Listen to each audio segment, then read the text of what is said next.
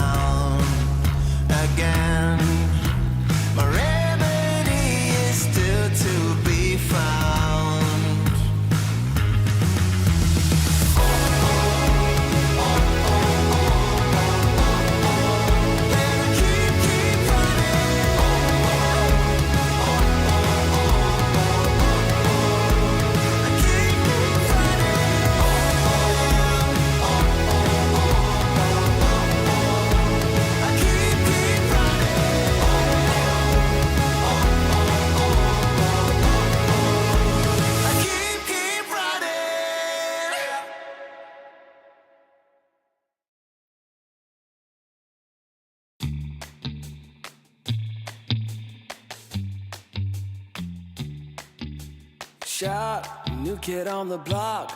Currents running strong like a solar wave. I feel electric. Locked, plugged into the socket. Watch me burning hot, yeah, I radiate. I feel electric. Coursing through my veins like a power surge.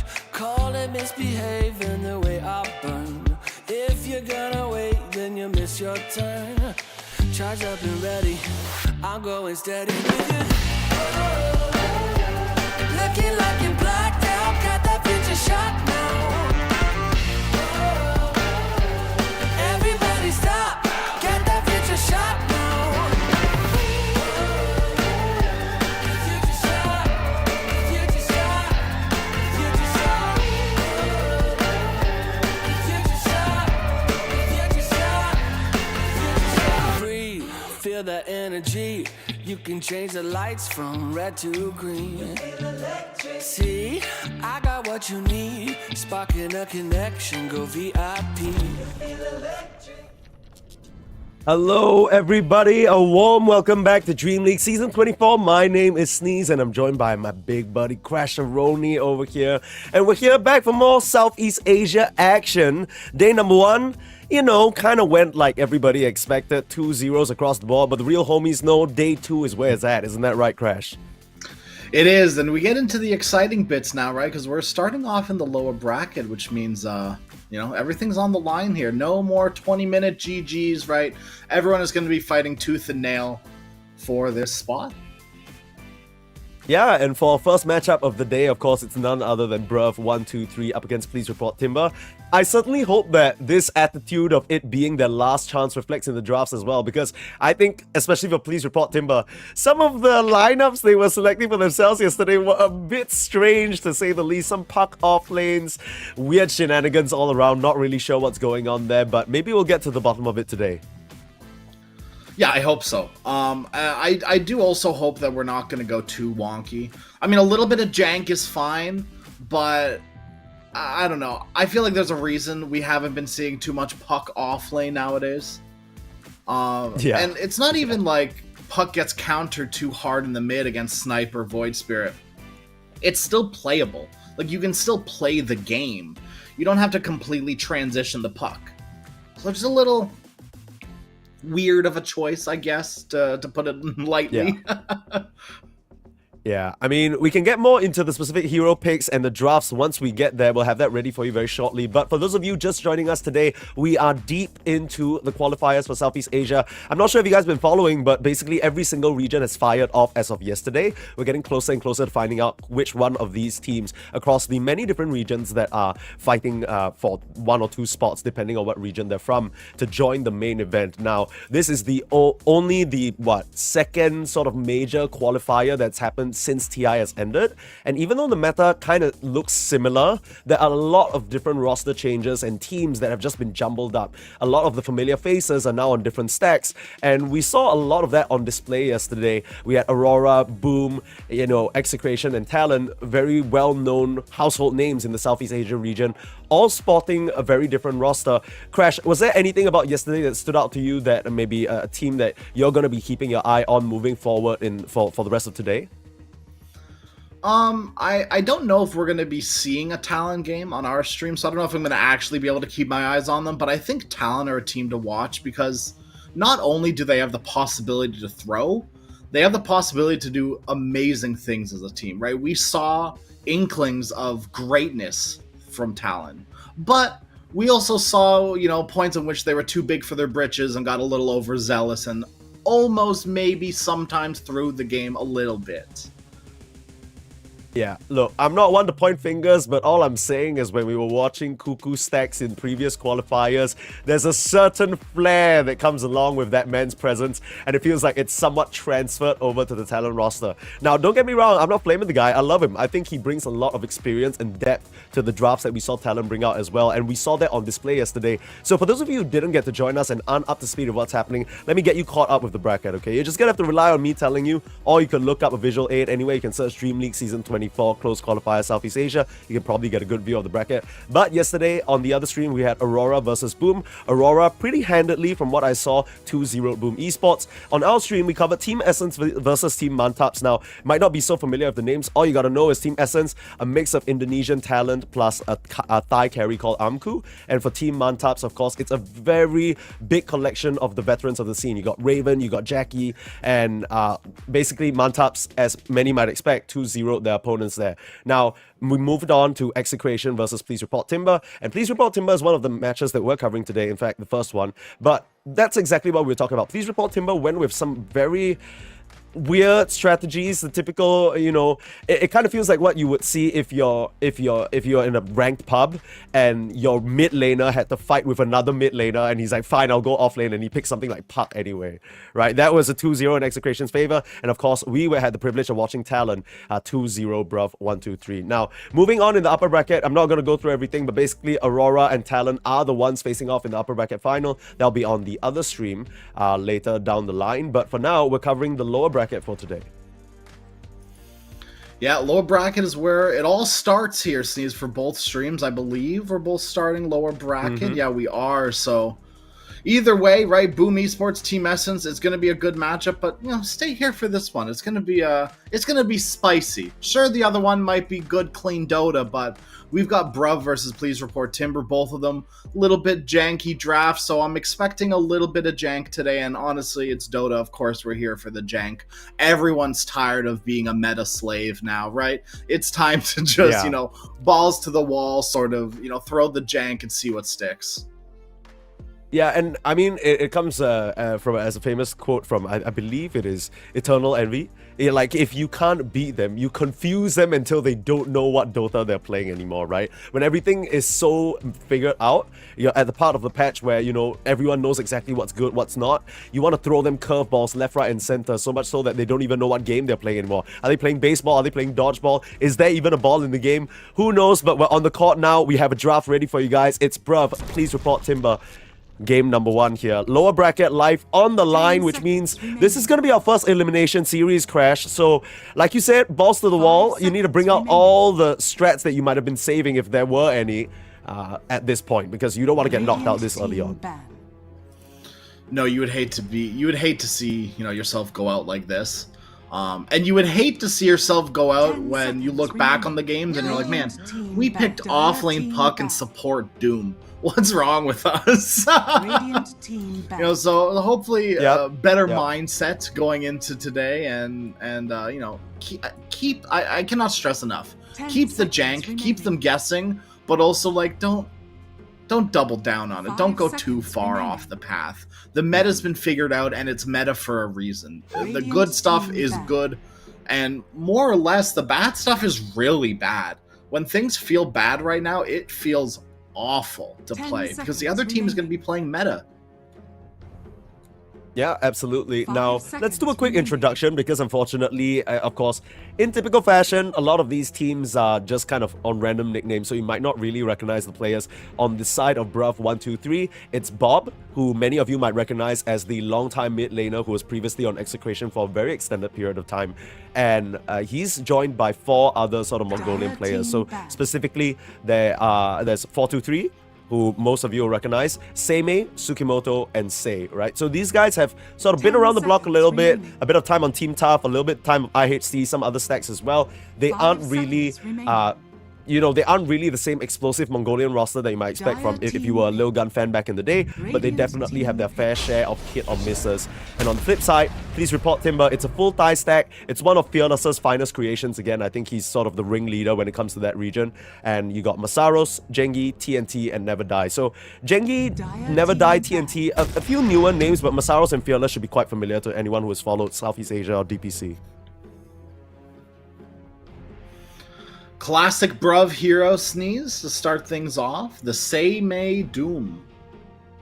Dire team. Yeah, you had a lot to say about it yesterday. You wanna sort of keep the viewers up to date on your perspective. I'll quickly rehash it. Yeah, just briefly, because it takes a lot of toll on my body to go through the Doom rant for, you know, every day for hundreds of days in a row. Because obviously he's always showing up. I'm always getting angry. But the skinny of it is Doom can fall into a trap 5 where he just seconds needs one remaining. more item, right? You buy this if you buy Midas, you buy Pipe, and you're like, oh, I'm so close to Crimson, give me a little bit more time. So then you sit in the offlane and you farm for maybe 5 more minutes and you get your next item. And you're like, wait, hold on a minute, like, they just finished their Lincoln Spheres now. I think I need Ags, give me, or something to break Ags, give me a little bit more time, please. And so you go and you farm a little bit more. And you just keep repeating that loop of, hold on, wait a little bit. And so with Devil's Bargain is the facet choice that a lot of Doom players have been going for. It enables you to buy a Midas, sell your Midas, get your item faster, and then go, okay, I have my auras, let's go fight with the team. It fixes the whole Doom issue. But players don't sometimes always recognize that and still can fall into the same cycle of the Doom trap. Yeah, but I remember, you know, even after this rant, we saw Bruv struggling with this pick. They picked it twice in a row, first pick, right? They weren't gonna switch up their gears up against Talon, and it really ended up not working out for them. But you were saying that you didn't really think Seimei made any mistakes. So do you think it's smart of them to go into this Doom pick? Because what I see on the opposing side, please report Timbersaw, right? They went for Sand King, and all we were hearing is that this Sand King hero just has so much healing with the Bloodstone and so much sustain that a Doom is... I think a lot of teams thought it was necessary to keep this Sand King down. I think it absolutely is, right? I think that one of the only positions in which I would like to see Doom is against the Sand King, because it's simple, right? You see Sand King, you Doom Sand King.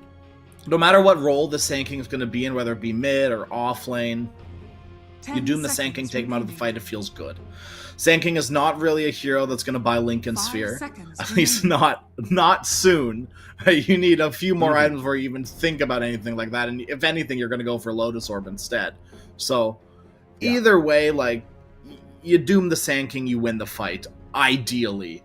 But please report Timber have a nice sort of front line to be able to peel to get Doom off of the Sand King, so that you can't full commit for the hero. Because Doom is great and cool and all, but you need to be able to stick on them and make it so that they can't just walk away, right? And both Snapfire and Clockwork are fantastic bodyguards. You've got the Cookie as well as Cogs to be able to create distance from Doom or anyone else chasing down the Doom target. Yeah, and not to mention Snapfire and Sand King work very well together as well, right? Snapfire can always provide artillery support from a long range for whoever is getting initiated on by the Sand King. Now, I mean, these two supports feel like the B tier of save supports, because we already see the Shadow Demon Tusk as well as the Naga Siren being banned out. Those are sort of the tippity top of the premier selections that you can have up against something like a Doom. Bruv, they're gonna equip themselves with a Broodmother though, and this is what I love to see whenever I see a Mongolian stack, because 4-2-3, I remember the glory days of Lilgun where the Tricol could just bring out Broodmother on off lane, mid, or safe lane, and it is just disgusting. So there's still a high flex potential. They're going to round out their draft with a Chen, so a lot of sustain and a lot of aura is going to be built up by this Chen to help them hopefully power through the sheer magic damage Please Report Timbersaw have at the moment. But their draft is lacking a little bit on the Sable. I'm a little bit worried because I feel like Please Report Timbersaw, if they snatch up something like a Storm in the mid lane again, I mean, you have a Sand King you need to Doom, you have a Storm you need to Doom, do you really have enough? At that point, no, you definitely don't have enough. You have nowhere near enough, right? You have sort of different possibilities when you go up against a Doom, right? You can do this whole give them multiple Doom targets. You can just say buy first item Lincolns. I really like the give him multiple targets sort of option, right? Overload his senses, make it so that, okay, I need to Doom Storm Spirit or else he's going to go ham in these fights, but then Sand King sustaining too much. And I think at the end of the day with Bruv, if they don't have lockdown, Doom doesn't matter, even if it's on the Storm, even if it's on the Sand King, because you simply walk away from the hero. And Bruv, they have nothing to say, okay, like, we're gonna stay on top of you, like, Broodmother, fine, but Chen Sniper don't really give you the lockdown or the slows to keep on top of someone. Maybe you can fix it with like an Earthshaker mid or something like that, but you need some stuns and you need them bad. Yeah, I guess what has to be said in defense of Bruv at the moment is that this Chen is kind of a signature for them. They've really, really liked this hero played by Sei, and it's clear there's a certain style that's associated with the Chen, right? You either sort of, it's not so simple as a hero, like a hero that maybe a specific player is good at, and then they can make it work. It's always a team effort to try and work around the strengths of the Chen. I believe it was Puppy who famously said the whole, you know, Chen, if I pick Chen, I win not because I'm like, it's a good hero or anything, but like I know how to direct my team around it. And please report Timbersaw, very heads up ban there on the Storm Spirit and the Morphling, two heroes that would be very slippery, perhaps, for them to deal with, because even though, you know, Bruv123, they have a bit of a static draft right now, they still need someone to really start the fights other than the Doom. There isn't anyone who can sort of get action happening on the map. So I like those bans. They pick up the Kunkka for themselves. Right now, it feels like I'm looking at Please Report Timbersaw snatching up every single meta hero that they can grab their hands on, while Bruv, they definitely have a strategy cooking, and I'm not really sure whether I'm fully behind it yet. I think that they might run into a little bit of a damage issue, depending on what their last pick is here, right? Sniper, sure, for the first 15 minutes will be able to do damage, but Chen Doom really don't supply a whole lot of damage to these fights. Doom itself, the ability, not the hero, is great. It's pure damage, right? It's a quote unquote damage that you can't heal from. You have no way of stopping that, right? You've got no sort of save unless you want to gobble them up eventually. But nothing's stopping this Doom from ticking. The only thing that's once again stopping you is your lockdown. And you're pairing now this up with a Luna on Please Report Timber, with only one hero able to get on top of this Luna, and that being the Broodmother. At that point, you're just food, because we've already talked about how everyone now on Please Report Timber is a great, great bodyguard for anyone who wants to get doomed. My worries are only increasing because this is just a very well-constructed draft from Please Report Timbersaw right now. It feels like they've covered a lot of their bases. The only sort of pivot that I see Bruv being able to head into is if they bring the power of the Chen, bring the power of the Broodmother, just slam it down lanes earlier than Please Report Timbersaw can expect, and create this kind of hemorrhaging situation where Please Report Timbersaw underestimate them. The one thing they are lacking a little bit is they don't really have wave clear, right? They need the Sand King to stand in front of lanes and clear it, or the Kunkka, and they're going to end the draft out with a Pangolier in what I believe to be the mid lane. So that will be the Bob hero. 4-2-3 naturally is going to grab the Broodmother. That is a very signature pick of his. I don't know whether the Pango is enough. It feels like Bob is going to have to pull off a bit of a generational performance here. Regardless of whether the Pango is against the Kunkka and the Sand King, feels like it should be a pretty even matchup. What do you think? Absolutely. I don't think whether, like you said, whether it be the Sand King or the Kunkka, the mid lane's not going to go too crazy. Either way, you're pretty happy with whatever you're going for. It will be the Sand King in the mid lane. It should be fine, right? If anything, it's a little Sand King favored, depending on, how Bob uses the abilities. I feel like that's like the whole Pangolier mid matchup is how well you use your abilities, right? You miss a shield crash on the hero, you don't get the shield, and all of a sudden, you're taking a lot of damage in Sandstorm, you're getting hit with a fat stinger, and that hurts, right? Sand King's abilities hurt when you just have to tank them. And Pango has the possibility of just, like, closing the gap unintentionally on the Sand King. You need to be careful about your swashbuckles. This is pretty interesting. Because look, I'm gonna be honest here and tell you that based on what I saw and based on the information that was given to me, I think no one will blame me for assuming that Masaros is the offlaner of this stack, right? Because Never Die, at least what was registered, is that he is a position 5. But it seems like Masaros has picked up the clockwork this game. So I don't know whether I missed a memo and Masaros has role swapped, or whether this is going to be some funky clockwork offlane. We'll have to see. The funk has not stopped at all for Please Report Timbersaw, it seems, as we'll just have to figure out as we get into game number 1. Please Report Timbersaw versus the side of Bruv123. Okay, based on what you saw from Bruv123 yesterday, it wasn't really a convincing showing, right? They were, I would say, slightly stubbornly sticking to their Doom first pick. It didn't really work out for them. Do you believe in what they have today? Do you believe that they can sort of take down this tie stack here? I'm going to be honest with you, Sneeze. I honestly don't. I'm not a fan of this Doom hero in general. I think you're in a position where he is overloaded.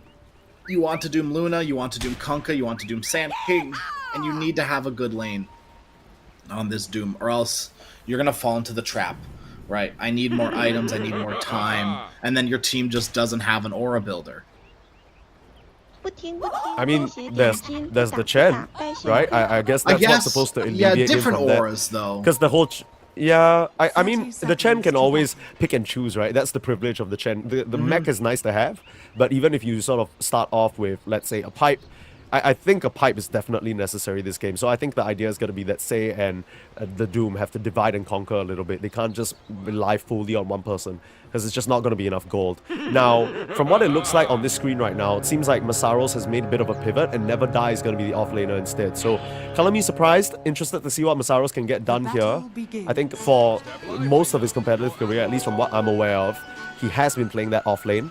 So this is one of those surprising role swaps. I feel like we see a lot of players role swap from, I don't know, like any position to position 3. I don't remember the last time I remember offlaner going, yeah, I'll become a support now. A 5 specifically too. Like I can understand working around like playing a pause 4.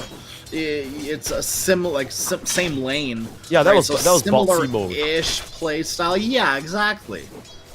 So yeah, a little wonky because I do think 5 is just played completely differently than anything you would want, even in the offlane. You know, 4 you can get a little greedy with it, but yeah, you're not going to play a greedy 5, especially in this meta. Okay, so lanes. Let's talk about some of these matchups. We already covered the mid lane. I think it should be pretty even throughout. Melee versus Sand King should generally be okay for Sand King. Are we expecting any sort of early movements from these guys? Do you think the Sand King is going to try to gank, or is it just farm up until you get your first few items? I think Bob might be the first hero to gank, unless you get a nice TP off on Fearless. Bob should be the one to leave with his Action Rune plus Rolling Thunder. You don't really need the Action Rune, but it'd be nice, right? You're not going to say no to it. But Bottle level 6 is really all Bob needs to make movements. Fearless is probably going to use that opportunity to continue to farm the mid lane as much as he can. Is Fearless okay? Oh, okay. I mean, he's playing fine line. I think he has the bottle coming out, so he's just trying to trade as much as possible because he knew that the spells for Bob were on cooldown. Now, Bob should have his own bottle flying out and reaching very shortly. Yep, there's the courier bringing it over. So back to the sort of standard trading back and forth. Water rune secure 1-for-1. Nothing special there. Bob should be able to have a decent time because after all, he did pick this Tango into the Sand King, right? So probably something that he's pretty confident about. Now top lane, some action happening. It seems like double shrapnel coming down. Okay, and it's just enough, it seems like, but Masaros was able to get the kill first on the sniper, so advantages, and Masaros actually dies to the neutral creep. So it's not even that the Doom gets the gold for that. Really, really cool play from the Clockwork. Not really sure how that happened, but probably just caught an angle on the sniper and caught him in the cogs. Your level 2 Clockwork is pretty scary. Right, level 3 gets even worse when Battery Assault doubles in damage. Cogs gets pretty close to a double damage as well. It's quite a bit. And actually, Sars wasn't even level 2. He was only level 1 on the Clockwork. So it's literally, yeah, like you said, just a Cogs. Yeah, and I was surprised because I was taking a glance at the top lane like for momentarily while we were talking about the mid lane, and it seemed like Tsukimoto was doing a good job in terms of creating the distance and just keeping it like that, hit-shotting Masaros, because that's kind of what you need to do, right? You need to keep the Clockwork on low HP so he doesn't feel confident just man-moding on you like that. If he can walk up on you and set up so easily, it's going to be bad news and your Doom's going to be left alone. I guess the only upside is that it seems like Seimei's having a decent time as well. Yeah.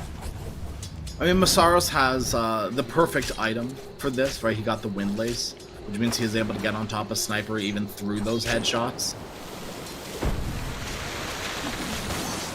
Bottom lane, not going too well for this Kunkka. Never Die is not looking too hot right now.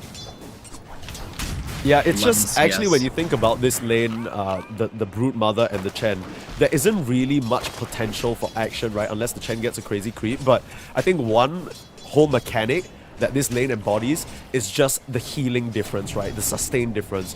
Your necrotic webs are just slowing down any regen that your opponents might have, while the Chen naturally amplifies that for you, and the Brute Mother can rely so heavily on the insatiable hunger for that as well. There isn't really any way for them to pressure 4-2-3 and yeah, forcing the cookie out early, but that means Reaper doesn't have any means of escaping. So these two on the side of Please Report Timber are just really suffering down here. I don't see any way they can stabilize or even make any moves. This is excellent for the Broodmother. No, it is absolutely wonderful, and it all comes down to the Satyr creep as well. Like I feel like a lot of Chens, as soon as those facets came out, they rejoiced that they got a Satyr level 1. Are you kidding me? Mana burn? Absolutely. Snapfire can't use her abilities, so how do you do anything in lane, right? You've gone full bore. You need to be able to use your Q to harass, get those range creeps, and help at least a little bit. Top lane, Luna. Ooh, the shrapnel tries to turn around for a little bit of a Lucent Beam, but Seimei has the Scorched Earth and burns down the Luna. I mean, now, with the level 3s and level 4s, it seems like side Bruv are starting to get a bit of an advantage now. I mean, there is a big advantage, right? You look at the net worth, right? Look at the lanes. This is not going well right now for Please Report Timber. Yeah, honestly quite surprising because we thought this Clockwork would be a sufficient enough bodyguard for the Luna, but I guess just getting run down. The last Lucent Beam will find the sniper, so sticking around a bit too much and underestimating Masaros. But Masaros has to pay with his life for it. Doom is already level 5, and here comes a handy TP from Bob. Swashbuckle into a kill. Nice little setup. We were doubting Doom since yesterday, but Seimei, you know, he's gone back and he's reflected, and now he's showing up big time. This is, I feel like, the best lane performance we've seen from him so far. Absolutely, and I just hope, I really do hope it extends to the game as well. I believe in Seimei, I don't believe in Doom. We'll see what happens here throughout the game, but getting to a good laning stage helps you not fall into that trap because you just have so many items, so much. Look at 4-2-3, he's being so annoying, but Never Die might just have been a bait. There are 4 members here to cut down the Broodmother, and they kind of just appeared out of nowhere, huh? I guess Masaros just TP'd bot after his death, and a nice rotation from the Sand King, just mirroring Bob and his move to the top lane. So pretty even all throughout, but this has materialized into an early 2k gold lead for the side of the Radiant. Bruv here taking that advantage, and no surprises given how the lanes are going. I'll be honest, I didn't really expect the Bruv lanes to go so swimmingly. Yeah, I mean, the Brood Chen lane is the biggest surprise to me. I kind of felt like they would just do nothing and get clicked down by anyone, whether it be the Kung or the Snapfire. And it's like the opposite, right? Where the Brood is the one clicking them down instead. And 4-2-3, he's just back on it. He's like, yeah, okay, I don't give a shit. I'm still gonna do the same thing. How dare you try and pull creeps?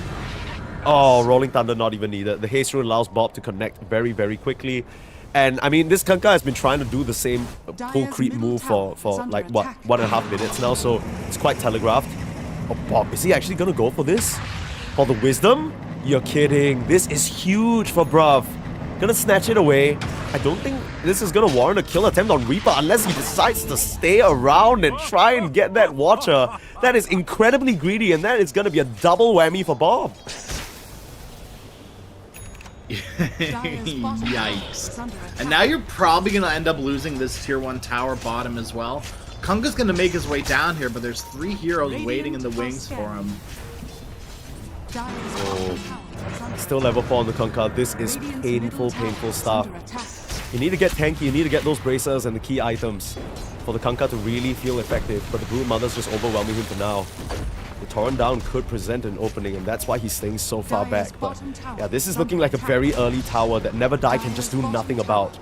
And this opens up the triangle as well, which is scary because that's where the Luna wants to farm, and it's gonna start getting occupied by 4-2-3. Yeah, this is one of those scenarios where, you know, taking the safe lane tier 1 tower is always the better option, but taking this offlane tower very early is also incredibly good. We're in a weird situation where it's almost like this mid lane tower is the least valuable, because like you said, opening up this triangle is huge. You get these stacks all of a sudden.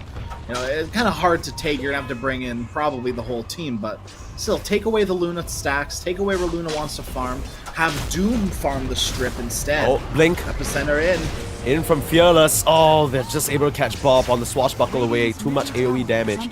That's the reveal from Fearless. He skipped everything else just to rush that blink and gets it at an absurd timing too. We didn't even caught us by surprise. I didn't even see that one coming.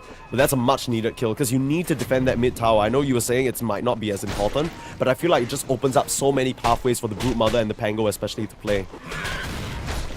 Oh, it's definitely important. I would make an argument to say it's probably the least important out of the three this game. Which is, you know, just a little wonky because that's not usually how it works in Dota. Bob, he's not going to let that dissuade him though, right back into the mid lane. And he's working on a Blink Dagger as well, which he's going to get at a pretty decent timing considering he has Mana Boots, Bottle, plus the Blightstone and full wand. So a little bit more gold on the Pangolier. But he's limited on what he can do now. He only has the Rolling Thunder and no real other way of initiating other than, you know, the whole roll at them strategy. Midas picked up by Seimei now, so he's going to start ramping up. Top of the net worth by a full 1k over the 4-2-3 Brute Mother, who's been having an amazing time already. Looks like mid tower is going to go down. They finally managed to get that one down. And the Sand King, you know, he's gotten his Blink Dagger, and I'm fully expecting more moves from him because they are very aggressively moving at the moment. Oh, okay. TNT trying to jump away, but it's just too easy. We were worried that the side of Bruv would not have enough lockdown, but it doesn't really matter at this early stage of the game when they can just run at you. And the map is... It's weird because you still have these towers up, but your space on it... Look at the position of where Please Report Timber are on the map. They're forced to farm so far back just because they're being herded like sheep. Literally everyone on the side of Dire are currently behind or near a tier 2 tower. And that is... And still not completely safe. Just step out a little bit too far. Tsukimoto and Bob will be waiting for you. Okay. Blink Dagger flying out for Bob now. Has an Arcane Rune, so this is his time to make things happen for sure. Now, Never Die has finally hit that level 6. That is a really, really painfully slow timing for him. But it looks like, bruv, they're just happy to continue occupying this area and limiting the space on the map that Please Report Timber can farm. The Doom, Seimei has just been occupying the entire top lane by himself. They have their eyes on Never Die. Here comes the Rolling Thunder. Blink in. Not much that Rukanka can do about this, unfortunately. And no save coming soon enough. Fearless, his blink is going to get cancelled by a nice Hellbear Smasher clap. Really heads up play coming out from Sei. They are looking at the Sand King now. Gonna get shot, but nice Barrel Strike away to create the distance. And he'll be fine, but a 6k gold lead. They are continuing to pressure. Relentless here, bruv. And it looks like they made an attempt on Seimei's life top with the hookshot too, and that amounts to absolutely nothing, unfortunately. He's so tanky, dude. He's like 1.7k HP. I feel like the only reason you ever kill him is if you somehow isolate him away from any tower, any creeps, and you full eclipse him and hookshot and full battery assault, right? Like that's the only way. Yeah, I definitely agree with you on that one. It is a hard hard kill, as well. especially Maybe now the with eclipse. Pipe. Maybe you don't Dude, even the do eclipse it ain't now. even gonna do it. Yeah, like I mean, wait, okay, how many levels in Lucent Beam? Okay, it's maxed, so there is still a chance, I think. But, you know, that's the ideal world situation. They are going to try and flush this Brute Mother out now. Fearless smoked out, looking for an angle. 4-2-3 in the trees, though. The smoke's going to break. And even with the Rocket Flare giving the vision, I don't think this is a safe attempt for them to make. They're just being surrounded by spiders. Look at Seimei, he's joined the fray. Dude, with this pipe now, with all the Brute Mother, little spiderlings, the summons from the Chen, it's gonna get overwhelming. The mech complete and Hand of God as well. This is insane levels of sustain. I don't wanna scare you, Sneeze. I know you get afraid easily by big numbers, but there's currently a 7k lead, 13 minutes in. And that's a whole hero of a difference, right? You can play this 4v5 and still be even on net worth. Yikes, and Never Die. It's a bit of a unfortunate naming convention he has for himself because he has done nothing other than die this game. It's tough luck. Now, they initially smoked out to try and catch this Luna. The Wild Wings will still scout. And with them appearing right in front of us, she knows she's in big trouble. The Whirlwind could get her in a really bad spot. Trying to TP out now, but the second Whirlwind into the Storm played perfectly by the Chen. Come on. Sad. Ooh. I know he's feeling that for sure. Please report Timber, they are crumbling here. It's a 9-4 kill score, but I feel like the lead is so... yeah, okay, Fearless, he's just gonna get run down here. There's no way for him to escape. Division from the shrapnel, assassinate, bam. Dead bug, Tsukimoto claims the kill. All across the map, members of Please Report Timber just being exterminated, swatted down like flies. This is a really, really bad look for them. Dire's top tower. You know, we saw Seimei do exactly that yesterday. It was, hold on a minute, Bob. He's getting wrapped around mid, but I don't know if you still get this kill. They'll try. They have the hook shot, but he manages to get out of the boat. Still a mech available, and the healing coming through. Bob, he will just be able to swash up to the high ground. Sei is absolutely everywhere here, and TNT tries for a just back away scatter blast, but it's not going to be nearly enough damage. Just way too low level on these Please Report Timber heroes. They can't even do anything. I mean, that was supposed to be an initial aggressive attempt from Please Report Timber. Here comes Bob. Awkward. We won't talk about it. Avert your eyes. No. Look. He just miscalculated. The verticals are a little bit tough sometimes. Clockwork, you know, he's the short king, right? You jump a little bit too high, you miss him entirely. It's tough. Yeah. He's like he's like Neo from the Matrix. Yeah, he's like Neo from the Matrix, except he didn't even need to like bend backwards. He just naturally is that height. Yeah, he just kind of looked up, if anything, and was like, oh, hey. Oh, man. But, yeah, as I was going to say, we saw Seimei do something very similar bottom yesterday against WS. And it amounted to nothing because no one else teleported in. This time around, they're so far ahead, they just need a little bit of a +1. And that sort of Doom play, that aggressive Doom play, still can work out. You just, you know, you can't do it by yourself. This is a team game after all. Yeah, I think the most impressive thing for me from Bruv today is how they are controlling the map and spreading themselves across it, right? It seems to be distributed perfectly. They are never sort of missing efficiency despite them making aggressive moves. They're moving in these gang squads where, you know, I feel like if you put these heroes together on paper, you're not really assuming that they're going to run around in the way that Bruv are making it work. Ooh, nice little spiderling harvest there for Fearless. I mean, he's still quite far away from his next item. Radiant are scanning. Yules, okay, the Yules is complete. I didn't see it on the courier, but that is very important for him to buy some time. Well, they are circling around. Please report Timber now. Catching sight of Never Die, and... Oh, the Xbox cancelling the Rolling Thunder for now, but I mean, there's no way he TPs out this one, especially not with the Centaur chasing him. They're even gonna whirlwind the Centaur forward. Very cute attempt there. I'm sure he knew he was dead. There's no hope here. Just very slow death. We have kiting. Turn around, kill a couple of creeps while he's at it. Meanwhile, Tsukimoto and +1 killing off Fearless in the mid lane. This is looking like a massacre here. 423 already has that BKB complete. Like, this is disgusting. This isn't even like a naked, like, disassemble Echo for BKB. This is Echo and BKB fully assembled, both of them. Yeah. Let's try on the TP out, I guess. I mean, I don't know how that was ever gonna work. I guess just try to buy some more time. And that's all really, that's all Please Report Timber really can do, right? The entire time, Jengi is farming up on the Luna. It is nowhere near the heights that the Doom and the Brute Mother are reaching, but at the very least, the Luna's kind of keeping up. I don't even know whether it's gonna amount to anything, but that's something, isn't it? It certainly is something. It is a thing, but may I divert your attention to the net worth of Kunkka. And he's been down here for a hot minute. This isn't even news. He's been this guy is not fun. Yeah. You're double bracered up on a Tuesday, and that's all you have to offer. Yeah. I feel like if this was a support, it'd make a lot more sense, but the fact that he was in off lane and he just got dealt with so nicely. Oh. This is part of the game where, you know, he manages to TP out. He's still dead. I still think he's gonna tick down though. Yeah. Oh. That's the difference You the see one that? bracer will make. Okay. They're gonna try and turn things around, but there's a pipe, there's a Chen, there's all the auras in the world, and a rolling thunder coming crashing through.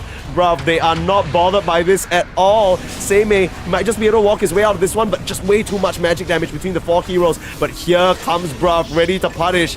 They are just going to eat up the remaining members of Please Report Timber. And TNT, where you going, baby? Tsukumoto there to cut him off.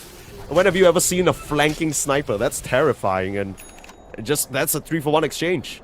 I mean, technically, if you count Masaros' death to the Doom in the initial part of that fight, a 4-for-1, which, you know, funnily enough, I think is a decent trade for Please Report Timber. Yeah, actually. I mean, if Fearless dies here, it's gonna be bad, but maybe instead he gets Bob? Bob? Bob? Okay. Yeah, the XD, that is not supposed to happen, Bob. Bro, that's, yeah. I think he knows as well. That was a little boo-boo. If the game wasn't already so lopsided, I think, yeah, solo kill. That's a lot of EXP and gold, man. It is. But, yeah, it's not gonna stop the onslaught of Bruv here, jumping on to never die, keeping the Kunkka as a support. Now, I Will Destroy You is dropping very low, though. Seimei needs to be careful, and the BKB pop from 423 as well. They will show that respect and back up, because Fearless, with that kill alone, he's gotten the Veil. And this Sand King, we know it to be a problem, right? We saw the initial parts of the draft. The Doom picked into the Sand King. It hasn't really materialized in that matchup yet. But it might reach a point where they just have to Doom the Sand King, because he's starting to ramp up. He's starting to become a problem. Absolutely. And, you know, this is the Bob I kind of expected. The all chatting, right? The tips, the showboating, as some would call it. He's feeling very confident, and confidence is key in Dota right now, especially when, you know, teams are so close. Meta's been figured out. Fearless, oh Jesus. If Seimei had Scorched Earth up, that might have gone differently. I don't know if Fearless would have been able to blink away out of that one. Oh. Hey, did you see that for a moment? Fearless was considering channeling the FP and just flying in there, but into all those auras, I don't know whether it would have actually been possible. It would have amounted to absolutely nothing. The Crimson Guard being worked on by the Doom. Looks like he's trying to chase down Masaros in the top lane, but I don't think that's going to amount to anything. It's just a little bit of an awkward... okay, well... Just don't doom him. Yeah, the Luna's actually coming over. This might be a bit... Okay, well, Seimei's doomed him. Seimei is doomed. He did. That... Okay, look, 15k gold lead, Bruv are at an astronomical lead, but they need to sort of not give away such high value kills, right? Because Seimei is rich as shit, so is Bob. You know, these can really start to add up. But I guess it doesn't matter for now when you're just really, like what you said, showboating a little bit on the side of Bruv. I honestly think that Bruv have the tools to close out this game. Roshan's up, but they don't even need it. They don't even want it. They're going in without it. Yeah, BKB pop by 423. That's all he really needs against the Sand King, realistically. And now with the Rolling Thunder in as well, as long as they can kill off Fearless, that the bulk of their problem's gone. The Luna's gonna TP in now. Eclipse is not available because it was used to kill the Doom, which means the Luna just doesn't have enough damage to stand up. He might be one level higher than 423 right now, but the rest of his team is dead, and he will be soon enough. Fearless forced to buy back, and they won't overchase here. The Manta able to shrug off the Gleipnir. Fearless back into the fray, trying to stand his ground and help Please Report Timber, but this might just be a dieback. Fearless has no friends. Fearless maybe should have been scared a little bit because he just calls GG after that. He knows it's over. That was not a very inspiring showing from Please Report Timber, but bruv, this is looking like a very different team from yesterday. They came in with a solid plan, came in with an idea with the draft. They were happy to give over some meta heroes to their opponents, but it still ends up in their victory in this game number 1. And at the end of the day, there wasn't really any jank either, right? That was just Bruv getting a cool, clean victory over Please Report Timber. Cool and clean specifically. That was a very good showing from every single individual player from Bruv. Not even like, you know, team play was great and all too, but individually the skills are there. So hard. Yeah, absolutely. I think specifically for me, what stood out this time round is you can in this game, it's a good example of why Seimei is so comfortable first picking the Doom when you have a good matchup. I think that's the difference between yesterday and today, right? Where they had first pick in some of these drafts. They ended up sort of just snapping the Doom without any regard for what the opponent response would be. But this time around, it's into a Sand King. And like you mentioned, Crash, that's a matchup that just makes sense. Seimei knows how this goes. And they didn't really draft a lane between the Luna and the Clockwork that was able to punish as well. I think that's in part to Tsukimoto on the sniper being a very good bodyguard in the lane, enabling Masaros to just, but enabling just the Doom to get so much out of the lane. You look at 423 as well. This is a Brute Mother signature for him. Somehow the Chen Brute lane goes so well. I mean, really, it just started from the lanes and it never ended.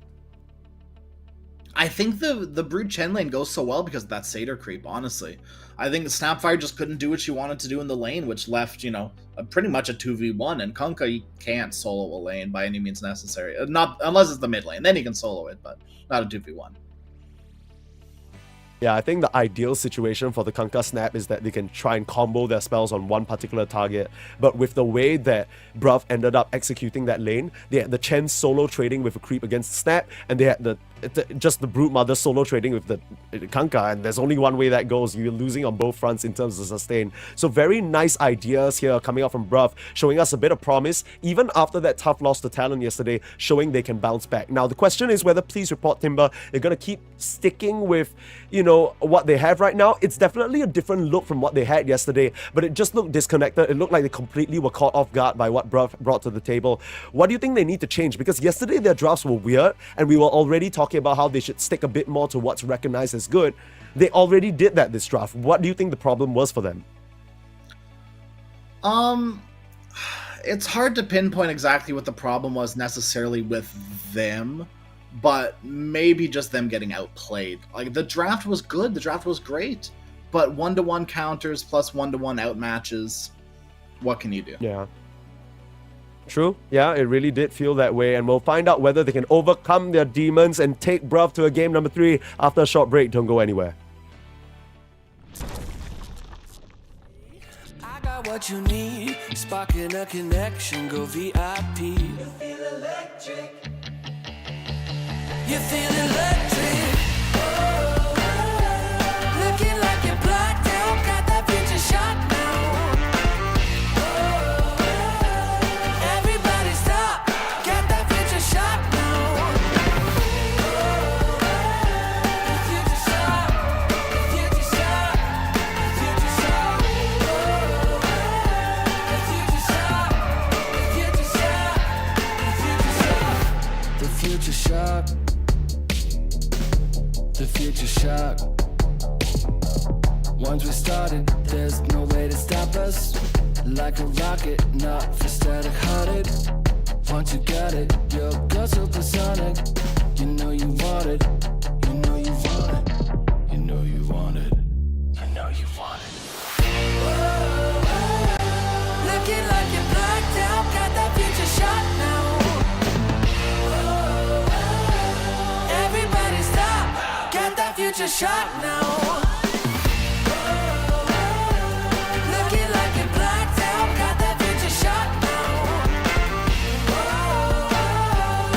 Everybody stop, got that future shot now. Future shot, future shot, you know you want it. Future shot, future shot, you know you want it. Everybody stop, got that future shot now.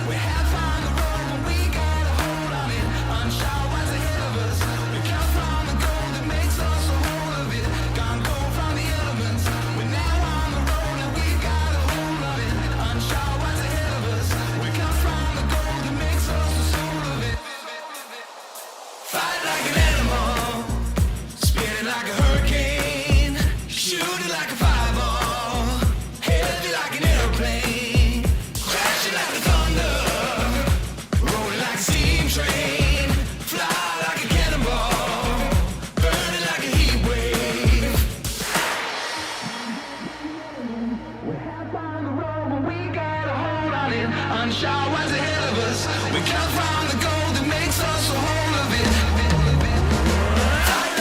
Can't go find the elements. We can't find the road, but we get a hold of it. Unsure what's ahead of us. We can't find the gold that makes us a whole of it. Can't go find the elements. We're now on the road that we got.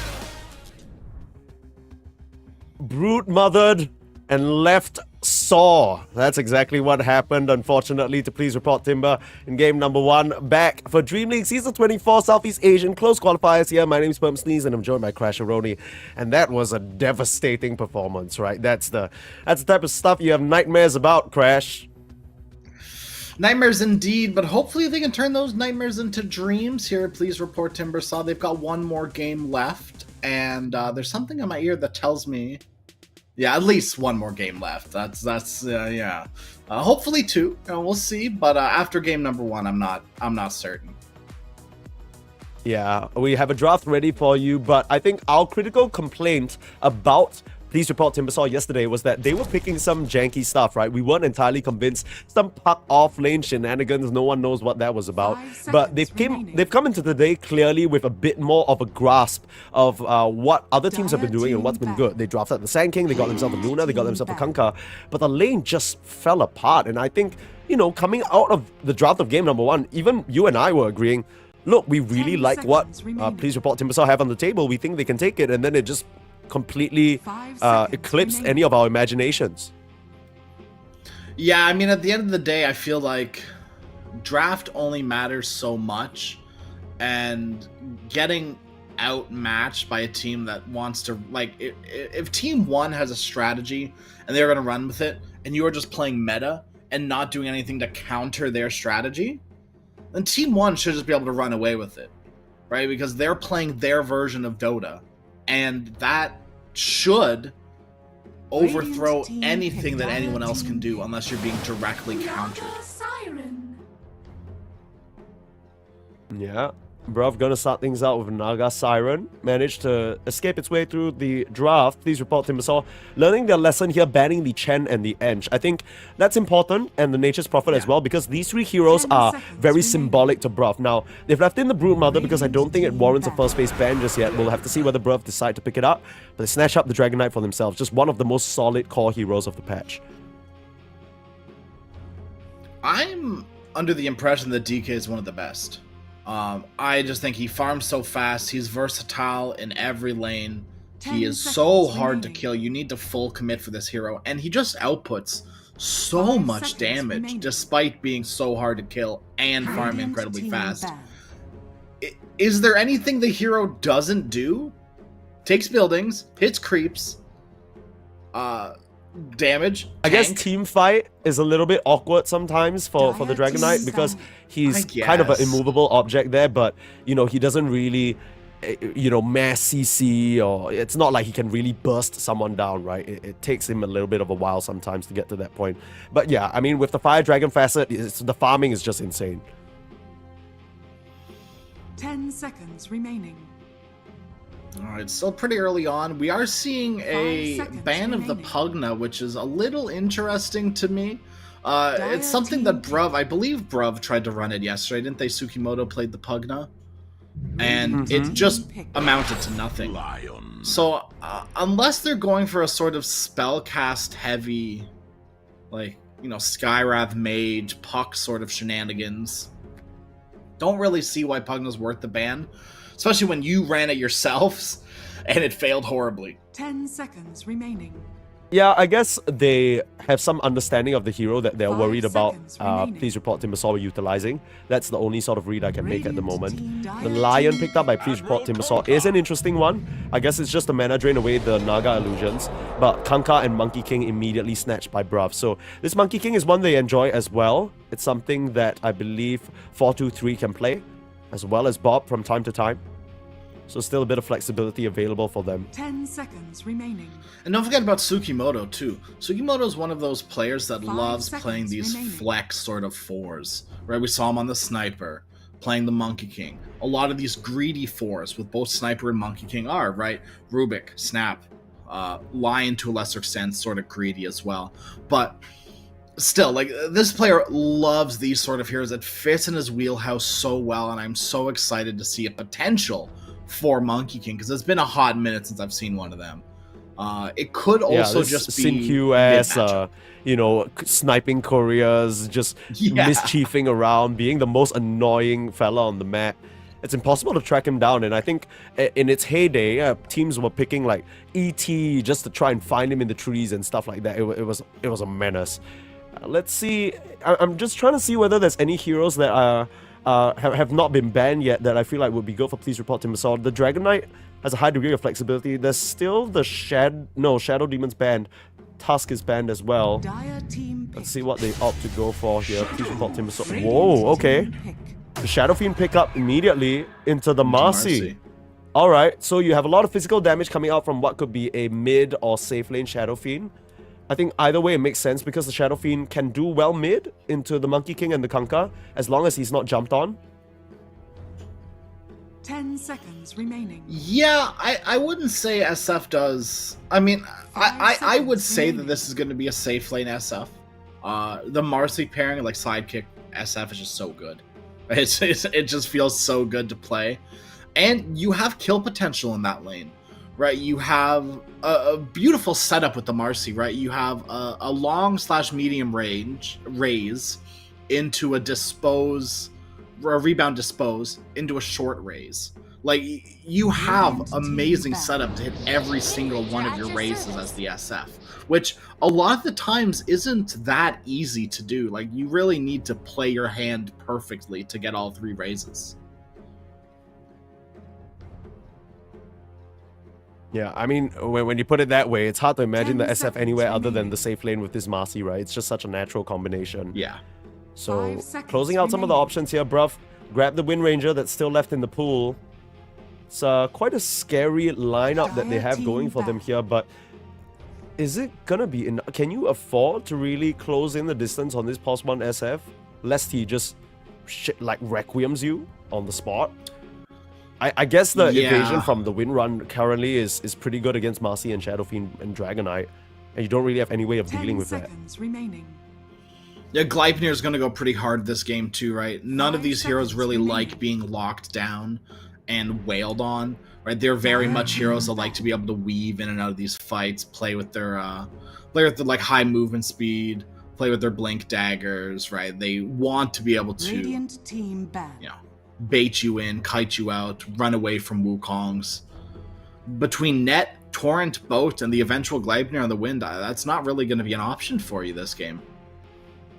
I mean, what this sounds like to me is just Please Report Timbersaw have a BKB timing that they need to look forward to, right? Like, it's 10 seconds but it's remaining. also awkward because the BKB, I mean, it's necessary against Naga Siren because I think we saw yesterday a couple of songs just being neglected completely by BKBs, and then you can resume the fight as usual. But then you need to make sure that your BKBs are in tandem, so your team is actually strong enough to overpower the remaining enemies and just whoever's BKB. Radiant team pick. Bruv123. I think they're still missing a... Yeah, okay, there's the Razor. I was gonna say, I think they're still missing a core here. That's likely gonna be their mid lane. Against a potential Dragon Knight or a last pick. It could be. They could still, like... I'm still thinking they're running this potential Tsukimoto Monkey King. 10 seconds with remaining. a off-lane mid lane... 5 seconds Oh, remaining. okay. I see what you're saying. So Kunkka could be mid, Razor could be mid. Although, I'm just... My perspective is I'm liking the DK Razor matchup more than the Kunkka DK matchup, because I feel like Kunkka and DK don't really do anything against each other, and you're not really going to build that advantage as the Kunkka as compared to the Razors in there. And the Razor offlane is extremely susceptible to Marcy Shadow Fiend. Because you just can't drain enough damage to survive that insane raise combo you're talking about. Yeah, see, I think this Razor DK, like Razor into DK, is such a bait. Because I think as the game goes later, like, laning stage is really good, don't get me wrong. And for the first 15-20 minutes, it feels good, don't get me wrong. But after that, when Dragon Knight starts hitting for 300, 350 damage with Dragon Form up, it becomes a point where, like, okay, I'm not siphoning enough damage from this hero. Why would I be siphoning DK when I could siphon all the damage from SF instead of half the damage from DK?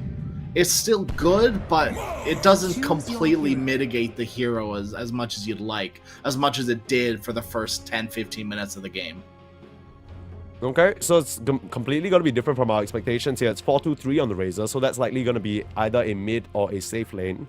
Still remains to be seen how they want to orient the other heroes, but I guess the Mars at the end is a really good last pick, just because they were missing some of that teamfight control, and this arena is going to do a number on all of these Bruv heroes that you were mentioning don't really like to be locked down, right? I believe you were talking about the other team, but same kind of goes for them. They want to be able to freely roam the fight, jump here and there, use the wind run, use the high move speed on the Razor and the springs and everything to get to where they need to be, and never die. I'm really, really hoping for redemption from him from last game, because that Kanka, I still don't know anything about this player because of how hard he got dogged on. Like, I have no clue how good he is. Yeah, it might not even be the player's fault, right? Like, it might not even be Never Die's fault that he got dogged on so hard. I don't think it's his fault. It's not. It really isn't. I mean, it has to be a little bit of one of those, there were multiple times he missed boat combos, which I think multiple times twice.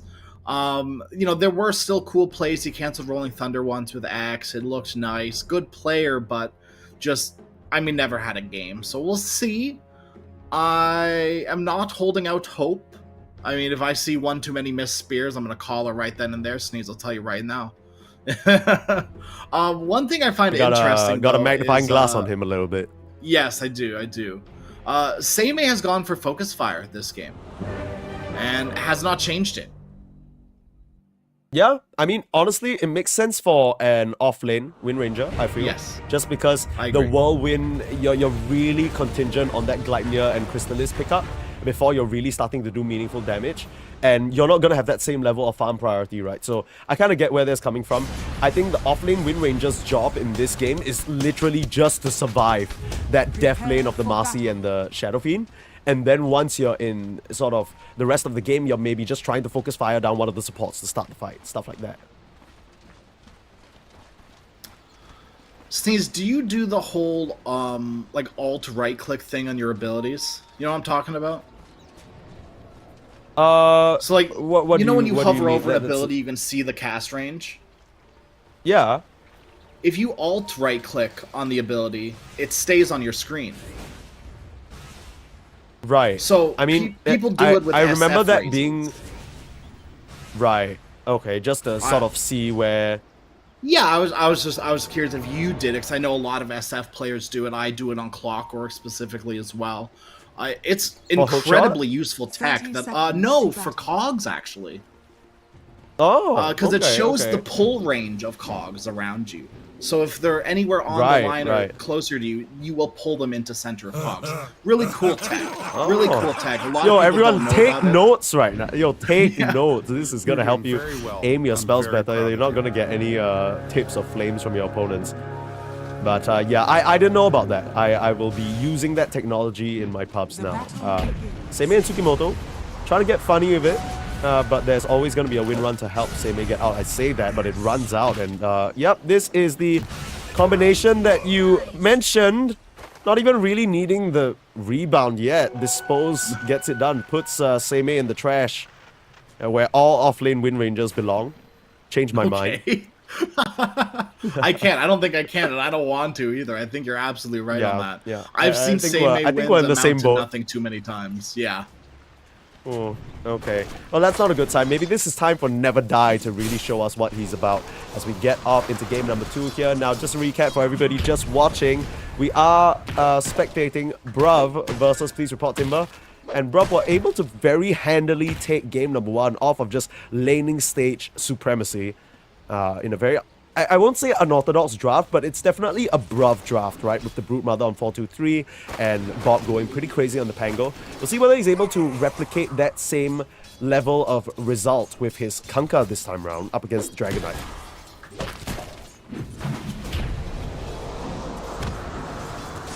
Oh, we almost saw that combo in fruition. Sad sort of pumped the Raze, but Masaros is doing so much in this lane just by himself. Lane will bounce back, which will favor Tsukimoto and Seimei a little bit. You're going to have to pull that lane if you want to sort of recover it, but Seimei is 2 CS to his name right now. Is getting denied by these range creeps as well. Sad, can't get the other one, unfortunately. Oh, I felt a little You tremble. have to, you I felt a have little to keep tremble. your distance. Bro, Yeah. I felt a little tremble in my nether regions there, I'm not gonna lie, that's scary shit. And now they're just, yeah, they can just afford to play so aggressive because they know Tsukimoto's onto some shenanigans. Masaros is just gonna start punching him. Because realistically, there's no way Masaros dies here. So it's just causing more time for the win to be away from the creep wave. Tsukimoto trying to be funny with it, pulling the creeps. They're gonna try and connect it. There we go, perfectly played. That's the exact response you need to have when you're up against a Monkey King and his shenanigans. And now the lane is in this very awkward position where, you know, Seimei, come a bit too close, you're gonna get thrown back. Yeah, it's literally only a matter of time. Masaro's just gonna punch him down, waiting for the razors to come up, and that's the combo you're talking about. And I think you might be reaching a point in 1 or 2 more deaths where Tsukimoto might have to sort of take the position as the core instead. You're gonna end up with a bit of a never die conquer situation from last game. Yeah, it is not looking good when your 4 has the same amount of last hits as your offlaner. And Seimei is also a Wind, specifically. It's a hero that kind of needs levels, right? Like, you're not doing anything without your level 6, and anything before that still feels bad too. Yeah, I mean, Tsukimoto's doing his best to just body. They get the kill on the SF, and it might not even get Tsukimoto to jump away. Are you kidding? At least grabs the Lotus on Masaros, but self jump. Oh, it's perfect. That's all you could ask for from your Monkey King, and he gets it done. Those are some huge recovery kills for Seimei.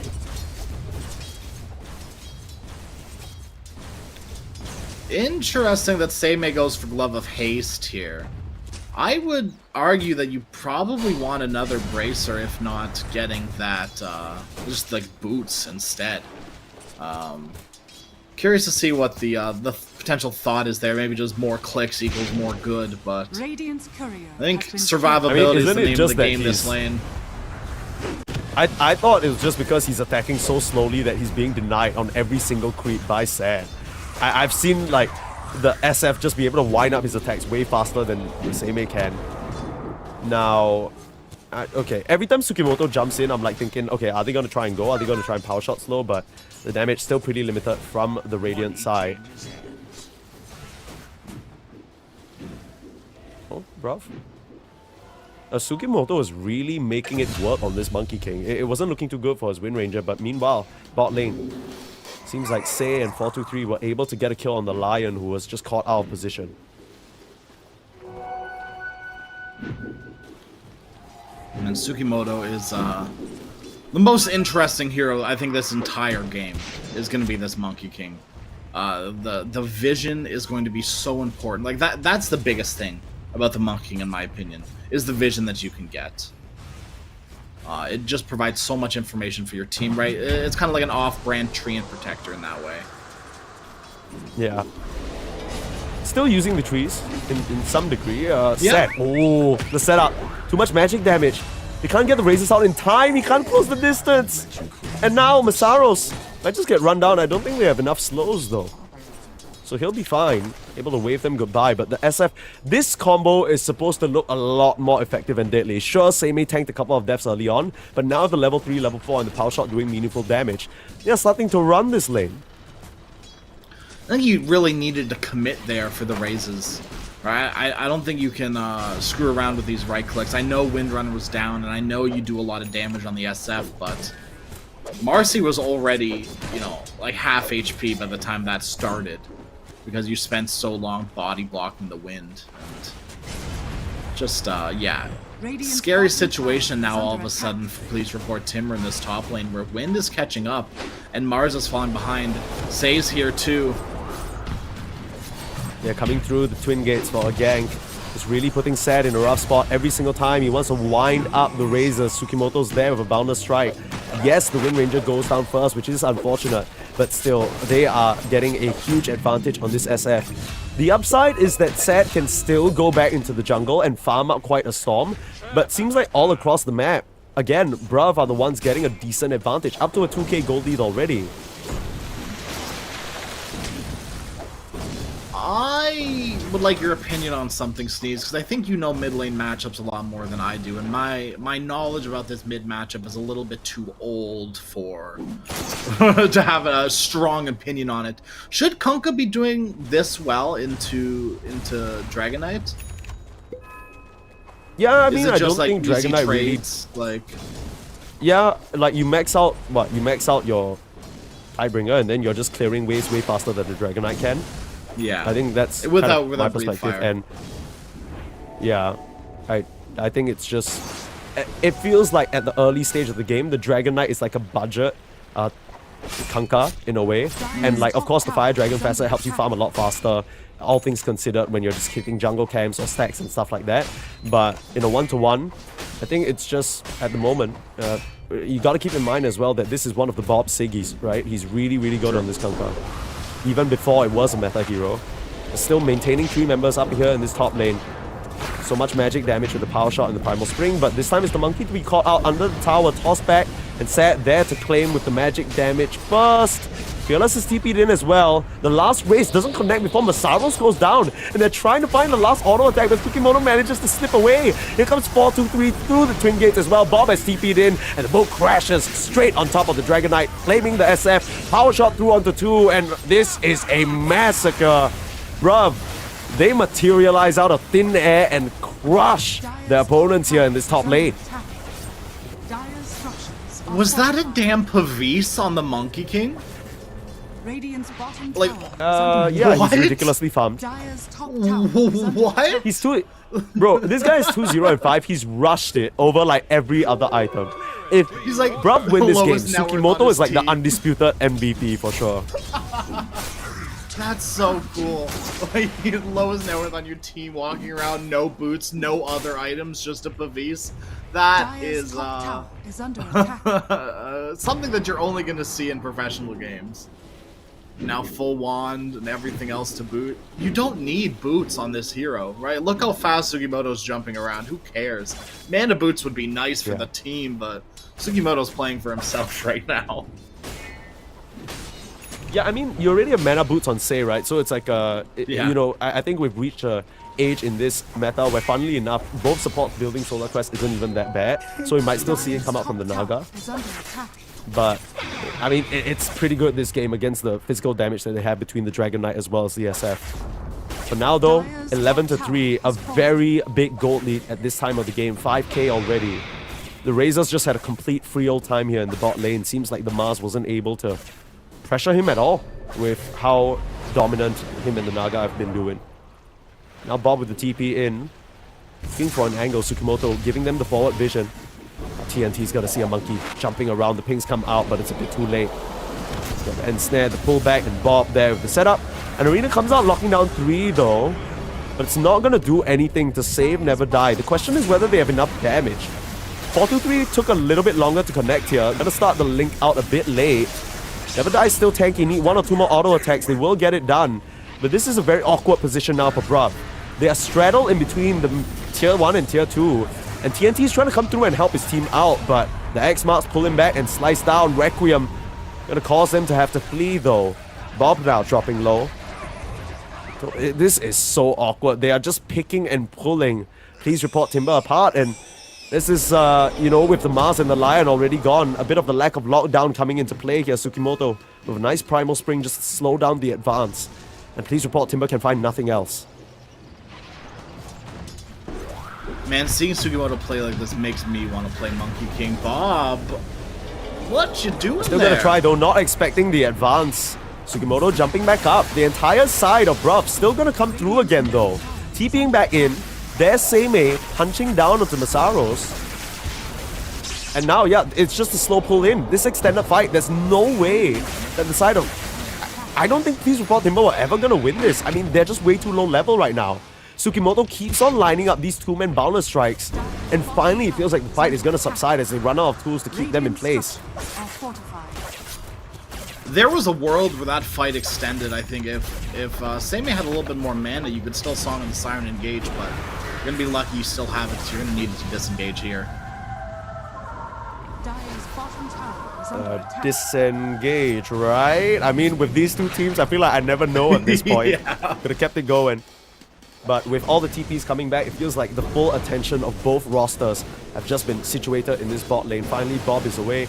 And I feel like a fight, you know, Bruv has shown that they are able to fight in different sort of units of, amount of units, but I feel like Bob is a big component as to them winning, especially with the boat. Now, the question is whether they're going to come down and try and defend this bot tower, because there are 4 members and only Tsukimoto there. Looks like they just have to give this one. Radiant's bottom tower has fallen. I think it's fair. It's, what, 12 minutes into the game? That tower has no right standing at this point. That is the tower to push before 10 minutes. Get it a little bit later, that's okay. It's still dead. That's probably the best news that Please Report Timber have had in a while. Focus fire Fearless, but just with a Javelin, I'm not sure whether it's enough damage. This is a very tanky Dragon Knight, but you got to set up a Bob, it's gonna be enough. Seimei is dominating on that Wind Ranger, making me eat my words a little bit on this pick. I mean, you can still think Wind Ranger's a trash offlaner and still praise the player for performing well on the hero despite having a rough first few lanes. Or waves, rather. Yeah, I'm gonna give credit to Tsukimoto on his success. I'm not gonna lie, like, that monkey went fair. a little bit sicko mode. Yeah, absolutely. Tsukimoto was the real MVP of that lane, for sure. Solar Crest complete on this Monkey King now as well. It's 13 minutes, damn it. Yeah. Unleash out. Seimei ends up going down a bit too deep at the tier 2 tower, thinking that Bob could come in and help. There's still X-Mark's watching Reaper, but he needs one last little... Okay, Boundless Strike is there. Tsukimoto there to claim it. And Bob with the Blade Mail, very tanky, but doesn't have much help anymore. Song of the Siren still on cooldown, which means the Kunkka is very slowly gonna get worked down. Very slowly gonna get worked down. He has bow in 3 seconds. He can turn. Very slowly gonna get... Guys, are you getting the... Hello? How does he just walk out like... oh my... Guys, anyone gonna kill this Kunkka or just... Okay, they're TPing in now. No way. Okay, finger up there, finally.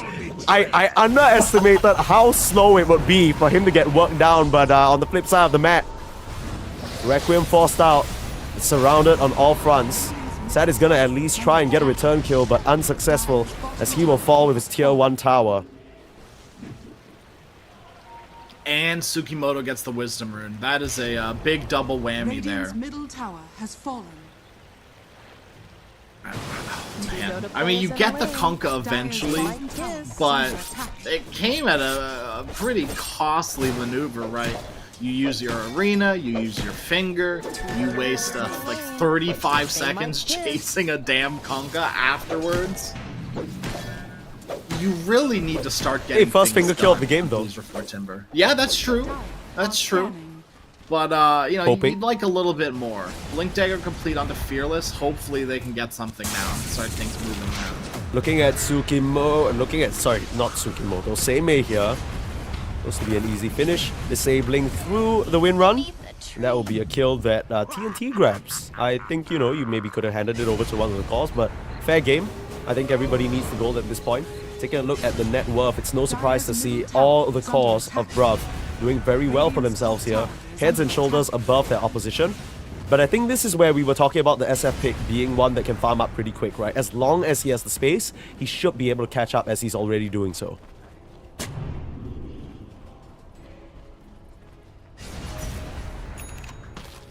Yeah, SF is gonna have to put in a lot of work this game, though, Sneeze. I would assume that we're going for some sort of, you know, physical damage SF. I really don't think magic damage SF is in anymore. We are going for a first item Yules on Never Die, which is going to be a sort of nice setup for any potential Requiem plays.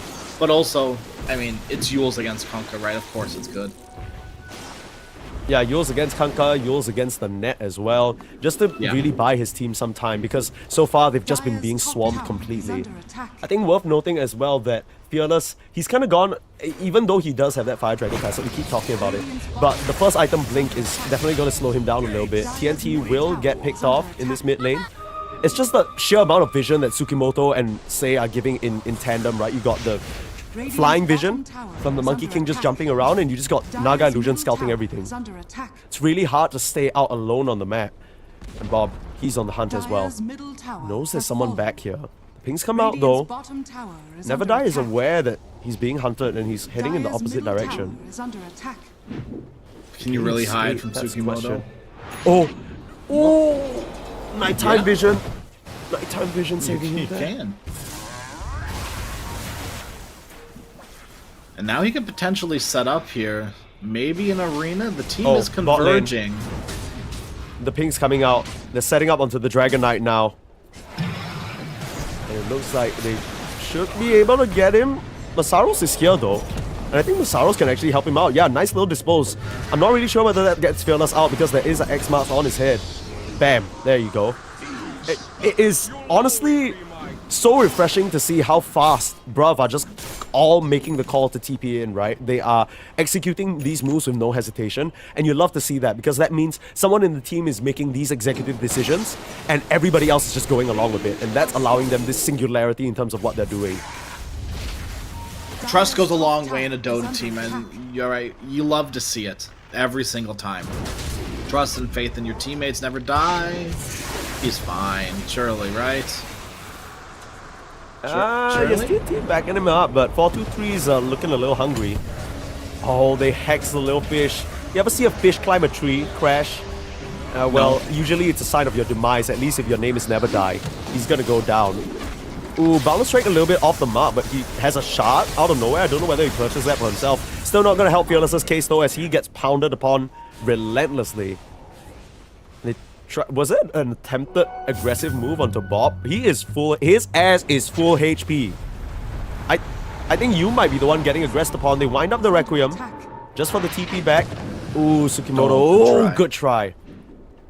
It must have been on cooldown or something. I think he just TP'd in. Or maybe he just jumped all the way over. Who knows? Simeon's Stride is busted as hell. Look at this shit. Look at this. Look at this. This is ridiculous. You're not the king of the jungle. Oh, Lion, poor little boy, just gonna get sniped from a distance. That was cruel. No way. Tsukimoto's soloing. Dude, you're a... I'm just watching this happen. Like, I'm just watching this happen. There's no way. They missed the tree. What is happening? What is happening? I mean, it's exactly like you said, Sneeze. Simeon Stride is busted. Simeon Stride is broken. Please fix. No. Also, I kind of feel like Please Report Timber are getting bamboozled a little bit, right? Simeon Stride is pretty powerful. Don't get me wrong, but they just haven't been able to find this Monkey King at all. They, you know, in a lineup with a Mars and a Lion, you think, even a Marcy, you think, you know, you have a decent idea of where the Monkey is, you jump towards his area, throw a spear, open arena, something like that, but that's just not been the case. Tsukimoto's been playing flawless. Now a smoke out. There's the Hex onto Seimei, but the song, they didn't see Sei. They didn't see Sei. And it looks like Seimei wants to turn around on them. The bolt, the combo, it's perfect. The arena walls will keep the core safe for now. Masaro's dropping low, Fearless getting hammered away upon by the BKB Seimei Wind Ranger. But this guy stands no chance. The Boundless Strike onto 2. Requiem not even available to scare them away. And this Sei Naga will be the only casualty while it becomes a full team wipe.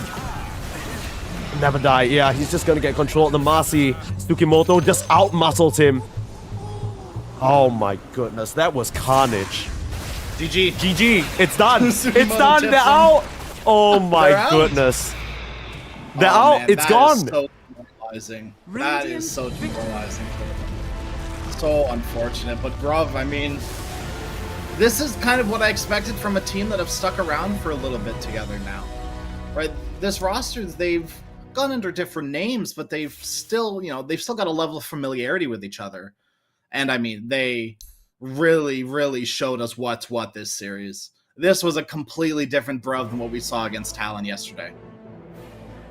Yeah, dude, I can only imagine if they bring this level of gameplay to a Talon match, an Aurora match, anything else. Yeah. I really am starting to feel this team. You know, they have the chops and what it takes to bring it to the big guys. You talked about wanting to see upsets crash. This might be the team to actually do it. I'm here for it, absolutely. Game ends with almost a 15k lead 20 minutes in. I mean, that is not completely unheard of, but you can't come back from that sort of deficit unless the enemy throws super hard. And I completely understand. Please report Timber. I get it's lower bracket. I get that you want to, stick around for as long as you possibly can, but at some point you're just doing more mental damage to yourself than good, Yeah, I mean, that fight in particular was just so demoralizing because that felt like the Hail Mary smoke, right? They were coming out of their base, They were like, okay, whoever we find. And you just imagine the one moment where you think you've got a catch on that pesky Wind Ranger who had no right to be having such a good lane. You're thinking, we got Marcy, we got SF, we're gonna crush this poor little pig. They tried to pivot, they're trying to be cute, they're gonna pay for it. But Tsukimoto everywhere, the sheer amount of mental damage like you said, and in that last moment, the fact that Sei is right behind the tree, right next to the Wind Ranger, it is just soul crushing. Everything lands perfectly and it just flops really, really hard. It's like those Olympic divers that jump off and then instead of landing seamlessly into the water, there's a loud splat. That's exactly what happens to Please Report Timber as they exit these qualifiers. They are officially eliminated. But that means that, bruv, they're going to move on to face Team Mantaps. And I'm very excited about that matchup because I feel like that's going to be two very evenly matched teams. I certainly hope so. I hope it's not one-sided. I really genuinely hope not. We've been getting a bunch of 2-0s today, yesterday as well. I think every single game went 2-0. Just give me one game 3. Give me some close games. Yeah, I'll take 2 games, but I want a little bit of back and forth. Give us something to really sink just our give us some teeth juice. into. Yeah. But that's we're speed running this shit a little bit, man. A little bit, yeah. But that's what the heck, definitely dude? the game to watch. Yeah, and that's gonna be on our stream in... Look, it's a while. It's a bit of a wait. You could take a nap. You could queue a pub. You could go play a little bit of Monkey King Crash because we'll be back at 4 p.m. Singapore time, which currently it's around 1:30, 1:20 to be precise if you're sort of technical about these things, but 1:22 p.m., which means we have just about 2.5 hours before the next game on this stream comes up. That will be Team Mantaps. Oh, I can't do math. 1.5. Yeah, 1.5. 1.5. He's right. 1.5. 1.5. I can't do the math. Dude, even basic numbers eludes me. But yeah, 1.5 hours. 1.5 hours. That's more than enough time to queue a pub, dominate on Monkey King, do it again, and then come back for the match. Team Mantaps versus Bruv123. That'll be your next matchup. Okay, what are you hoping to see from Mantaps? Because we've watched them a little bit already yesterday. They were very convincing against Essence. How do you think these two teams are going to match up? They should match up pretty well, right? It should be a pretty even match. I want to see Mamang Daya perform, though. I think the Mamang Daya Bob matchup is a really, really strong for both of these two players. They know each other pretty darn well. So I think in a 1v1 situation, one of them is probably going to perform better than the other. And I'm almost certain on that. I think it's going to go one way both games. I don't know which way, though. Yeah, I mean, so far for Team Essence, sorry, not Team Essence, Team Mantaps, they have basically constructed their entire strategy around smashing down Mamang Daya's hero, whatever it might be, whether it's the Invoker, the Kanka, or the Puck, and they're like, you're gonna have to deal with it. So we'll see whether Bruv can actually take down Mamang Daya. Again, that'll be in 1.5 hours. Don't listen to me, I don't know my numbers. 1.5 hours from now on this stream, so we'll see you there.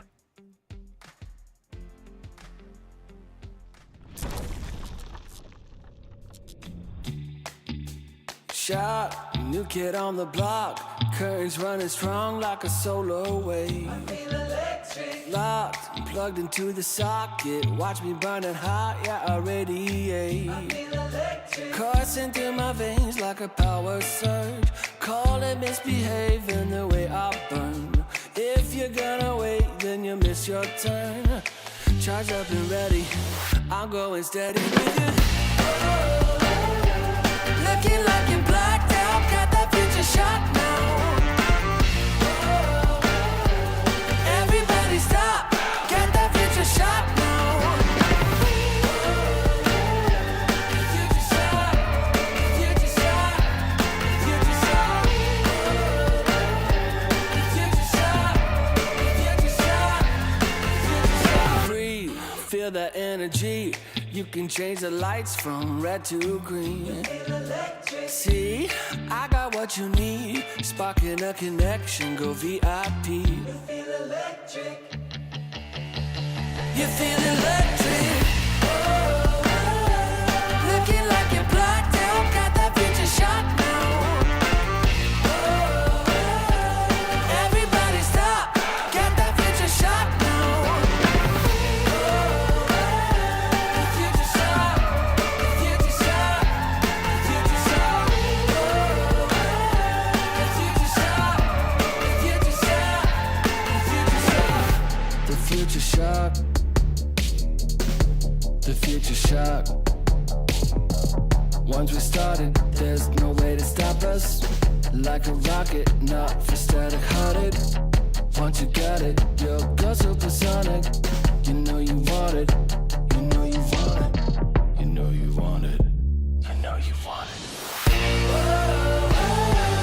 Looking like you're blacked out, got that future shot now. Everybody stop, got that future shot now. Looking like you're blacked out, got that future shot now. Everybody stop, got that future shot now. Future shot, future shot, you know you want it. Future shot, future shot, you know you want it. Everybody stop, got that future shock now.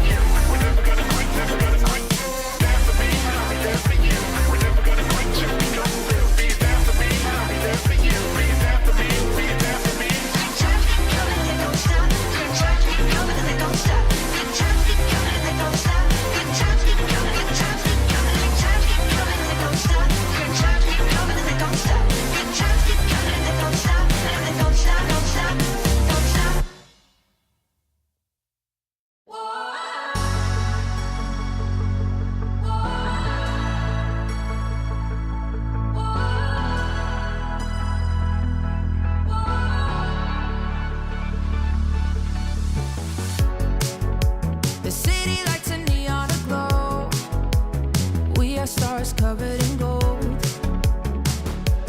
Covered in gold.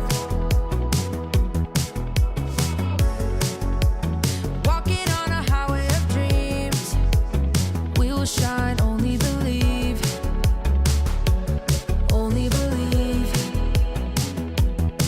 And the feeling's right to set the tone. Wanna light the spark and let it go.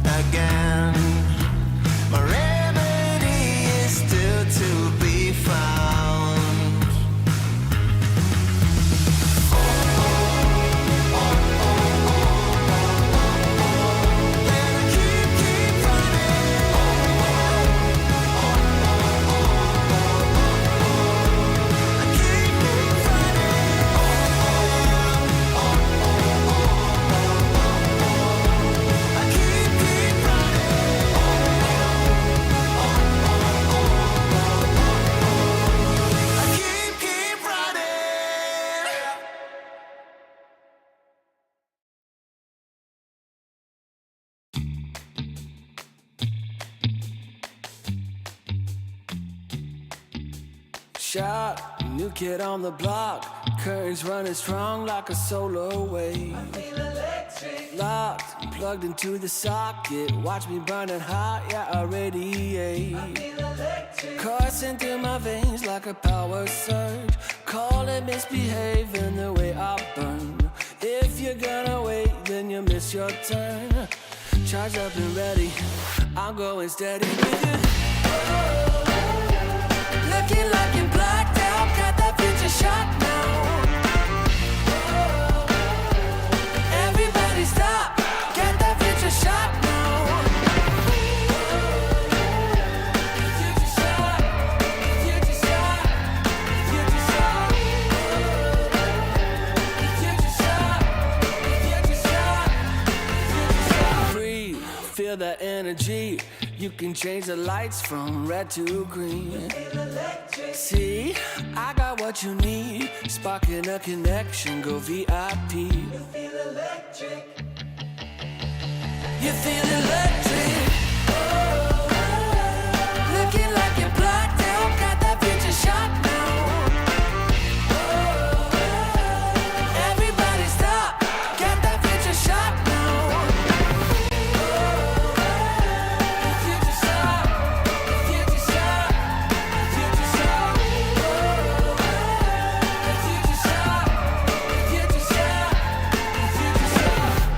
Future shock, the future shock. Once we started, there's no way to stop us. Like a rocket, not for static hearted. Once you got it, you'll go supersonic. You know you want it, you know you want it, you know you want it, you know you want it. Looking like you're blacked out, got that future shot now. Everybody stop, get that future shot now. Looking like you're blacked out, got that future shot now. Everybody stop, get that future shot now. Future shot, future shot, you know you want it. Future shot, future shot, you know you want it. Everybody stop, got that future shot now.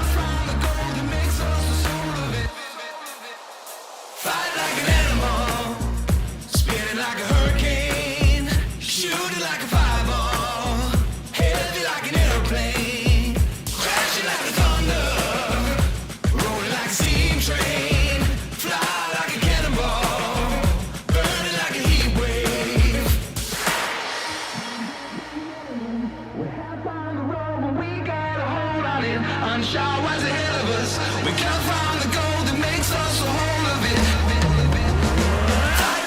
Can't go from the elements. We can't find the road, but we got a hold of it. Unsure what's ahead of us. We can't find the gold that makes us a whole of it. Can't go from the elements. We're now on the road and we got a hold of it. Unsure what's ahead of us. We can't find the gold that makes us a whole of it.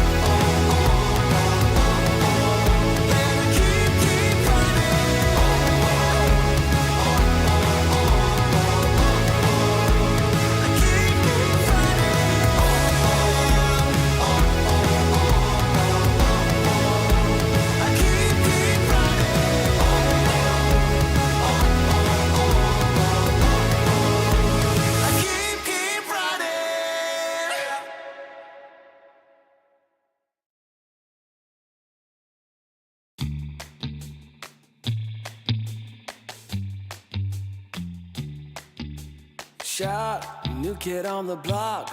Currents running strong like a solar wave. I feel electric. Locked, plugged into the socket. Watch me burning hot, yeah, I radiate. I feel electric. Coursing through my veins like a power surge.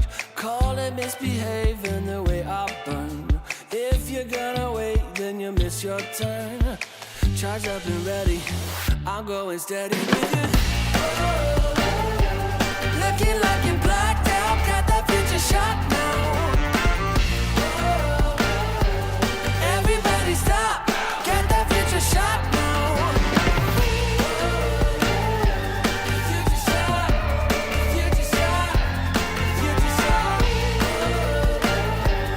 Future shot, future shot, future shot. Breathe, feel that energy.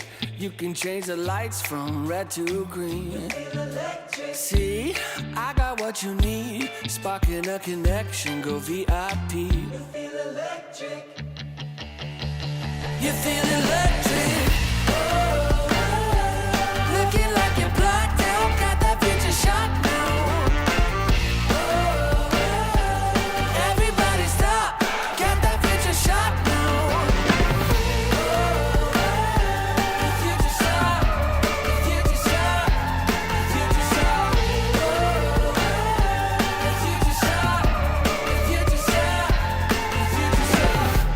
Future shock, the future shock. Once we started, there's no way to stop us. Like a rocket, not for static hearted. Once you got it, you'll go supersonic. You know you want it, you know you want it, you know you want it, you know you want it. Looking like you're blacked out, got that future shot now. Everybody stop, get that future shot now. Looking like you're blacked out, got that future shot now. Everybody stop, get that future shot now. Future shot, future shot, you know you want it. Future shot, future shot, you know you want it. Everybody stop, got that future shot now.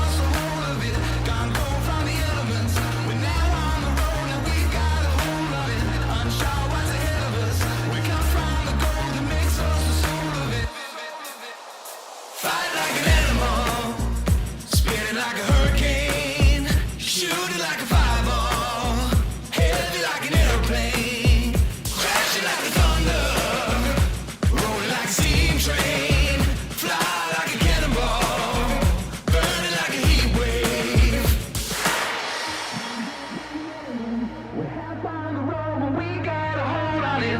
Unsure what's ahead of us. We come from the gold that makes us a whole of it. Can't go from the elements. We have found the road, but we got a hold on it. Unsure what's ahead of us. We come from the gold that makes us a whole of it. Can't go from the elements. We're now on the road, and we got a hold of it. Unsure what's ahead of us. We come from the gold that makes us a whole of it.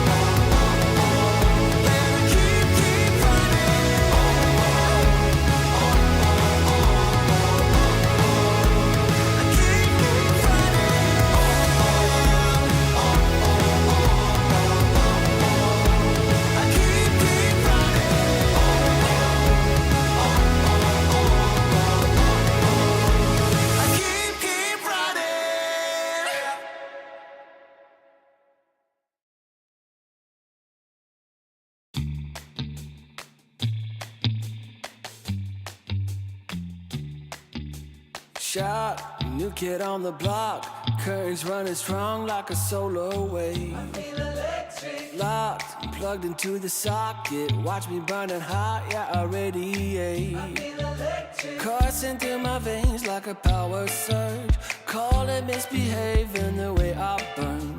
If you're gonna wait, then you miss your turn. Charged up and ready, I'm going steady with you. Looking like you're blacked out, got that future shot now. Everybody stop, get that future shot now. Future shot, future shot, future shot. Future shot, future shot, future shot. Breathe, feel that energy. You can change the lights from red to green.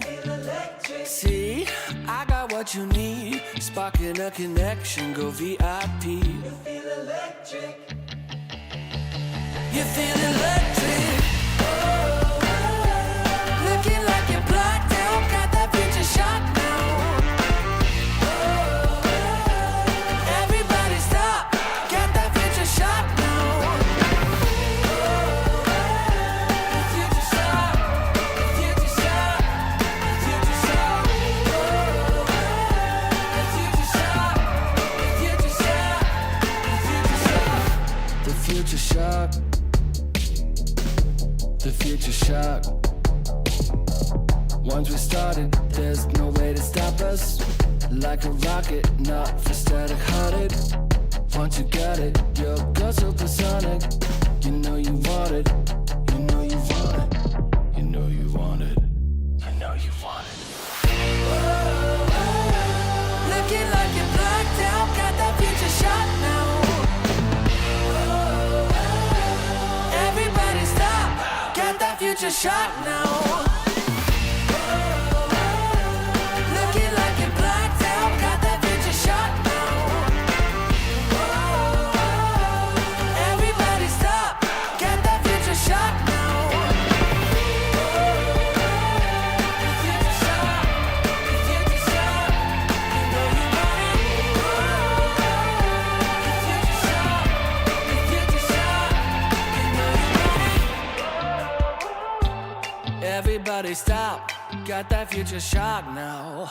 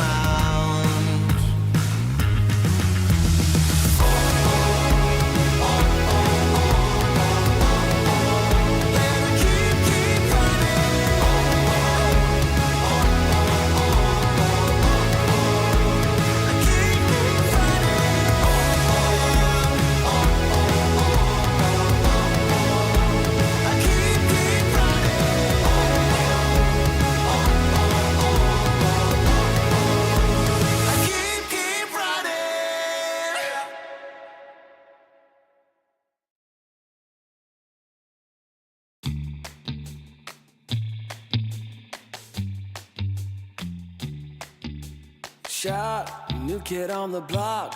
Currents running strong like a solar wave. I feel electric. Locked, plugged into the socket. Watch me burning hot, yeah, I radiate. I feel electric. Coursing through my veins like a power surge. Call it misbehaving the way I burn. If you're gonna wait, then you miss your turn. Charged up and ready, I'm going steady with it. Looking like you're blacked out, got that future shot now. Everybody stop, got that future shot now. Future shot, future shot, future shot. Future shot, future shot, future shot. Breathe, feel that energy. You can change the lights from red to green. See, I got what you need. Sparking a connection, go VIP. You feel electric. You feel electric. Looking like you're blacked out, got that future shot now. Everybody stop, got that future shot now.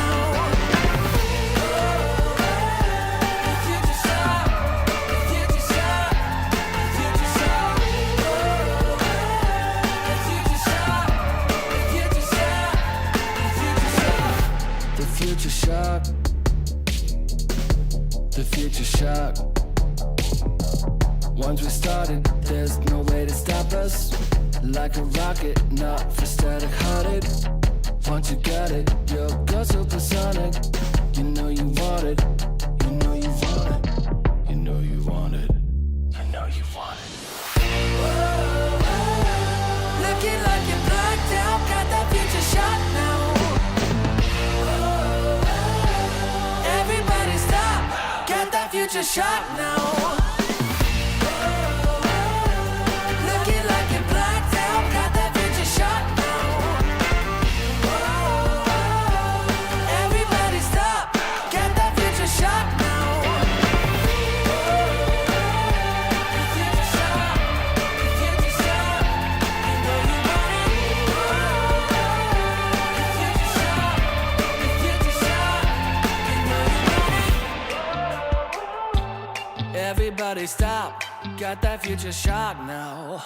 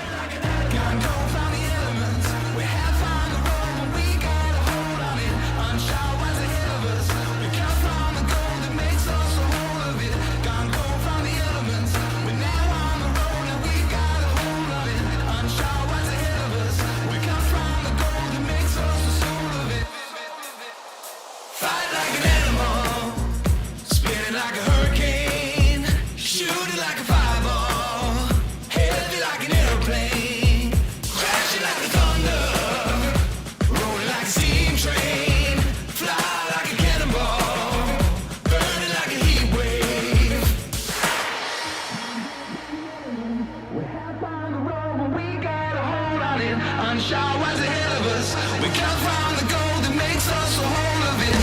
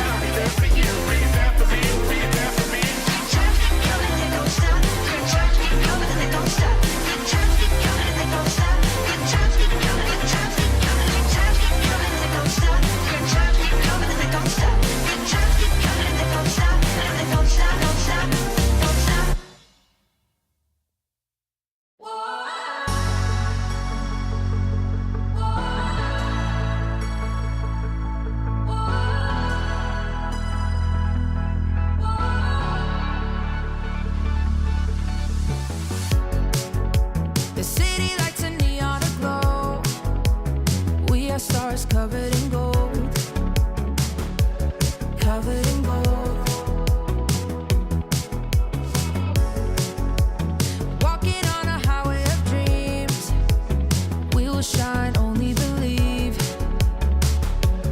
Only believe. And the feeling's right to set the tone. Wanna light the spark and let it go. Late after midnight, light it up in the moonlight. Ain't no stopping us now. We just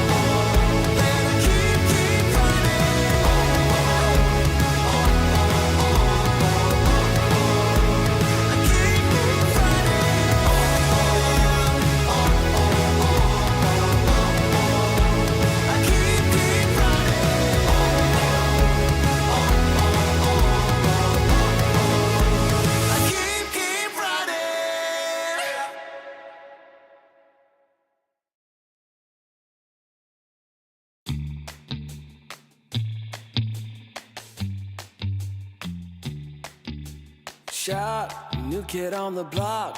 Currents running strong like a solar wave. Locked, plugged into the socket. Watch me burning hot, yeah, I radiate. Coursing through my veins like a power surge. Call it misbehaving the way I burn. If you're gonna wait, then you miss your turn.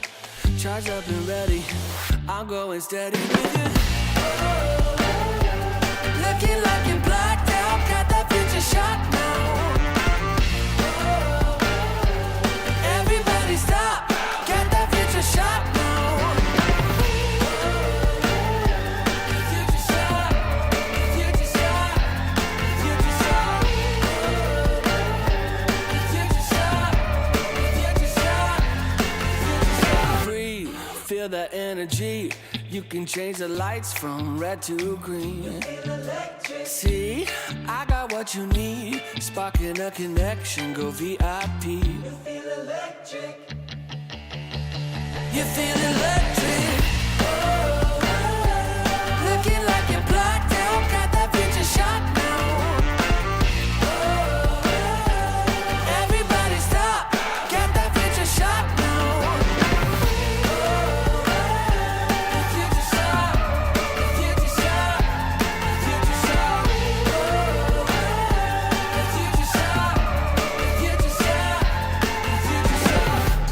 Future shock, the future shock. Once we started, there's no way to stop us. Like a rocket, not for static hearted. Once you got it, you'll go supersonic. You know you want it, you know you want it, you know you want it, you know you want it. Looking like you're blacked out, got that future shot now. Everybody stop, got that future shot now. Looking like you're blacked out, got that future shot now. Everybody stop, got that future shot now. Future shot, future shot, you know you want it. Future shot, future shot, you know you want it. Everybody stop, got that future shot now.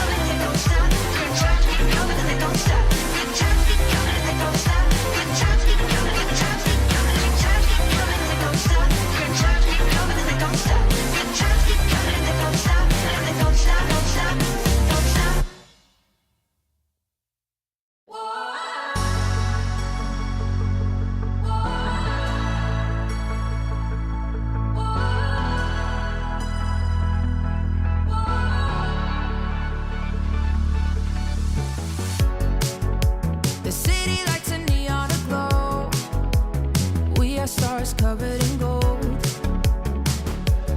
covered in gold. Walking on a highway of dreams, we will shine, only believe, only believe. And the feeling's right to set the tone. Wanna light the spark and let it go.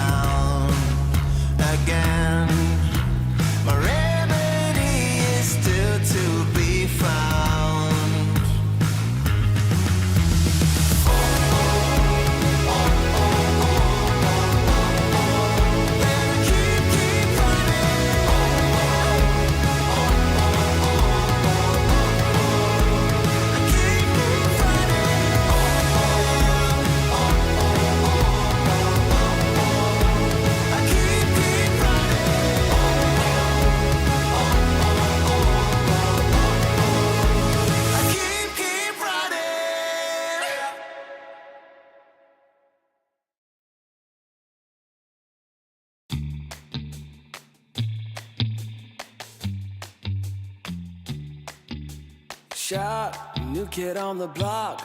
Currents running strong like a solar wave. Locked, plugged into the socket. Watch me burning hot, yeah, I radiate. Coursing through my veins like a power surge.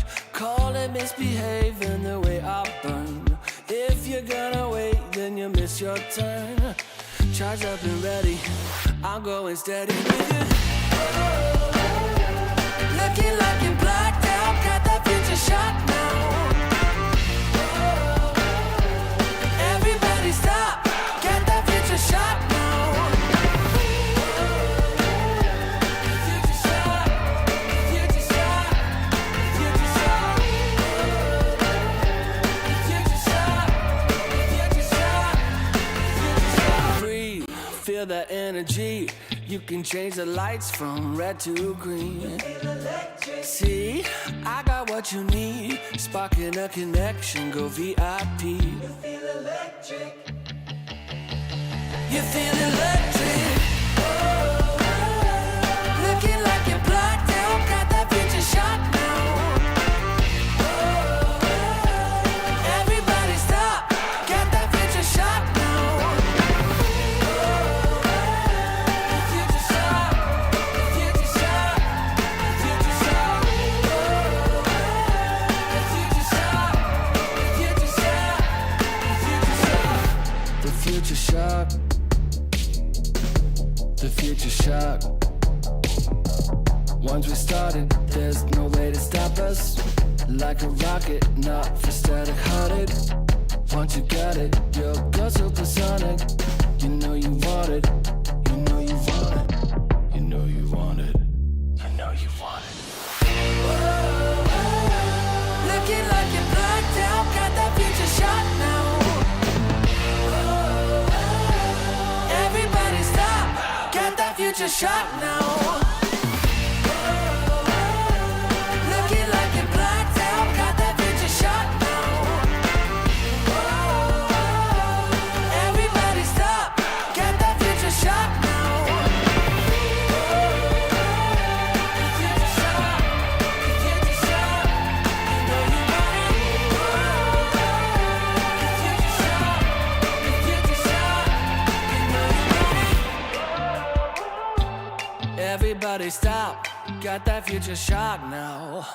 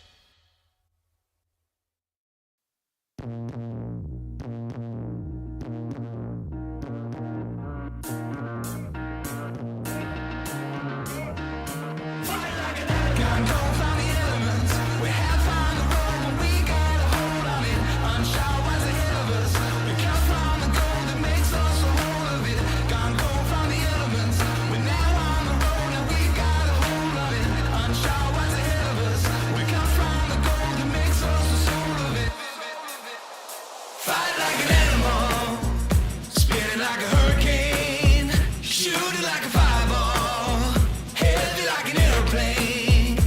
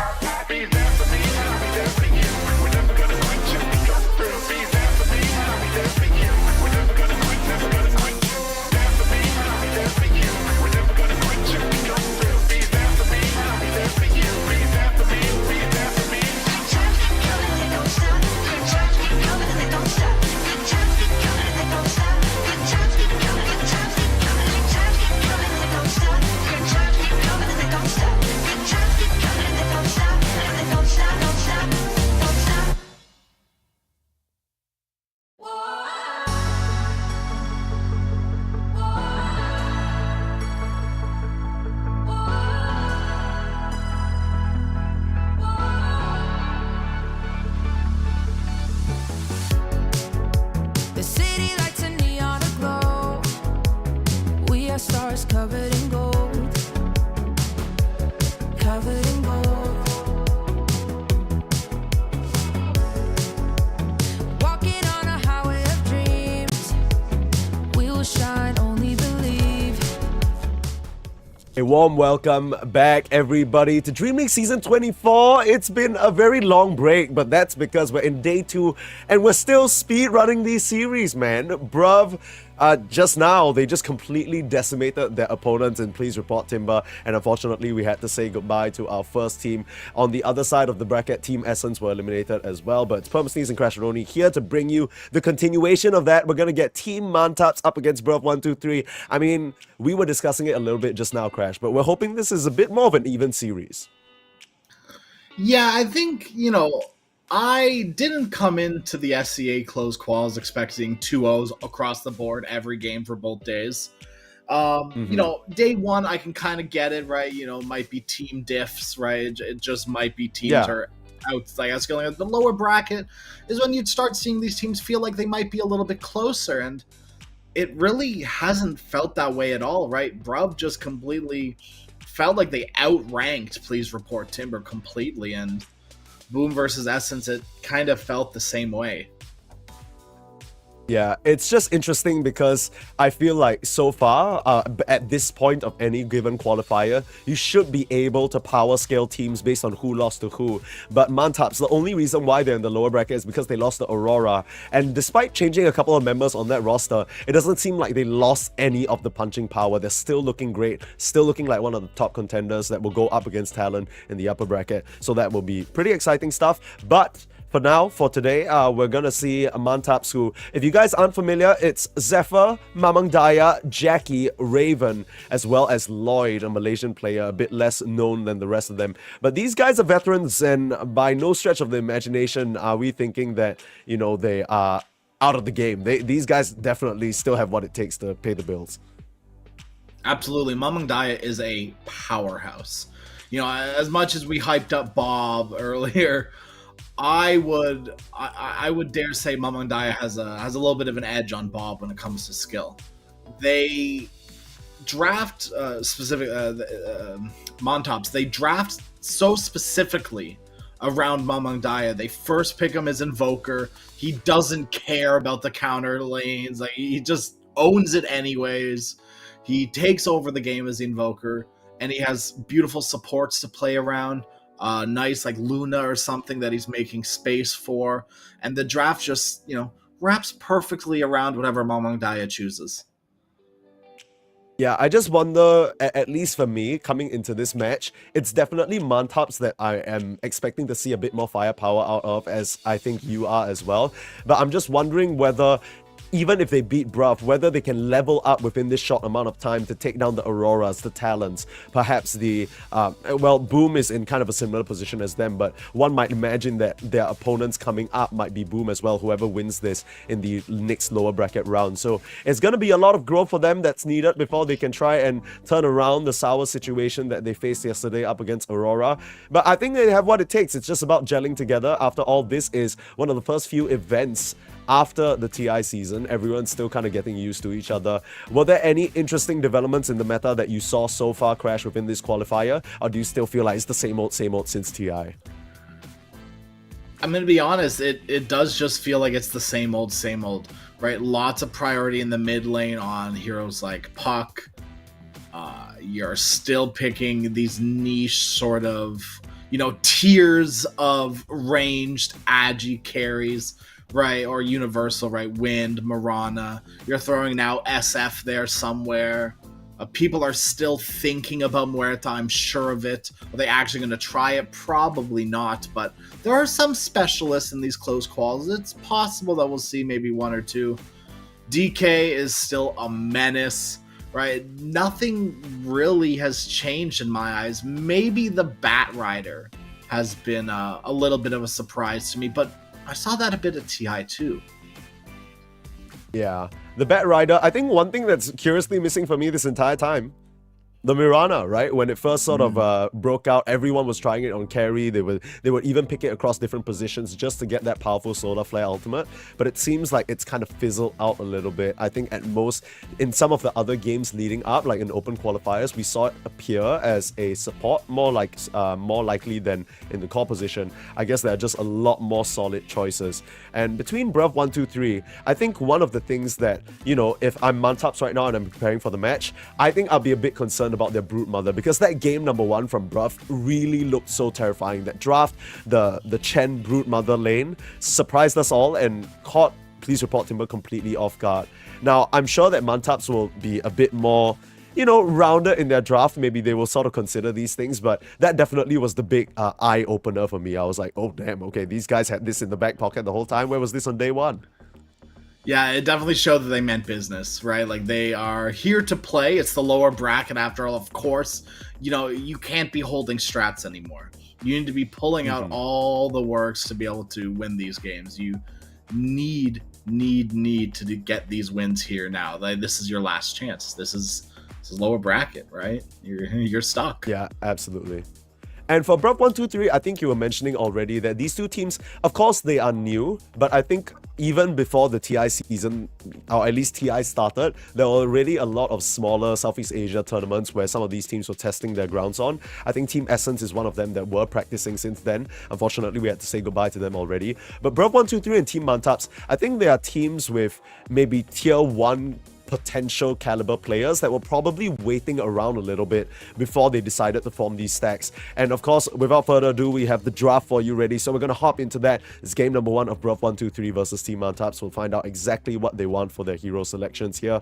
But yeah, on the note that I was talking about, I think Bruv123 and Team Mantaps, Bruv123 played the Batboom Dacha qualifiers right before this, but Team Mantaps is completely new, right? This is their first event. Yeah, I haven't seen. I've seen these players quite a bit. Have not really seen anything like from Mantaps in general, right? This is their first appearance, and it's looking okay for a first appearance. In all honesty, right? Like, a team just forms, you're expecting some growing pains, and it's, you know, lower bracket, so it's not the best, but you also took out Essence, which is pretty cool. Essence is a team that's been around for a little bit together. Cool. That's a win, right? That's something to write home about. Yeah, absolutely. And I think, I'm not gonna lie, like, just off the star power and the names alone, we were talking a bit about the team profile on Team Mantaps, the fact that they would be, you know, coming through as, I think, somewhat sleeper favorites perhaps. We have the draft ready, so let's switch over to that. But yeah, they're coming in as somewhat sleeper favorites just because of the names on that roster. Just players that have all been eluded by success, maybe were successful somewhere between 2 to 3 years ago, but because of issues switching roles or logistics or even health issues in the case of Mamang Daya, weren't really able to reach those highs. But we already have the first phase of bans and the first hero selected. Mantaps gonna start things out with an Enchantress, probably for Lloyd, one of his specialties. And the way they started out the draft yesterday against Talent as well. And Bruv, not to sort of shrug away the winning picks for them so far, they've gone for Sniper. Now, worth noting that Bruv won the coin flip and they decided to go for first pick. So just something to keep in mind as we progress further. Yeah, it's interesting to me that they're still holding so much priority on the Sniper, so much so to take first pick. 5 seconds right, and that is a lot of faith in Tsukimoto. And look, I'll say it, the way he performed last game, on the Monkey King specifically, I would too. I'll just say it, I'd put faith in him too. Team pick. Yeah, I mean, I think a lot of the talk on this team is about 423, the good old Mongolian superstar, as well as Bob, who's the hotshot mid laner who's been, like you always say, quite feast or famine. He's basically Bob mode, right? What Bob are you going to get on any given day? But that opens the pathway for the lone druid to come out. Now, this is especially scary because I think it's in this team, it's flexible between the pause 1 and the pause 3. Raven, of course, being a former carry himself, can probably wield this hero very well. What's your favorite position for Lone Druid? Because I honestly, like, I could take a mid 1 or 3. I don't have a preference per se, but is there one you favor?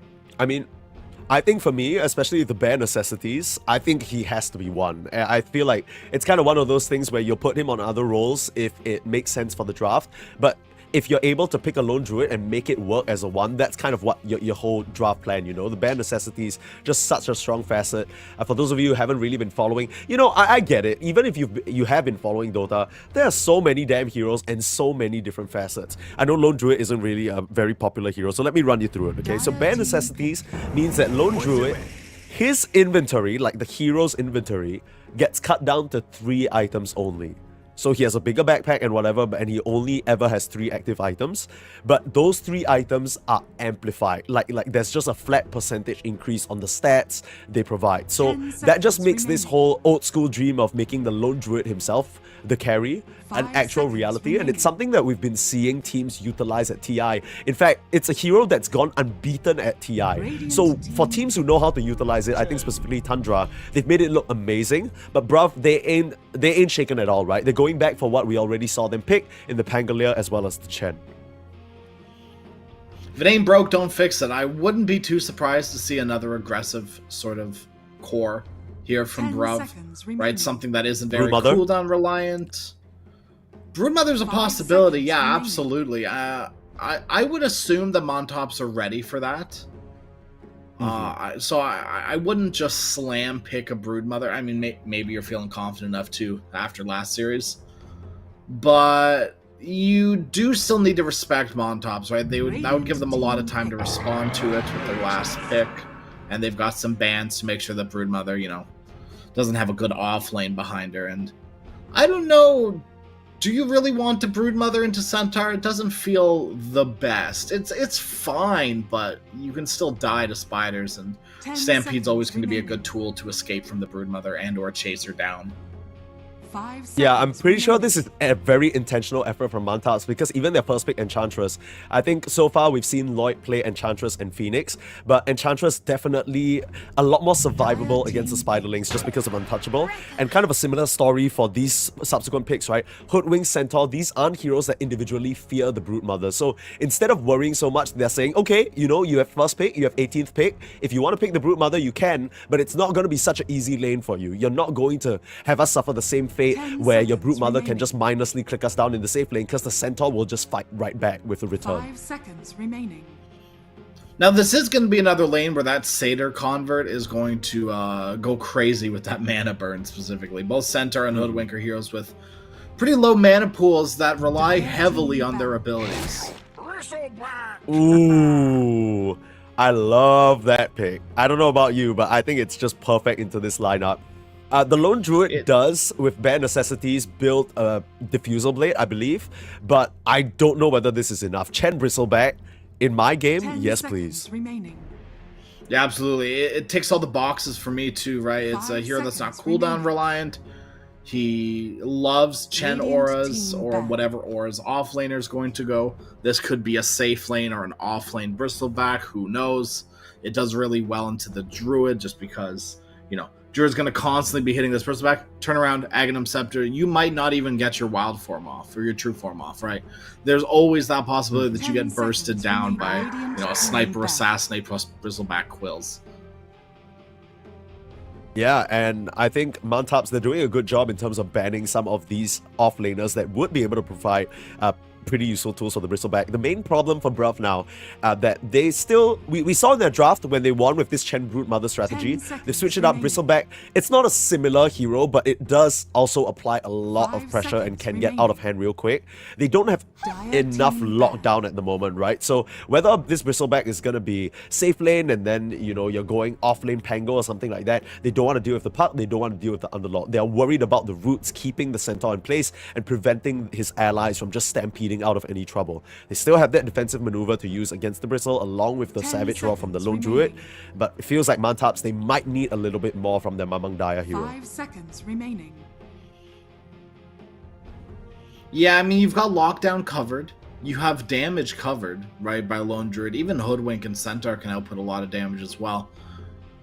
You have survivability with Enchantress, but maybe you could go something along the lines of, like, a Quab. Maybe something that... Oh, no, because Druid can build Silver's Edge Probably doesn't want to though. I really like the Viper ban from Bruv. That would tick all the boxes. Or you don't necessarily need more damage, just something consistent, something that can break this bristle. There aren't too many heroes left in the pool. Primal Beast, BKB Ags, not too bad. We're gonna get a probably last pick either off lane or... Okay, yeah, so it's gonna be the Slada going for the minus armor, so full-on physical damage strategy here. And Mantaps, I think what's interesting is that throughout the entire qualifier run so far, we've been talking about how they built their draft around the Mamang Daya hero. Could this lone druid be mid and this is the whole strat, or are they waiting for the last pick? Because so far in the entire qualifiers, it's been Mamang Daya Invoker, Mamang Daya Pak, Mamang Daya. The only difference where they lost against Aurora was when they last picked him Earthshaker. So I'm not really sure whether this is the game for Earthshaker. It doesn't really feel like it, especially into maybe a Pango mid it could work out, but he hasn't really deviated much from all the heroes that he's gone for, and they've all been banned out, right? The Kanka, the Pak, the Invoker, it's all been taken out. So Mantaps, we'll see what they opt to go for here. It's a last pick Primal Beast. Okay, so there's the additional control. There's the hero that can make tempo happen. How are we feeling about the draft though, Crash? Good. I mean, I feel like both Montops and Bruv probably got everything that they wanted. I don't think either of these two teams are too hurt about their picks. Maybe Montops really wanted the Viper, but I think they're happy with Primal Beast as well. As long as you build this BKB Aghanim Scepter at a decent timing and you're not getting run down by Bruv before that, you're in a pretty good position. Lone Druid is going to be notoriously hard to kill. This game, you have a slightly more possible chance of killing him. Right, Slardar is going to amplify all the damage from Bristleback, all the damage from Pangolier. So you might not be as survivable as you'd like, but maybe that's where auras come in, right? Like Centaur, big aura builder, Enchantress with the heals, the overprotective wisps on the Enchantress. So I honestly don't know who's going to come out on top here, right? Bruv and Montops have so much sustain, so much damage, so much control. All of them, like, all the boxes in my head are like, yep, they've got that. Yes. I'm excited. I am super excited for this game because draft-wise, it looks fairly even to me. Okay, well, I think... At least from what I'm seeing, just a few comments on the final picks, right? The Slada, obviously, is going to help a lot with killing the Spirit Bear just because of the amplified damage of the Corrosive Haze. I think that always has been a very good response to the Lone Druid, and it also can pressure the Druid by itself. I like this Primal Beast last pick because we've already seen this happen to Bob, right? He picks a Pangolier, he gets a Primal Beast in response, and it is just a question of which mid laner can outplay the other. You talked about this time and time again, how you think Primal Beast on paper can be a really good matchup into Pango, just because if you catch him off using a swashbuckle or willy-nilly, you can just solo kill and trample him to death. Mamang Daya, we've already said, is such an important part of this Mantaps lineup, and if he starts doing well, putting Bob down, who else on Bruv is really gonna set the tempo? I'm not really sure. So we'll have to see as we get into game number one. This is elimination. It will be elimination. There are no second chances from here on out. So both these teams have to bring their A game, and we'll see how it goes here. Early smokes out from both sides as they try and find some action. Ping's already coming through. We might see a bit of a tussle. They are split just a little bit, but it might just end up with them running into Hoodwink. Nothing to be had. Yeah, this should just be a normal 2 for 2 if I had to hazard a guess. Zephyr's still kind of playing with fire, just a little bit. Yeah, I mean, realistically, nothing's gonna happen, right? Unless, you know, the Bristleback just levels Goo and tries to run you down. Even then, you know, you can kind of scurry through the trees and probably make them chase for a lot longer than they want to. They don't really have the best level 1 on the side of, I think, Bruv. I mean, unless the sniper is there and just triple shrapnels or something like that. So... What was this about? Is he calling him out? What's going on? Yeah, thank you. I don't know. He's just making a comment. He's just clarifying the alias. Like, just in case no one else knew. Yeah. Okay. The battle Yeah, thank you for letting us know. Yeah, Mamang Daya Yeah. for the people, for sure. Yeah. Okay. It is a 2 for 2, but not really in the way that we expected per se. Zephyr managed to sneak in to the top side and actually plant a ward there. That's pretty interesting. Maybe expecting that there'll be stacks created there for the Bristleback to farm. Probably correct as well, and maybe an opportunity that the side of Mantaps want to take coming maybe 5 minutes, 6 minutes when this rune come up. You know, Mamang Daya might try and make that rotation over. But we'll have to see. Let's get into the laning stage here. Any particular sort of area of interest you'd like or bring our attention to, Crash? I mean, one thing that I noticed immediately was, well, first let me frame it for you a little bit, Sneeze. Let me paint you a picture. Okay, let me hear it. Let me hear it. You're playing against the Chen. You block the easy camp, right? Of course. You're playing. Of course. Why would you not? The thing is, with the safe lane now, there's 2 easy camps. Very easy for Chen to get the creep that he wants. Zephyr is body blocking one of the easy camps with his nice little squirrel body there, and then if you look up further to the north, there's a damn sentry ward blocking the other camp. So Zephyr made that whole movement up and around, which we were kind of like, oh, what's he doing over there? Well, he's blocking the easy camp, and now Chen is stuck without any creeps to help. Well, one creep, but no more. I mean, he's trying to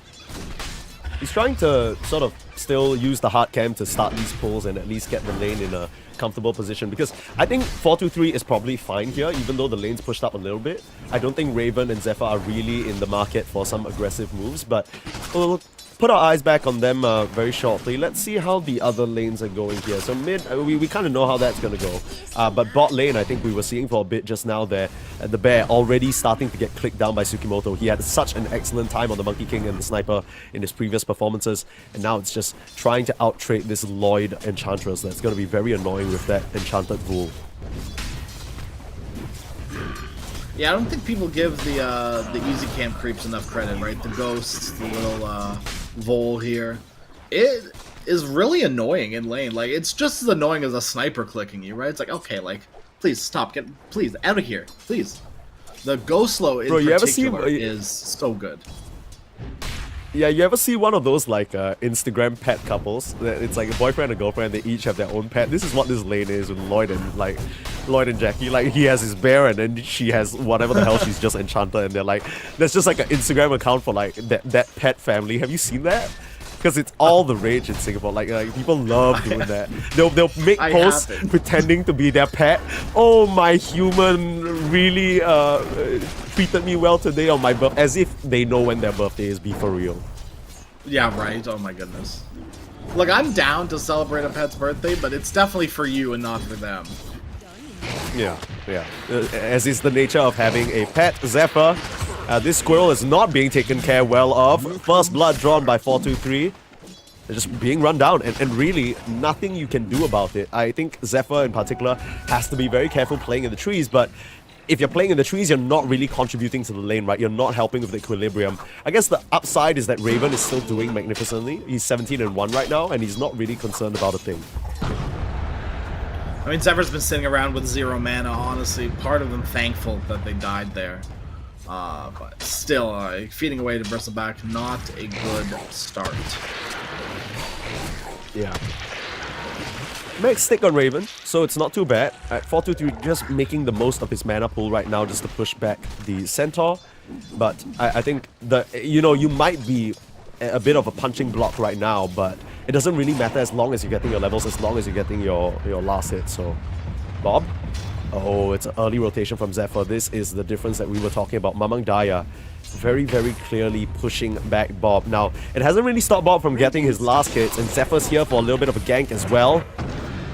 Nice little tree plant there, but Bob, with the shield crash, will still be fine, but unfortunately that means that he can't get the water rune.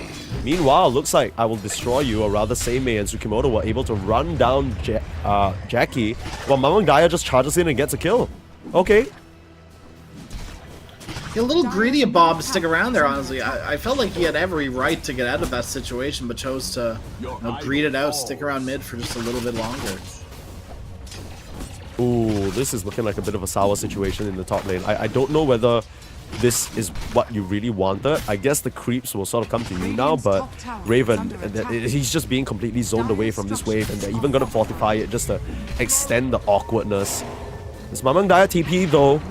Bristleback still very tanky, but no level 6 yet on Mamang Daya. He has a charge. Let's start winding it up. Raven can't really close in for the Storm, so it'll just be a nice bit of damage on the Bristleback, forcing him to back up. And that's all. Pretty necessary of a move from Mamang Daya. Not ideal. Bot lane. But it looks like they caught out Lloyd. Oh. This Enchantress is just having a rough time. I think like the second you run into the Slada as a pos 5 at this level, you're just gonna get run down. Yeah, absolutely. And we've also seen already Bear die twice in this bottom lane. Jackie's stuck without a Bear for another 5 seconds. Oh, I heard a Primal Beast. Oh, okay. The voice line's coming out. Nice. Mamang Daya. I had a feeling that was happening because I saw the Pango's HP just drop in low, and I'm like, uh-oh. Mamang Daya's on some stuff because I couldn't see the Pango icon on the minimap anymore, and I only saw Primal Beast. I'm like, he's pulverizing, isn't he? Yeah. Some shenanigans are going on here, I'm sure of it. Yeah, this is rough. Bob, I think this is what you expect when you see the Primal Beast Pango matchup, especially when the Primal Beast player is, I think, what we expected to be significantly better, a full 2 levels ahead of his counterpart now. Bob definitely struggling. Okay, Bob can make a move now that he's level 6, and I think Bob would love to do exactly that. If you can make your way bottom and kill off this lone druid, not just before 6, but after he's just resummoned his bear, could be massive. They might not even need Bob's help, to be honest. They could do it by themselves. Yeah, but this is one of those situations where Bob wants to be involved more than they care for I him to agree. be involved, right? It's a bit for his recovery, in my opinion. 7-minute Wisdom Runes looks to be 1 apiece, as Tsukimoto is just going to head back for that. No shenanigans involved. I mean, this Slada lane has gone a lot better for Slada than I expected. I mean, I know I said it does well against the Lone Druid, but at this current moment, the Lone Druid is farming okay, just a little bit behind. Looks like there are mass TPs coming in. They want to deal with Seimei. Oh, looks like there's a they all followed through the twin gates. What is 423 doing here? He's suddenly surrounded by 4 heroes. Where did this hunting party come from? I guess. So what happened was both teams thought it was safe at the gate because they both have a ward there. So they see one hole. I gotta hold that thought here. Mamang Daya getting gone on. Yeah, nice little wrap around here and a good punish, making that trade pretty even for them. And the tips come through back the other way. You gotta. That's a Bob special 3. Dire's top tower is under attack. The audacity of him to say that, like after his team just like 4-man run, you look like a beast. True. I love this all chat. It's like wholesome all chat. You know what I mean? Like there's no malice whatsoever. Yeah, Bob just had a good time. Tower is under I attack. more expected the all chat to originate from Bob, but clearly, you know, like we said at the end of last series, these two mid laners are very familiar with each other, right? They played against each other a lot. So I expect this all chat, the friendly banter between these two players, absolutely. Yeah, and Mamang Daya, I think, you know, was very quiet in his previous series, just the quiet confidence. I feel like that's how you always characterize that player. But definitely letting loose and feeling good this game. No reason not to. But actually, net worth-wise, it is the side of Bruv that are doing very, very well for themselves. I guess when you take a look at how the side lanes are going, that's not surprising. But I think what I'm surprised about is the fact that Mamang Daya isn't really farming as well as I thought he would. Yeah, it's a little bit of a surprise to me as well. And this is also with Mamang Daya partaking in a kill as well, especially like on the Bristleback too. So yeah, a little weird to me. I'm surprised he's not too far behind, but 500 gold is 500 gold. You know? Yeah, absolutely. And I think usually with Primal Beast, what you see is exactly what Mamang Daya is doing now, where you drag the creep wave to a hard camp or medium camp, and then you use Trample to just max out that efficiency. I think it was Malrine that we saw that a lot from. The way he plays Primal Beast is always just min-maxing the efficiency in the early stage of the game and just coming out on top with superior levels and superior items way earlier than his opponents would expect. Mamang Daya, he has to be careful because he's been very active to the benefit of his team, but maybe a bit to his detriment as he's now one level behind Bob. Nice little charge away ahead of time, trying to get the room but denied, and the pig pull. Is that going to be enough move speed to get him out? Assassinate, trying to hunt the beast. Once again, a bit of a 3v1. The stampede isn't going to be enough, and Bob will hunt him down. This has been a complete reversal of the earlier situation in the lane, and the Primal Beast, he's starting to become the prey here. Yeah, very over-aggressive. Not sure what that movement was, and now they're making a move onto Jackie. Yeah, Jackie trying to run away, forced to use that true form. Can Seimei fight through this is the question. Even with the level 1 Corrosive Haze, it's a very tanky lone druid. And they'll just be fine after exerting their pressure here. They still have a tier 1 tower to fall back to and grab. Haven't really done much damage onto that just yet. They're feeling very confident. And it doesn't seem like Raven is interested on the Centaur Wall Runner of joining the fray at all. He's just min-max farming up there in their jungle. Don't think this tower defense is possible. I mean, you say he's min-maxing, but he's doing a lot of min and not a lot of maxing. Look at his net worth, Sneeze. He's been farming creep, but for what? Yeah, that's kind of strange because, you know, when we saw this Centaur, we were thinking like, oh, it's actually going to do so well into whatever they pick up. But I guess the Bristleback just really puts on so much pressure through Quills that the Centaur's natural tankiness with return doesn't really apply in this situation, right? He's kind of been suppressed a little bit, so you're looking for someone to play through, and that person just has to be Mamang Daya. But with how active Bob is being, a lot of the responses are just more defensive, and again, another Rolling Thunder, another Assassinate. Bob paving the way for his team, and he's doing a magnificent job. It's already a 4k gold lead. They're still running forward. Corrosive Haze with the chase down. The crush couldn't come through in time. Zephyr there to throw a warning shot, but it's not going to stop the side of Bruv from just collapsing on this tower. From bot to mid, nothing to stop them. And they can just do it again top right. There's literally nothing stopping them from running down these towers. Maybe now that Raven's here to play, things might change. Yeah. Dire's top tower. I mean, it's at best going to be a 4v4 situation. Both the carries are farming a little bit. Raven still doesn't have to blink. It's still a ways away for him, so there's no chance for any sort of surprise initiation. The Primal Beast is almost to his Blade Mail. That's something. But it's not going to miraculously turn the fight around. There's still a lot of pressure coming out from this Bruv lineup.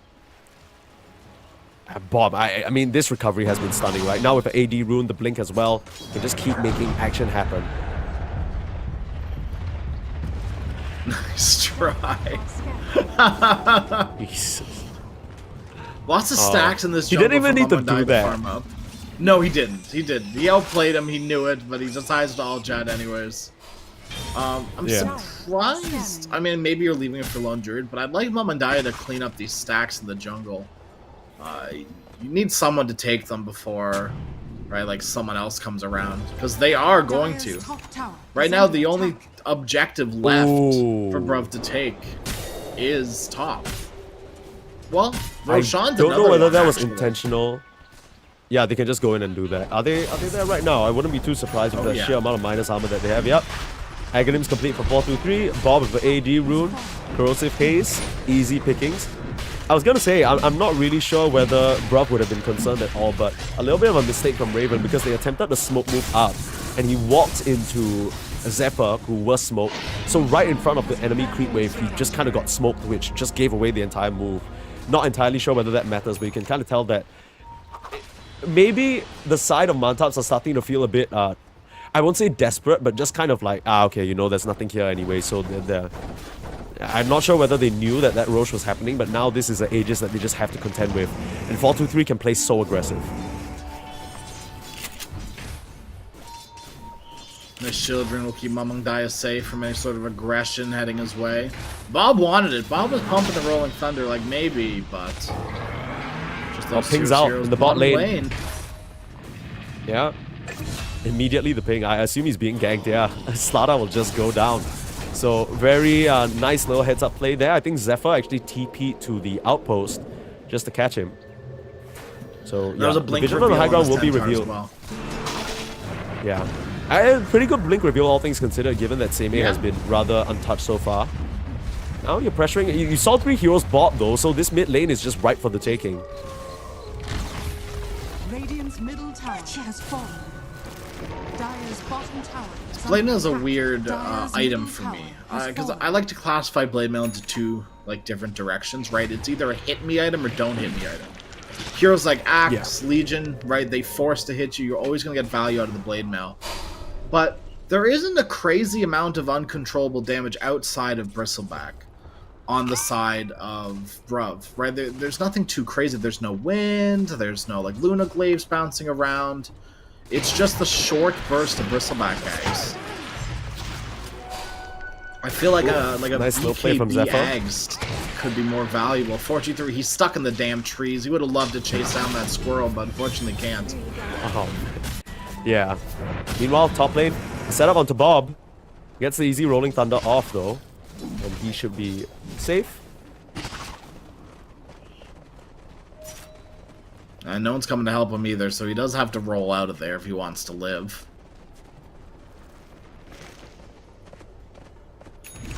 I mean, this quiet period, I think this next maybe 10 minutes, what do you think the side of Mantaps can do to try and alleviate this pressure? Because at least from what we've seen, they haven't felt any hesitance at all, just barreling down these lanes, pressuring the towers. I feel like sooner rather than later, we're going to see them start to try and hit up these tier 2s as well. Is there any sort of direction or anything that you think Mantaps are waiting for? I know it's boring, but Montaps just need to split the map and farm right now, right? They need their next round of items as soon as possible. They need their Crimson Guard, they need BKB on Primal Beast. And you know what? I say they need BKB on Primal Beast. I don't know how much it's going to help you this game. Maybe you do maybe that's just why go he's for the freeing up the Aghanim Scepter. Scepter for himself. Yeah. Yeah, the breaks, right, on the Bristleback. I think right now they have that important. in terms of the Hoodwink ultimate, but it's not going to be a very sort of long-term solution. With just, I mean, there's so many bodies in the fight. The Bristleback's all going to be in the front line with the Slada, and, you know, maybe Chen's going to body block that shit as well. You never know. But yeah, like we mentioned, straight onto the tier 2s, and like you mentioned, Crash, the side of Mantaps have no interest whatsoever contesting these. They just recognize that it's not a fight they can win. They're not going to bother trying to take it or hold, even, you know, creep wave clear or anything. The only person who's at these defenses is Zephyr, just trying to fish whatever EXP he can or info. It's just to let them know that there's still someone on the enemy team willing to contest this tower. You know, just to make sure that they know Raven. Seimei, oh jeez. Blink for blink, tit for tat. Stun for Seimei has stun. been just absolutely devious, just hunting down these heroes. Turns around and stun. Lloyd is here as well though, and whirlwinds him away. A bit of mixed messaging. You're not necessarily sure whether they actually want to deal with Seimei or not, because there are 4 heroes up here. I feel like they could have made an attempt on the Slada, but with how fast Bruv have just wrapped up here, maybe best to just leave him. Yeah, it would have been a toss-up, and you're fighting into ages, so do you really want to take that fight? Not really. Forcing out the Stampede, Raven should be able to make a clean escape here, but Bob coming in from a distance away to the right side of our screen. Raven still a bit too tanky, but Bob able to make it over the hurdle of the Primal Beast, bump back the poor Centaur, and the horse is going nowhere. This onslaught of Bruv heroes just keep rolling forward. It's looking very good for Bruv right now. Despite this Gleipnir being picked up on the Lone Druid, you're still feeling so good because everyone else feels like they're an item behind you. Like, even like support-wise, they're items plural behind. And Changes is just finishing up drums at this point. Chen has Solar Crest met. Yeah, it's just a tricky situation where even if the lone druid wanted to show off his superiority in terms of items, he hasn't really found the opportunity to do so. It feels like the past 10 minutes straight have just been Bruv running at their opponents, and there isn't really any counter initiation. There's Jackie showing on the front lines, maybe feeling a bit more confident now that his items are complete, and sure enough, there's a recognition there from Bruv. They understand that this is probably the strongest hero on the Radiant side right now. But a smoke up, trying for a wraparound. Bob, he'll be in the tree lines to break the smoke. They're running forward. He swashes through all of them. He's out. They just can't kill him for now. Do you have any sort of save? The hand of God, it'll be enough. Bob goes down. That's a great start to the fight. I don't know whether Bruv still want to stick around for this, and it doesn't seem like Mantaps want to either. They're happy with what they've got, and they'll just back up. So this will buy them a lot of precious time. Time to farm up a bit more, time to regroup, and time to hopefully close the gap between them and Bruv, which it lies at 5k right now, but maybe they can find a bit more.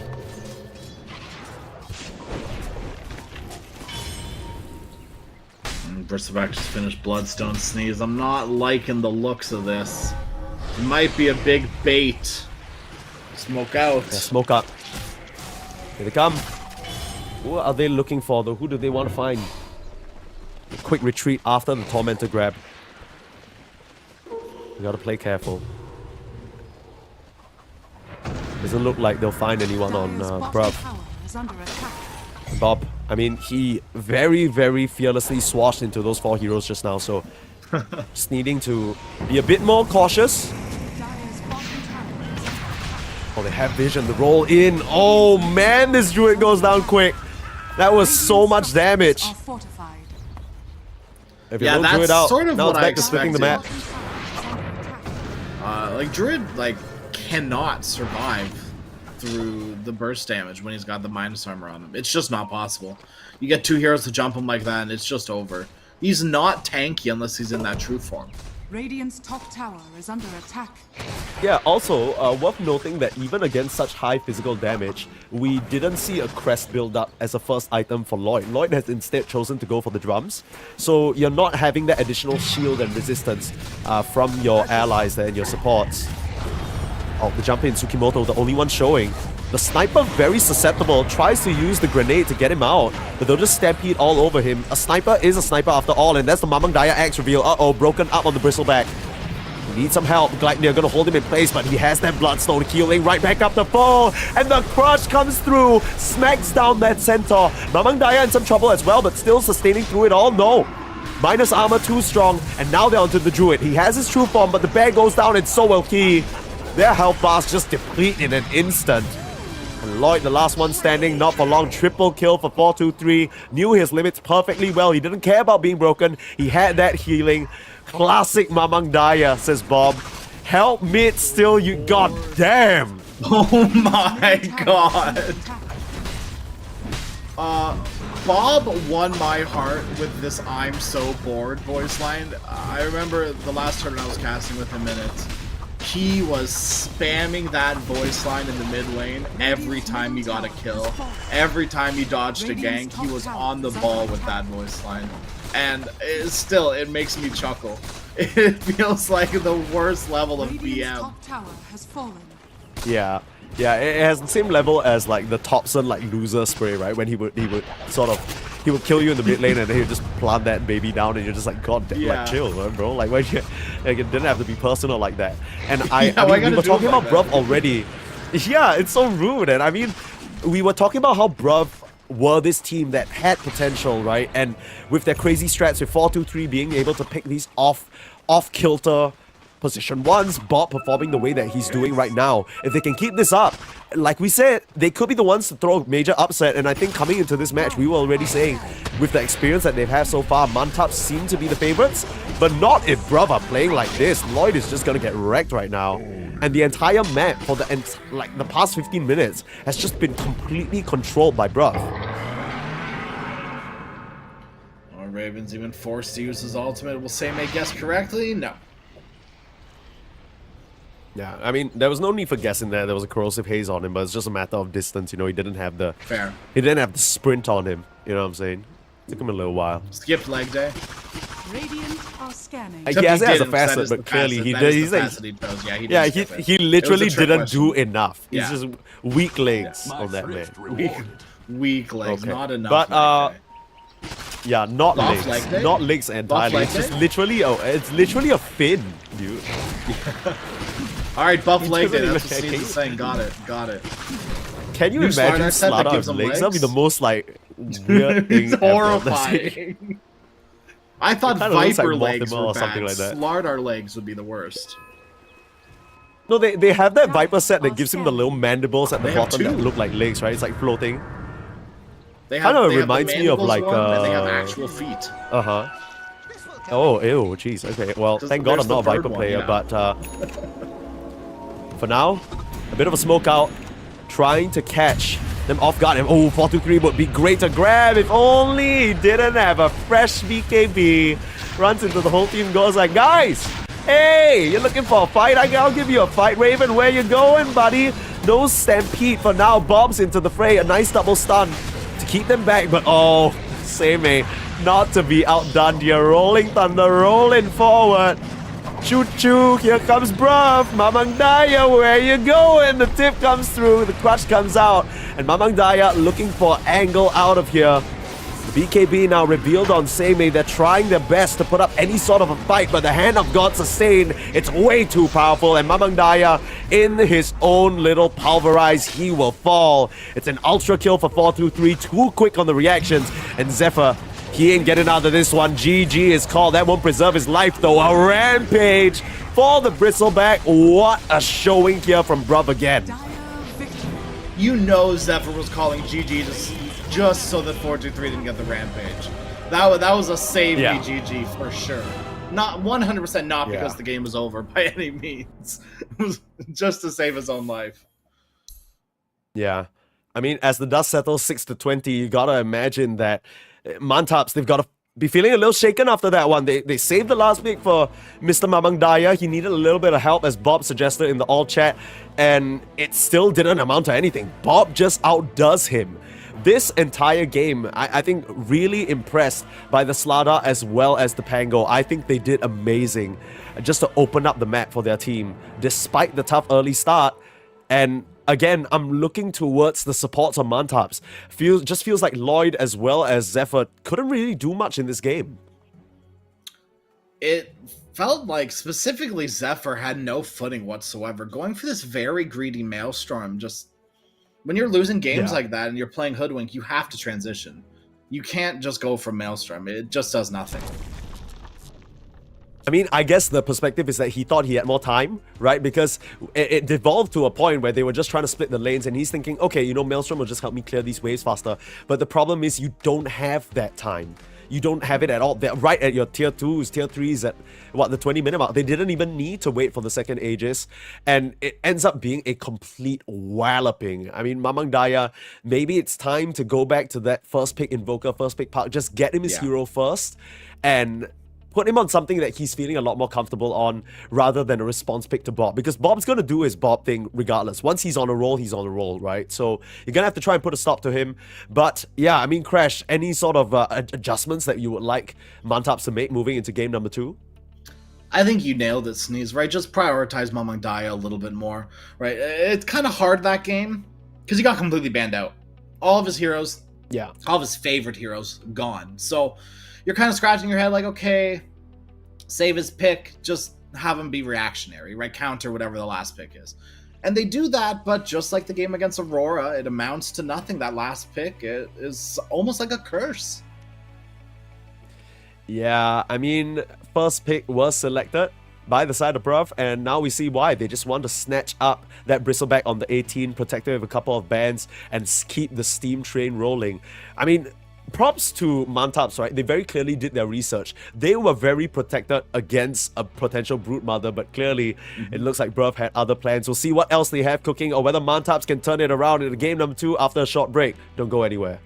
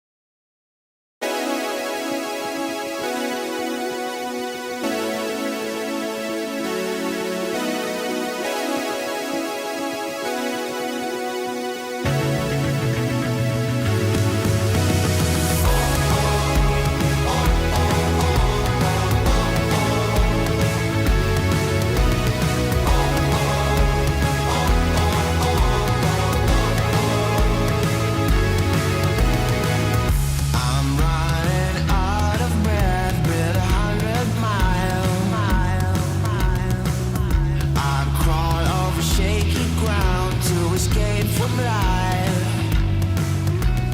Gravity is pulling me down again. My remedy is still to be found.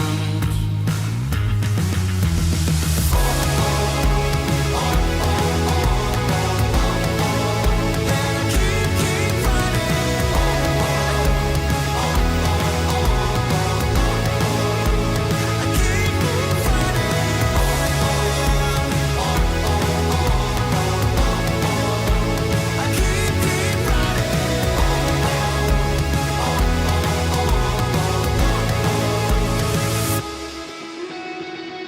I'm running out of time, I feel crucified. I'm right at borderline to the hell inside. Gravity is pulling me down again. My remedy is still to be found.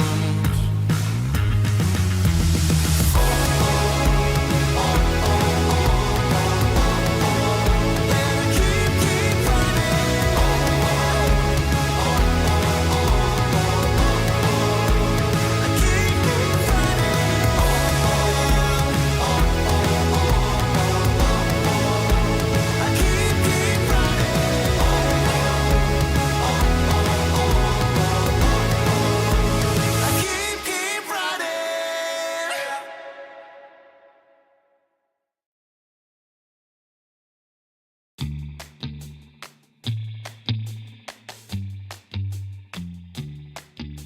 Shot, new kid on the block, courage running strong like a solo.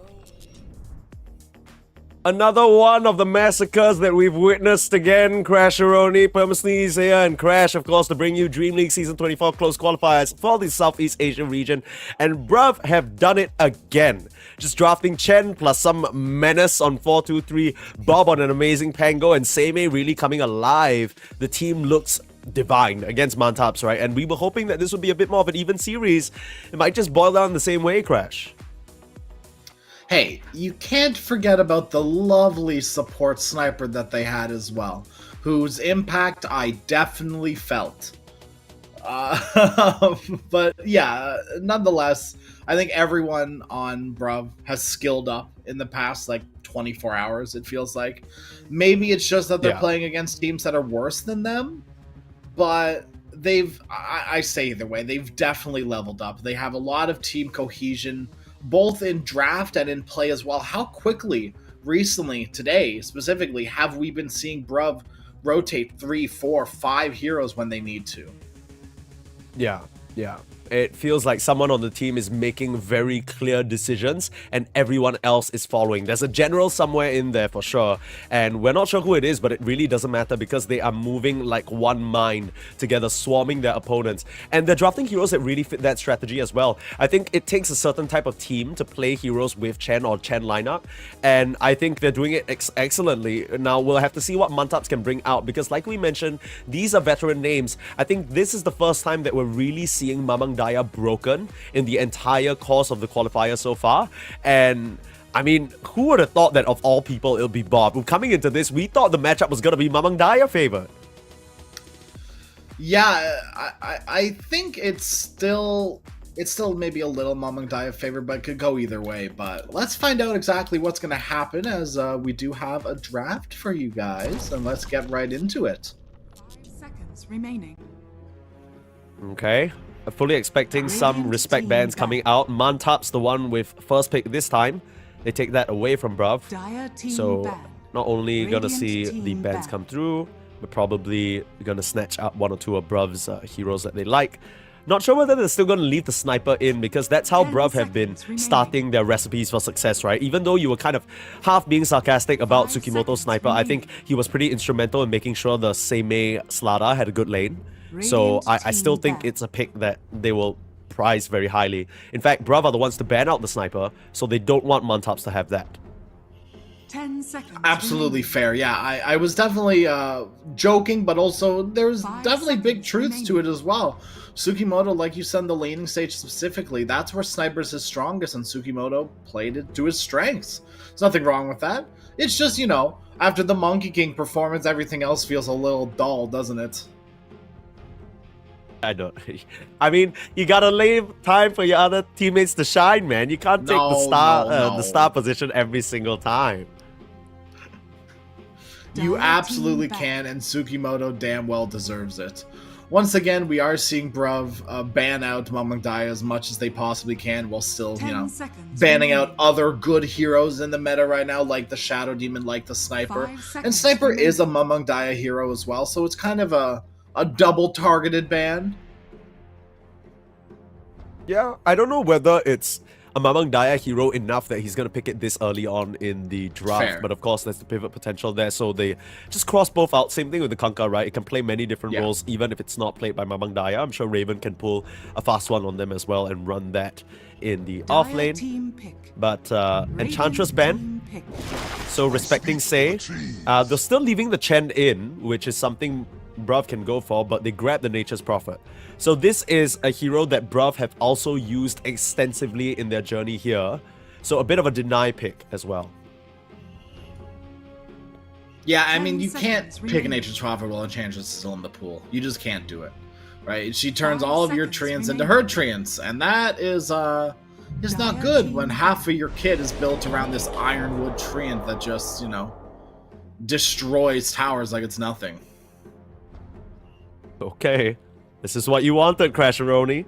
The Monkey Yes, it King is. likely gonna be in Tsukimoto's hands. He was wreaking absolute havoc. I think, so 10 just to paint you guys a seconds picture, remaining. for those of you who didn't watch the Bruv match yesterday, Tsukimoto 5 basically seconds remaining. Dire was team laning back. with a Seimei Wind Ranger. Now, I don't know if you guys know anything about Seimei, but Wind Ranger, not really one of his specialties, okay? It didn't really look too good. They were up against a Marcy SF. The Marcy SF were completely owning Seimei. Seimei was down like 0-2, 0-3 or something. And then Tsukimoto just comes in, pops a couple of 10 nice Primal seconds, Springs, sets up Radiant double man team boundless back. strikes, and actually ends up turning the lane single-handedly. He buys like, what, a 6-minute per Vs, baits in the enemy Yeah. team, and has just star play after star play after star play, leading Bruv to a victory, and leading them here up against Mantaps. And I think this is going to be an amazing tool for them to use to just sow additional 10 chaos. seconds remaining. And it's also great against Nature's Prophet as well. It goes both 5 ways, right? seconds Curse of the remaining. Overgrowth is going to be good into the Monkey King, but until you get that, Monkey King is going to be scouting out all your dumb little farming patterns. Your deep farming in your own jungle, Monkey King can still find you, get on top of you, and tell his team where to find you specifically, or where you're moving next. You're never going to be safe in the jungle on this Nature's Prophet. Radiant Yeah, so the team awkward pick. thing yesterday when they were up against their opponents, I remember this, if I'm not mistaken, were they up against a Nature's Prophet as well? Let me just do a quick check. But I vaguely recall Monkey King just jumping into his own jungle just to hunt down people who were trying to farm and split the map and whatnot, 10 right? So seconds remaining. definitely something that Tsukimoto can do. And let's not Dire forget that team even if it ends up looking like a decent core Monkey King game, they can pivot that to 4-2-3 as well. Yep.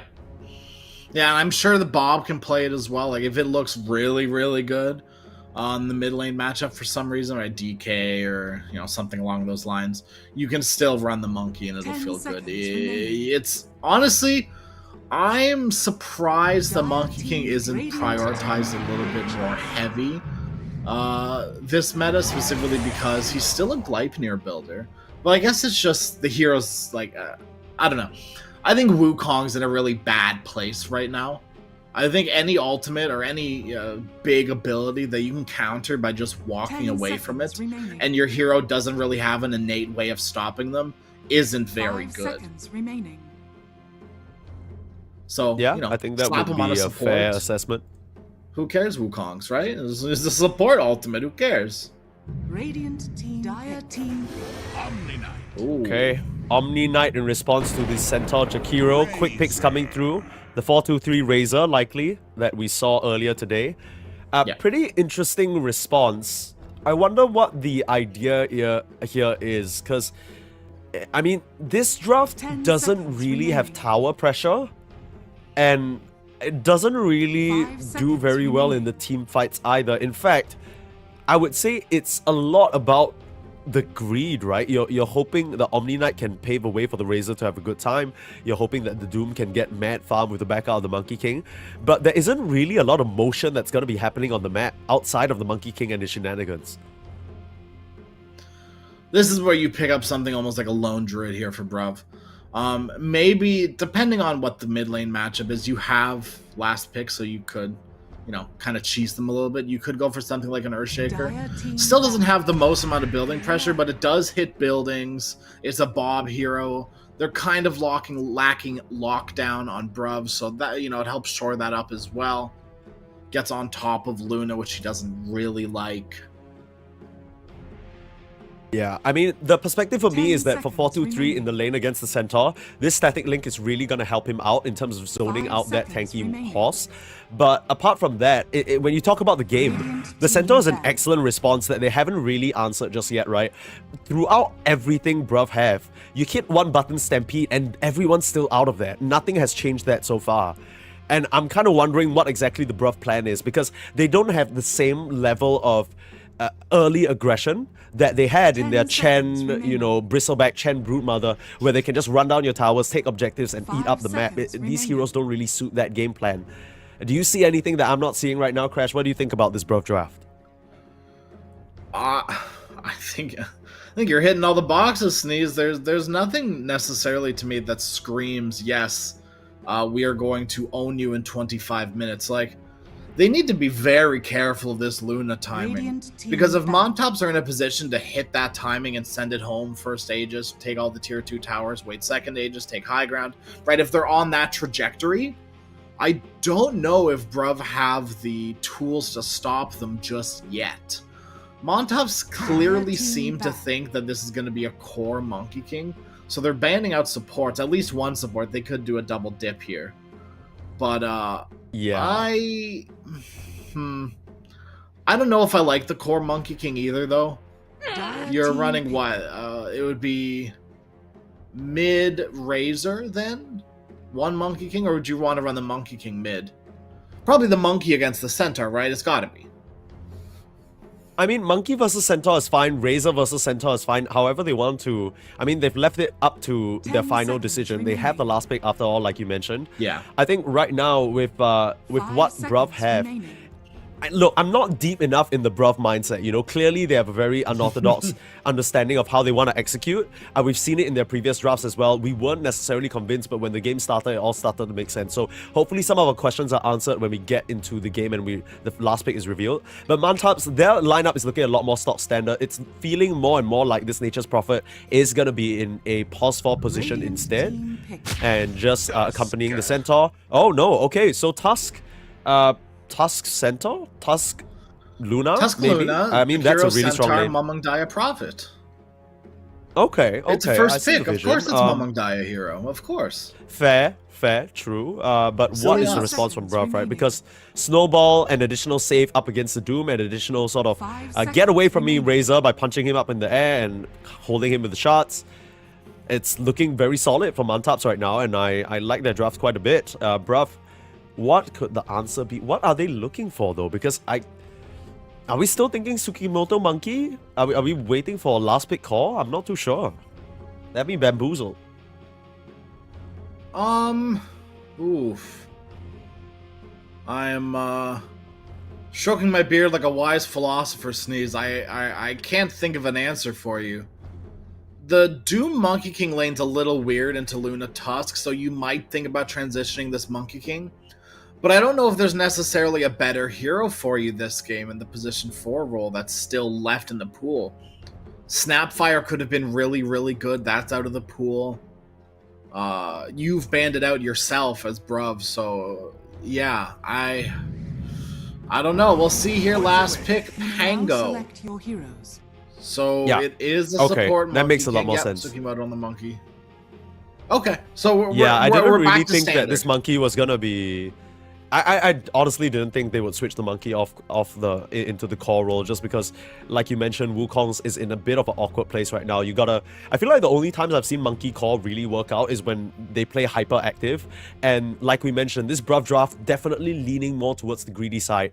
It feels like with how well Bob performed in the previous game, they're saying, okay, Bob, tempo's all yours. You need to figure this one out, because the Doom is a very different hero to the Slardar, right? Where he can't just run around very early on with just a blink. He can't just run around very early on and enable a Roshan or something like that. And yeah, we'll have to see how Bruv chooses to execute it. At least for me, I'm liking Mantaps a lot more. It's stable. I know what to expect. The game plan should be pretty solid and easy to execute, and we always talk about how that's a very important part of every draft, Crash. I think you're missing one key thing. The Bob Let's hear diff. The Bob diff. Ooh. That's right. I think mid lane is going to devolve into Bob solo killing Mamang Daya twice. Now, is that gonna? No, it's probably not gonna happen. But I'm hoping and coping here. Just bear with me. Bob's gonna get like 2 solo kills, and like you said, set the pace for this entire game.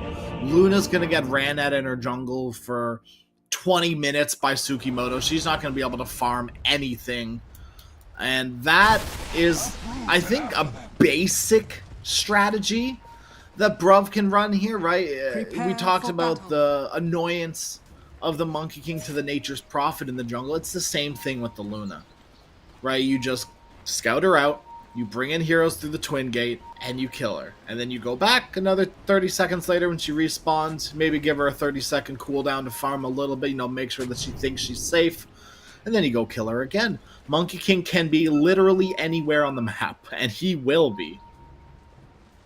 Yeah, I mean, I guess the difference is, in the previous game that we saw Tsukimoto Monkey King, I feel like the Bruv heroes had a lot of ways of connecting. At that point, the Brute Mother was very strong on the map. It was just running around with the webs placed across the lanes and all that. But this time round, I mean, it's really just Bob, isn't it? I don't really paint Omni Knight to be this hero that can be on multiple places in the map very quickly. And on the flip side, I feel like it'll be very easy for the side of Mantaps to respond. They have a Tusk who loves to get hyperactive. The Nature's Prophet can TP at any point. Sure, you can talk about how Tsukimoto might find the Luna in the jungle, but if she's on her side of the jungle, it's very likely there's a Jakiro or supporting cast or maybe a tower that her allies can TP to very quickly, and suddenly Tsukimoto we've seen it before in these aggressive Monkey King moves. If the team is ready to respond, they end up feeding more gold than they're actually getting in terms of information. So I'm still a bit hesitant. I'm not a believer just yet, but I'm willing to be surprised.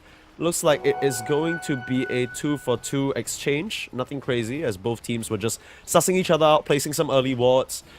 Interesting to note that the side of Mantaps have actually placed a ward in their own jungle. So trying to scout for an early Tsukimoto rotation, perhaps coming down from the top lane to prevent Mamang Daya from getting ganked here.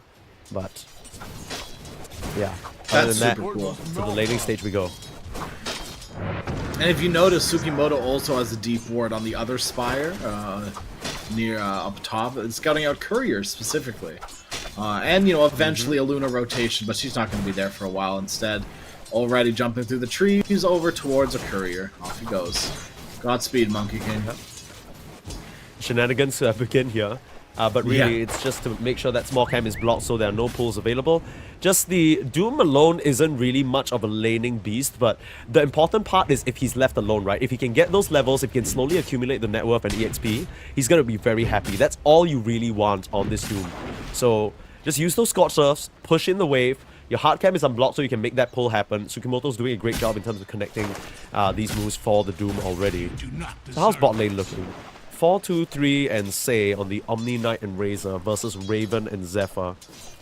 I mean, this seems like it's just going to be a bit of a boring one, eh? I mean, they're just going to... Anytime one of the parties tries to engage on the other, they just throw a couple of spells out and back out. Yeah. I mean, Zephyr has the potential to feed, right? A repelled Razor running at you with Static Link is... there's nothing you can do to stop that, so you might die from it. But that's not going to come until, like, level 4. And at that point, Takiro's a little bit of a beast in his own right. A little bit annoying. Already getting Mamang Daya's courier there. Elicits a voice line. Love that voice line, by the way. It's one of my favorites. I spam it non-stop. It's hilarious. Just the cadence of it makes me chuckle. But yeah, I can't imagine Mamang Daya's feeling too pleased about this situation. Especially since Lloyd and yeah, Jackie can't seem to punish the Doom by himself. It all comes back down to that same small camp block, right? The fact that Seimei can get the lane in this position means that he's at no risk of being run down by the Luna combo. Nice shard block, but it's just going to delay the inevitable here. The lanes will meet. Yeah, they've done this for 2 waves now. Just pulling it in front. Mamang Daya's been trying to catch Bob in some of these sprouts, but it hasn't really worked out yet. He's instead caught his own Treant twice, which is pretty funny to see. And I mean, you were talking about the Bob diff. Well, it's looking good for him so far. 12 CS to 9, although Mamang Daya does have a fair bit of denies, as to be expected of a Nature's Prophet lane. But yeah, you were calling for a kill. Might happen soon with the higher levels in the shield crash, perhaps. Nothing crazy at the moment. A bit of a quiet early laning stage, and I don't think we're expecting any major points of action. So, okay. Now that we've had some time to let these lineups just sit with us a bit, Crash, do you have any inkling of what the game plan might be for the side of Bruv here? Okay, I have to hold that thought. It's actually Bob who...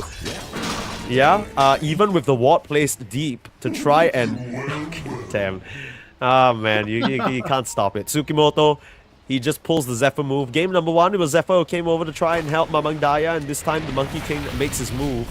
The Nature's Prophet goes down. Now, it will be all worth it if they can punish Seimei here. They are going to run down the Doom. I say that, one last Lucent Beam. Didn't get this Primal Spring in time. He was trying to wind it up for more damage and slow, but wouldn't have made a difference. Sorry, Sneeze, you were saying, do I... about these drafts, what do I think game plan's going to be going forward?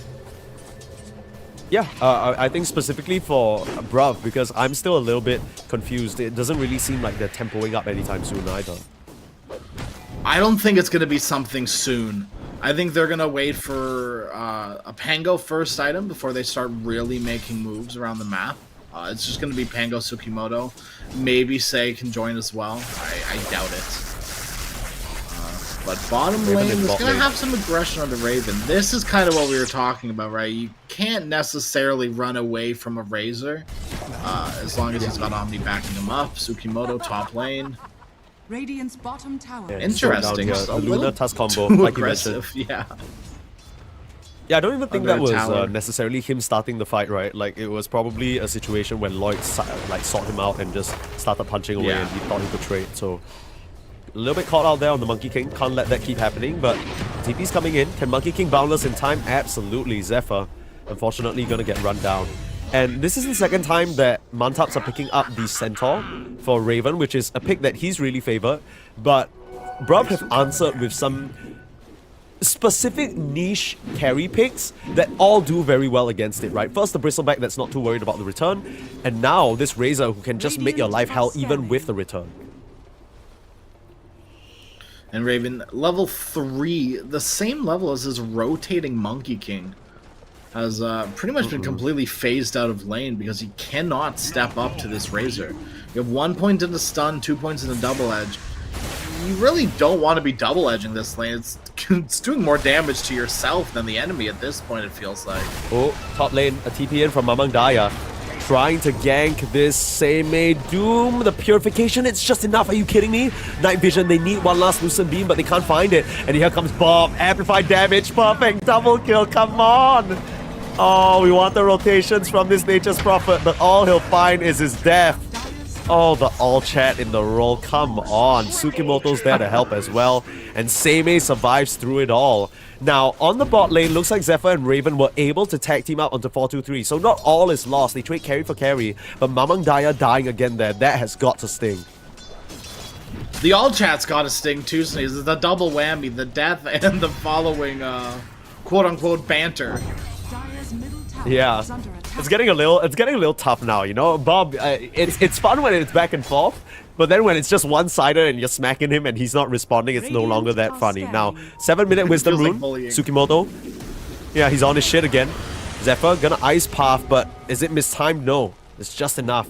And Lloyd and Zephyr aren't gonna mess around with this Monkey King. There's no point trying to hunt him down. He's just a bit too annoying. Now, Did he not see Lloyd? Is he just playing around? Oh, He's playing around. oh his... Okay. The Simeon Stride did get cancelled, but the cooldown on this tree dance is still ridiculously low, so he's going to be able to escape here thanks to that infused raindrop blocking a lot of the damage from that snowball. Still early levels here, so not much of a magic damage new. TP to the top lane. Oh, okay. I thought he was getting dived or something. But Lloyd, here maybe just to try and enable some aggression. There's level 6 on Jackie right now. Here they go, straight onto the Doom. Say's right there with a repel though, so quick with the response. With the clips. We'll lock in the Doom. It's again not enough damage? Are you kidding me? The second time Seimei is gonna survive and now the Luna's gonna get turned on. Oh no, Jackie.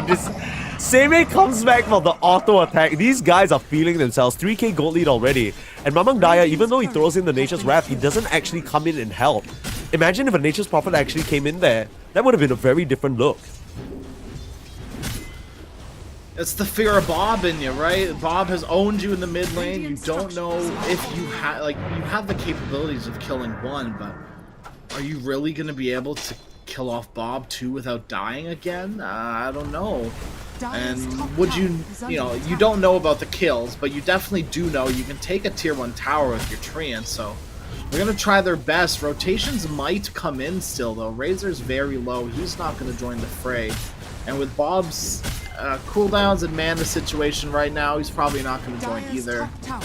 Sugimoto's going to have to sit and watch his tower die. So overall, though, I think that's the right choice from Mamang Daya. It's the definite versus the unknown, right? Yeah, for sure. And I think the whole reason why he was down there to begin with is because they attempted a gank on the Razor and weren't able to close out the kill. Now, bruv, they're gathering around this bot lane. I'm not really sure why, because there's nothing really to get from here, other than maybe die, because there's still 4 heroes on Bantam sticking around. So, Bob slowly making the move down here. Has the Rolling Thunder available. Maybe wants to catch out Raven before he hits that level 6. My goodness, Raven really suffering in terms of the EXP department. Oh, EXP, net worth as well. Net worth, dude, everything. Raven. Yeah.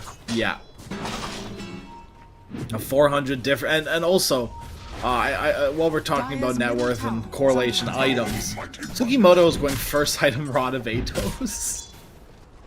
Okay. I mean, I like that, right? It helps out with a bit of their catch issue that we were talking about in the draft. Ooh, cut down. But Lloyd, that might have been a bit of a bait. Of course not. Drinking Buddies is a real ability, guys. Did you see that? He just flew. It's a free 4-staff, better than a 4-staff even. 4-staff on What crack. happens?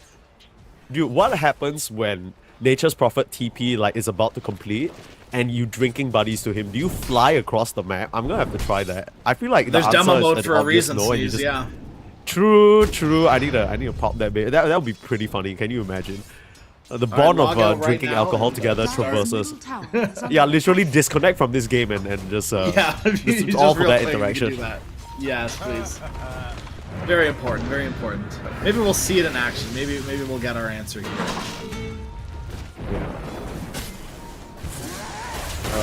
4, 2, 3. Okay, that's just a farming out of the storm, just to clear this stack. Yeah, I'm not really sure. It seems like they want to use this. Yeah, okay, there it goes. Straight onto the Tusk, but Seimei's actually taking a lot of magic damage, not respecting the physical that can come out, and the Doom is going to take out the Tusk. Bob is here though, and the Stampede forced means the chase will be suspended. The TP on the Mamang Daya again, the Stomp is there, and damage should be enough. He has the Seeds of Serenity. I don't think it'll make much of a difference though. The Razor gonna go down as well. So a bit overzealous on Seimei, not gonna lie. Just throwing out the Doom, but Bob has TP'd in Raven. Nice ring around the Rosie here. He'll target Mamang Daya and instead his best friend. And That one was should personal. be a quick kill on the Nature's Prophet. Yeah, but literally he had Raven in front of him and he's like, yeah, nah. Yeah. I want you. No, he could have gotten both. He could have gotten both, but he wanted to send a message, and that's what's important. Yeah, I mean, there was no way Mamang Daya was getting out of that one, right? He's like kind of stuck in a rough spot already. Just like, yeah, screw your silly little pet pony. I'm coming for you. And Atos complete on the Monkey King. This is so early compared to the item timings. You're looking at Raven. He is full 1.1k away from his Blink Dagger. Mamang Daya hasn't even finished his Maelstrom. I mean, the Luna's doing decently in terms of farm, but the rest of the Mantap's heroes just have no items to speak of. This is Struggle City here, Crash. Dire's middle tower has fallen. Yeah, I would say they've been a residence of Struggle City for a while now. They took the Suffer bus. They're here now. That was game number 1. They've arrived here, game number 2 at Struggle City, and they don't like it. It's not a good feeling. It's not a good look either, especially from a team that we had high hopes for. Yeah, and Raven's former nickname was the one true king, right? He's the king of Struggle Kingdom right now. He's not liking his throne very much. It's very uncomfortable. His booty is a bit too big, as you can see, and he just can't carry the weight. For now, he did a good job to stomp Tsukimoto as he was jumping in to prevent any further aggression, but him and Zephyr are just cowering under a cliff ward, so Mantaps, they have no idea that they're just fully being spotted out here. Just dancing around and playing with this poor Jakiro. Nice stomp though, Tsukimoto looking to be the target and forcing Bob to TP out. Nice response. I mean, Mantaps didn't know they were being spotted, but I'm pretty sure they had a good idea that that sort of aggression was coming, so very well prepared for it and good answer. Yeah, everyone, like, fingers on their TP, they were ready for that. They TP into both the tier 1 and the tier 2 tower to make sure everyone is there as fast as possible. And overall, yeah, really, really good play. They should be able to deward that ward. I think they should have a good idea that it's there now, though. Make sure that something like that doesn't happen again. Because that would be scary. If that gank sort of worked out, if they brought 3-4 heroes instead of just the 2 on Bruv, it could have been a totally different stomp story. TP? Nope, of course. Tsukimoto right there to stop him. Poor old Raven. Heavy is the crown on the Struggle Kingdom ruler here. And unfortunate moves. I mean, all things considered, even though they are getting kind of dogged on a little bit here on some of their other heroes, the Luna is still farming, right? The Luna's keeping up, and I think that accounts for something, because Jackie has been untouched for the past, I'd say maybe 5-6 minutes. He's getting his way towards the Manta already, just missing the recipe. So you mentioned that, or at least from the start, I don't think we were too clear on what the plan was going to be for Bruv. In fact, it's still the same MO of them just running at you and being relentlessly aggressive. But if the Luna can get to a timing, that's still something that needs to be respected. Yeah. Unless you can sort of chain kill her now. Very close to getting that done, unfortunately. I mean, they still can. If Jackie steps up a little bit too far, they're going to smoke out themselves. Raven Blink Dagger. They want to try and reveal it with a kill, but Tsukimoto there again. Oh, they see the Luna, the doom on her. Stay for now. There's a Rolling Thunder chasing her down though, and a nice Macro Pyre in the middle. This Luna is not escaping her death. The blink back as well. Bob mistiming it a little bit, forcing Mamang Daya to TP away is the Razor, but he can't get away before he just dies. Somehow Tsukimoto, who broke that entire smoke, is still alive thanks to the efforts of Sei. It looks like Zephyr will go down, Rod of Atos and the Primal Spring, slowing him to a crawl. So not as bad as it could be. Mamang Daya again has to kind of sacrifice his life for the greater good. Jackie still survives, and that's a Doom used, and basically all the ultimates on the side of Bruv here. Yeah, I'd be surprised if we didn't see it just a slight little bit of a lull in the game now. Maybe for a minute, maybe. You can still make aggressive moves, but you're not going to look for a full 5-on-5. Maybe just a cheeky little pick off from Tsukimoto and Bob. I think one thing that really stands out to me about Tsukimoto's Monkey King, apart from how goddamn good it is his priority on the shard. Because I know the Boundless Strike, being able to jump and relocate to the end of the Boundless Strike, is a very handy tool to have, but it never struck me as so handy that you're queuing it as a literal second item. And he did this even in the previous game after completing Solar Crest as well, so clearly prioritizing the utility that brings you in terms of positioning. But it's just very cool to see someone who's so clearly a master on this hero and style. Well, keep in mind, Monkey King's all about the Primal Spring, and Shard also triggers a 60% Primal Spring bounce. True. And right now, what he is found the target. Just very conveniently goes back to base. You talked about a lull of 1 minute. The lull was Tsukimoto just refilling his HP, jumping straight to where the Luna was, and summoning his entire team. You know, everything I was saying about it being hard for the Bruv heroes to connect, I guess I have to eat my words because they are just everywhere. It was just this 3-man gang squad. It wasn't the whole team, but they are currently rotating up top as the whole team to join 4-2-3. Forcing out the Stampede here, Raven should be back to safety, but again, never like to use the ult like that. Just feels bad. Now you don't have it for a potential other gank that, you know, might just be coming because the Luna are respawning. You know Tsukimoto's gonna be hunting for her. Look at where he is compared to the team. He already sees the TP. Uh-oh. Seimei just waiting for the Doom, waiting for his time. Uh-oh. The trap is set. Eclipse is used. Nice Manta to try and buy some time. Rolling Thunder coming in. And the Doom on the right hero. Nothing Zephyr can do to save his carry. Just has to watch him die. Where's your Stampede now? Dead in the ground. Mamang Daya TPing in. Just to witness the carnage. Trying to get out. And no way of stopping him this time round. But the losses, they're far too great. His other two cores have gone down. And Zephyr will follow. Lloyd? Gonna save your buddy, Syndrome. I mean, I know you all drink together, but now you're about to be drinking to the grave. Lloyd, A-toast up and finished off. A 4-man smackdown in this bot lane. Mid-diff, I guess. I mean, I'm not gonna lie. It might be a bit of BM, it might be a bit overzealous, but I'm inclined to believe him. You know, he's got the skills to pay the bills, Sneeze, and he is showing that off right now. Bob asked for a tip. Mamang Daya will give it to him. He deserves it. Bob has played out of his mind, and I think Mamang Daya knows that too. Yeah.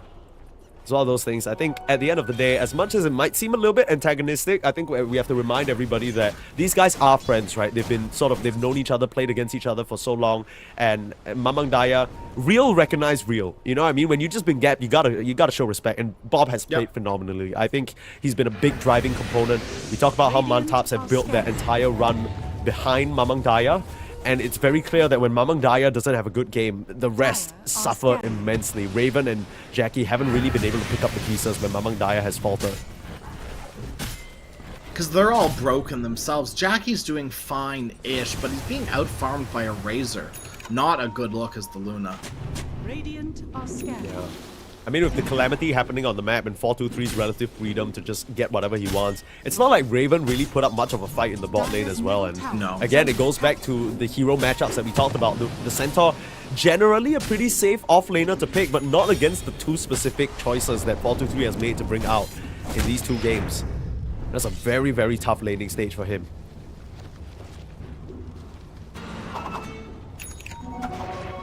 Alright, Crimson Guard now complete, and they want more, they want blood. Stampede out. Try to retreat. Still have eyes on Lloyd though. Countering the ball with a snowball. Nice cut down on the tree. Lloyd doing everything he can to survive, but he knows he's gone. At least he buys time for the rest of his team to escape. But again, this is so low committal, right? They use a Rolling Thunder, it's up in 1 minute. Meanwhile, you've popped the Stampede to save a support and it doesn't even happen. So, it feels like it's only a matter of time. I think the only thing really stopping Bruv right now is the fact that their lineup isn't really the best at Roche, and they don't want to tempt fate, right? They don't want to try slamming their heads in these tier 2 towers before they feel strong enough. But they're getting there. Yeah, I think maybe you wait like Doom Blink, Razor should have BKB soon as well. Razor BKB. Ready. Yeah, and then at that point you just kind of full send, right? Yeah, they got the Solar Crest. The Razor, interestingly, opted to prioritize Sanj and Yasha first, so a very defensive build. I think he just understands that as long as he exists in the fight, he's going to be racking up so much damage, and he doesn't want to fall prey to some of these mini stuns, these magic damage bits. Oh, not the Mamang Daya hate squad. Oh, yeah. Oh, I know Mamang Daya hate to see Bruv coming. Like, this is cruel. Yeah, but the Mamang Daya hate club loves to see it coming, so kind of balances itself out, doesn't it? True. Mamang Daya hate squad, I believe, is actually the alternate name for Bruv. But they're officially registered as Bruv, of course, for obvious non-discriminatory reasons. Yeah, that was their team name before this tournament. Dire's bottom tower is under Yeah, attack. yeah. Mamang Daya hate squad, and then the admins were like, yeah, you can't name your team that, and they were like, Bruv. You know, I guess we can go with that. Yeah. Oh, wait, hold on a minute. Yeah. Dire's bottom tower. Yeah, I mean, there's a cute ring to it. And I mean, right now, they are... Look, we asked for a closer series. We're not getting one, but it is very cool to see a team do so well on a unique style, right? I think this is very different from what we've come to expect from the meta. in terms of some of the other teams at the tier 1 level, what we've been seeing in other qualifiers and other regions so far, it's just clear that this team has their own take on how they want to play Dota in this patch, and it's working out for them very nicely. I wonder how it's going to stack up into some of their other opponents here. As Raven seems like a bit of a last-ditch attempt here. Got the touch on Save, but they haven't even gotten him to low HP. The Rolling Thunder safeguarding the Omni, and now 423 is in there with the BKB, zapping up Jackie. Jackie is gone, and it feels like so are the hopes of Mantaps. They're going to be very swiftly eliminated and dealt with, and Raven, the last one standing in this fight, will get crushed as well. Among Digits. Ironwood Treant for anybody?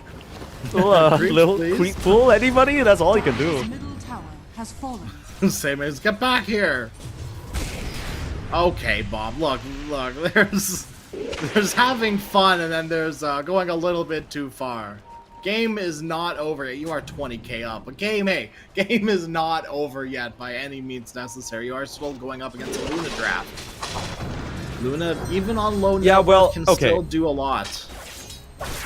I get where he's coming from. I think game might be a bit over, more than we expect. Maybe there's a win probability probably like over 90%. But yeah. I get what you're saying, and I think, you know, Bob has simultaneously won our hearts and like kind of lost it a little bit, because you're reaching the point of BM where it's just a little bit like, okay, buddy, you know, we get it. You're good at Dota. Yeah, you got this guy. You got him good. As Seimei, Doom onto Mamang Daya. The hate club rejoices in the distance. Audience cheering. Bob rolling in, and this will likely be the extermination. If this ain't the final straw, I don't know what else will be. The voice lines there feeling good, bruv. All over Mantaps right now. This looks to be the end of the road. Now, I don't know whether they're going to call GG just yet, just because this is the elimination game and the final one they're going to get to play in this qualifiers. And you got to keep in mind as well that this is the first qualifiers that this team has come together. So maybe still a bit of growing pains, as they're probably discussing how they could have changed things around, how the game could have been different. But realistically speaking, this game, you put Mamang Daya on Nature's Prophet, that I'm sure he can play, but it's just not one of his big three, right? And it looks so different. Yeah, it did, and we saw, right, last game, the priority being put on Mamang Daya during the draft by Bruv, by the bans from Bruv. This game, same thing, right? Ban out the big three, and all of a sudden, you know, Mamang Daya's left kind of scratching. Okay, I guess I got to go with this Nature's Prophet. We can flex it, but I want it. Daya's top tower is under attack. Yeah, it didn't work out for him at all. And no. I mean, at some point, you know, with Bob having slammed this Pango last pick so many times and just owning with it, we gotta imagine that at some point someone's gonna ban it in the final phase or something. Like, this feels like some of the other performances Bob has had, it's not been so convincing. And here instead, it's just Pango Nation every day of the week. Yeah, I mean, he just looks so comfortable. He knows how to win even in the rougher lane matchups and recoup his game. He's making great early rotations. His team is enabling him. Everything's just lining up Bob. Imagine picking Pango 2024. Yeah. Nerd behavior. Can you pick a real hero, Jesus? Yeah, right. Radiant are scared. All right, Zephyr. Yeah, this is Godspeed. I mean, this is the part of the game where, you know, everything just slowly wraps itself up. There's a bit of denial involved, of course, going through the 5 stages of grief. A bit slower than usual, you know. Some of the other teams would have GG'd out by now, but maybe just maybe Mantaps have a plan for trying to come back into this Stampede. Gonna get them the distance away, at least save Lloyd and Raven for now. Nice little defensive maneuvers, but Bob is still right on their high ground, ready to rumble. Gonna eat quite a bit of an Eclipse, but he is so bloody tanky, he doesn't care. Has a Heavenly Grace on him. And yeah, he's fine. Like, Octarine Core means that Rolling Thunder's back up to 20. Meanwhile, Tsukumoto is soloing Mamang Daya. Oh no. With a Gleipnir on a Monkey King by himself. This is a pause 4, ladies and gentlemen. Oh, no. I'm surprised Bob didn't say anything about that, honestly. I think that's the most surprising thing this game. Nah, I respect it. You know, he's only BMing in plays he's involved in. He's a little busy on the high ground of the opponent base by himself right now. So, Rolling Thunder's back up little because of this Octarine Core. Here it comes. That's what they were waiting for. Doom onto the Luna. Couldn't pull into the snowball in time. And without the Stampede, there's no way she can make enough distance.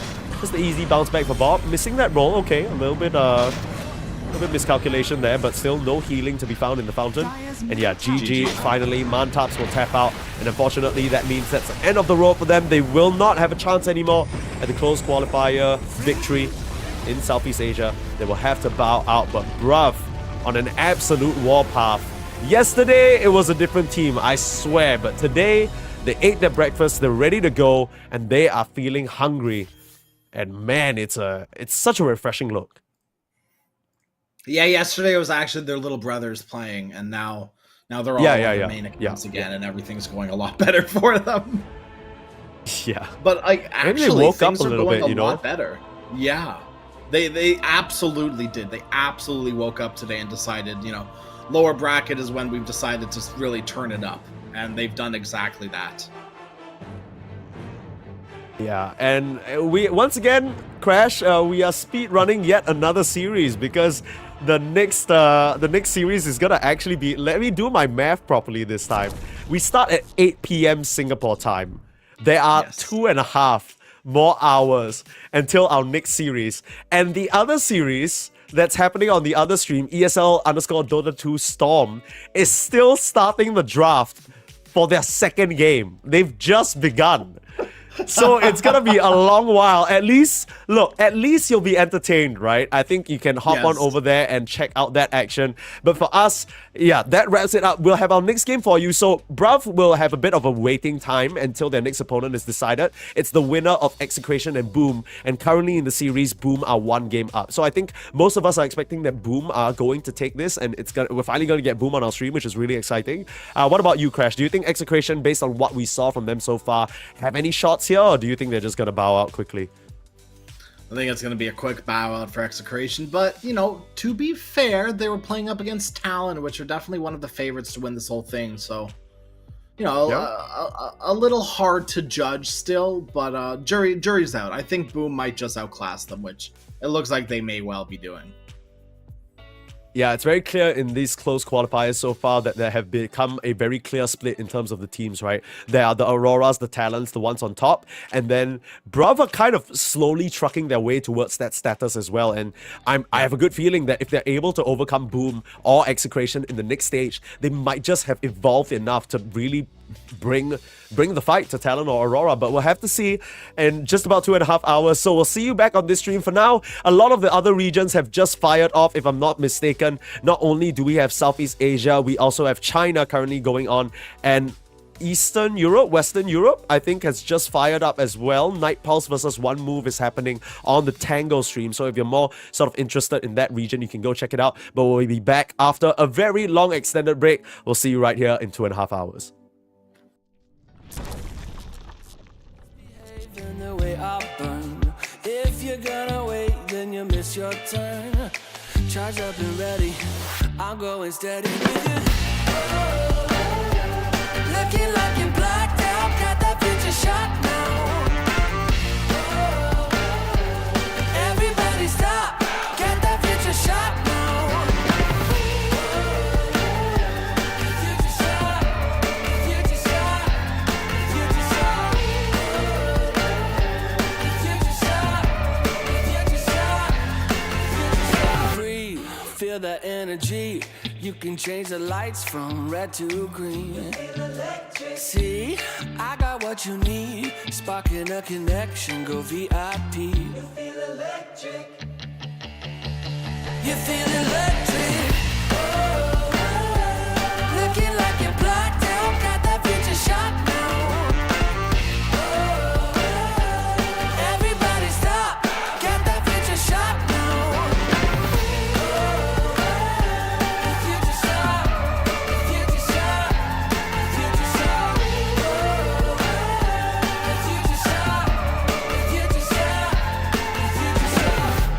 Future shock, the future shock. Once we started, there's no way to stop us. Like a rocket, not for static hearted. Once you got it, you'll go supersonic. You know you want it, you know you want it, you know you want it, you know you want it.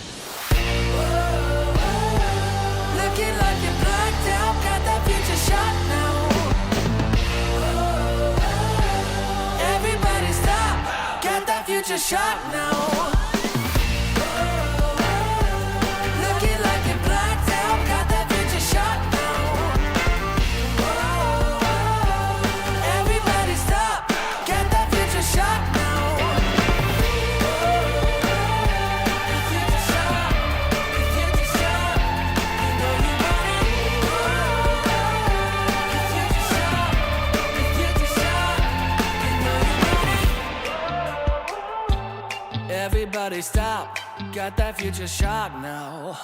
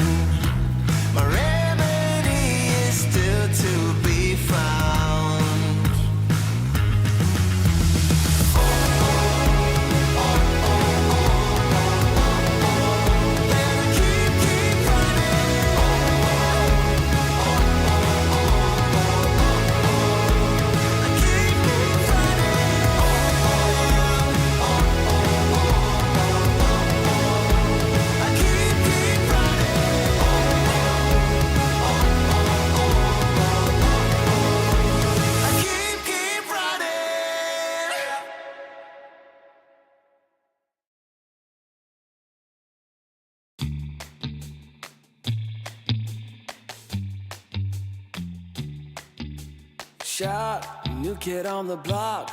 Currents running strong like a solar wave. I feel electric. Locked, plugged into the socket. Watch me burning hot, yeah, I radiate. I feel electric. Coursing through my veins like a power surge. Call it misbehaving the way I burn.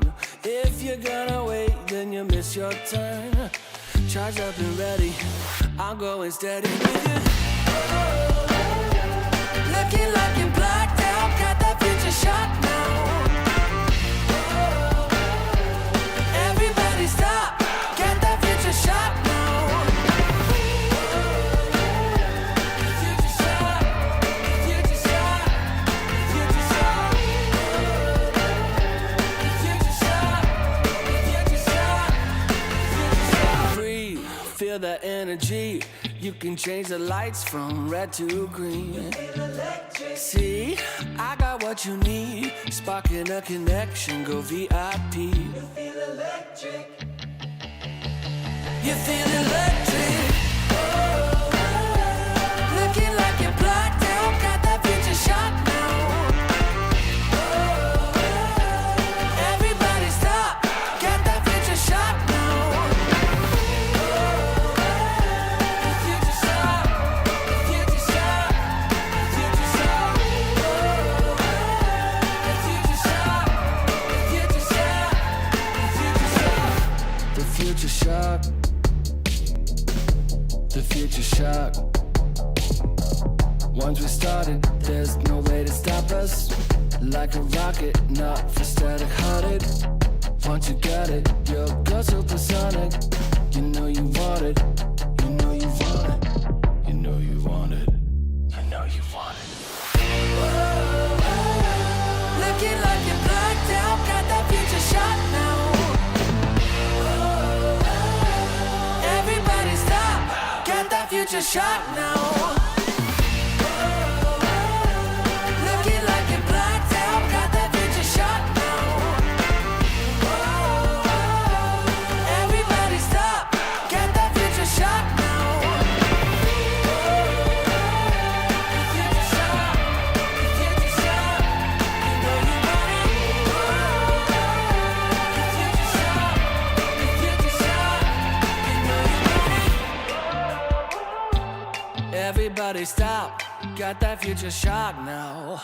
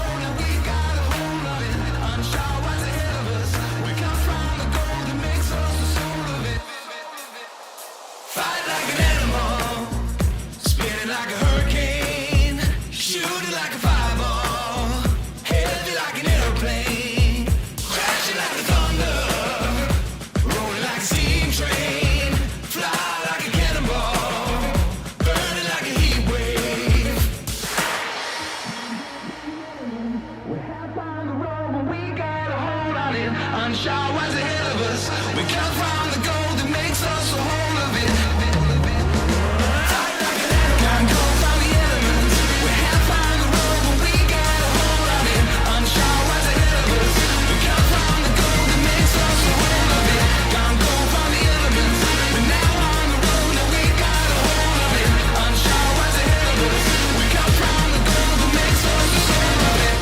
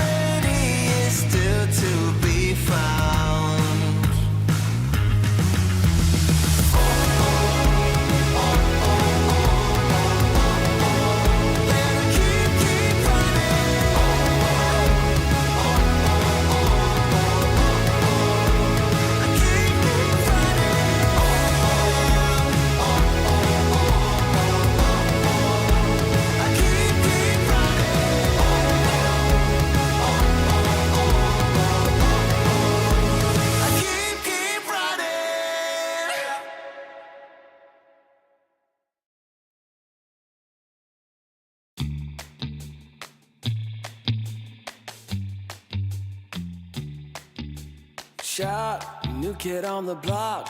Currents running strong like a solar wave. Locked, plugged into the socket. Watch me burning hot, yeah, I radiate. Coursing through my veins like a power surge. Call it misbehaving the way I burn. If you're gonna wait, then you miss your turn. Charge up and ready, I'm going steady with you. Looking like you're blacked out, got that future shot now. Everybody stop, get that future shot now. Future shot, future shot, future shot. Future shot, future shot, future shot. Breathe, feel that energy. You can change the lights from red to green. See, I got what you need. Sparking a connection, go VIP. You feel electric. You feel electric. Looking like you're blacked out, got that future shot now. Everybody stop, get that future shot now. Future shot, future shot, future shot. Future shot, future shot, future shot. The future shock. The future shock. Once we started, there's no way to stop us. Like a rocket, not for static-hearted. Once you got it, you'll go supersonic. You know you want it. You know you want it. You know you want it. You know you want it. Looking like you're blacked out, got that future shot now. Everybody stop, get that future shot now. Looking like you're blacked out, got that future shot now. Everybody stop, get that future shot now. Future shot, future shot, you know you want it. Future shot, future shot, you know you want it. Everybody stop, got that future shot now.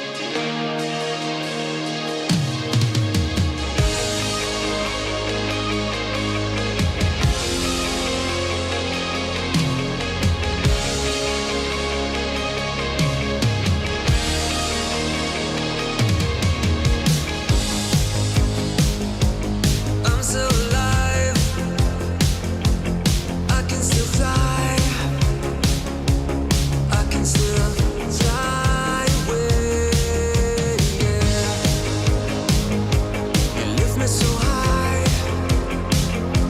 You're coming so high. You're coming so high today. And I'm higher. We can set the night on fire.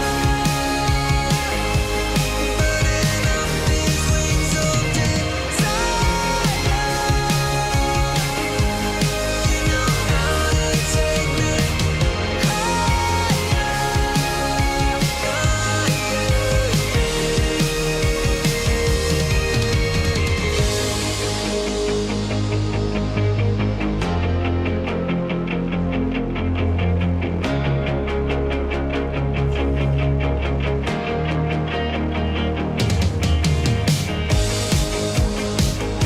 You lift me so high. You're coming so high. You're coming so high today. And I'm higher. We can set the night on fire. Burning up these wings of desire. You know how to take me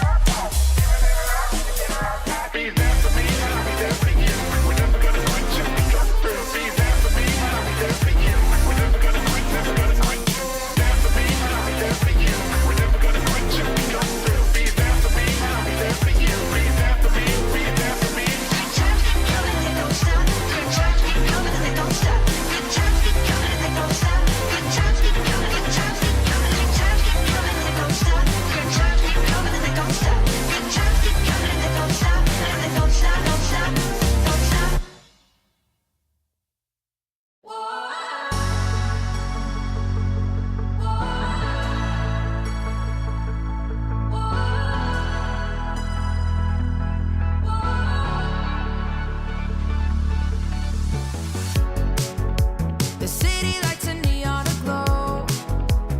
We are stars covered in gold. Covered in gold. Walking on a highway of dreams. We will shine, only believe. Only believe. And the feeling's right to set the tone. Wanna light the spark and let it go.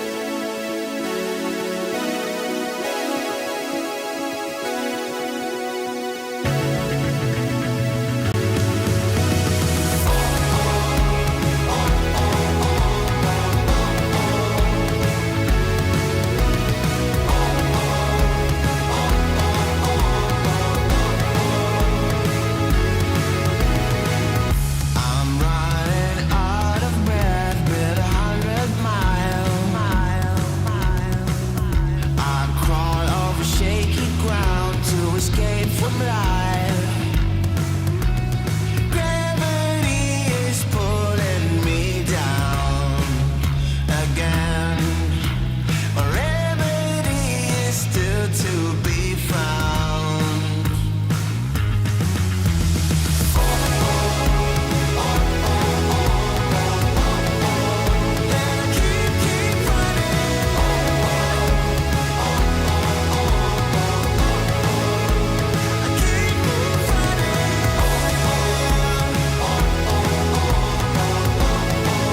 And I keep running.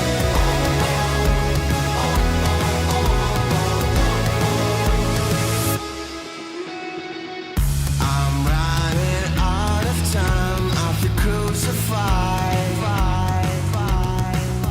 I'm right at borderline to the hell inside. Gravity is pulling me down again. My remedy is still to be found.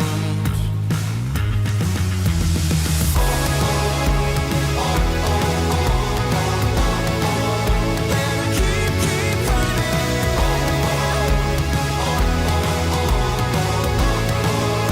I keep running.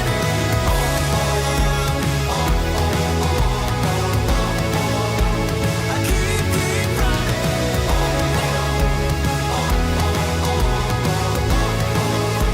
I keep running.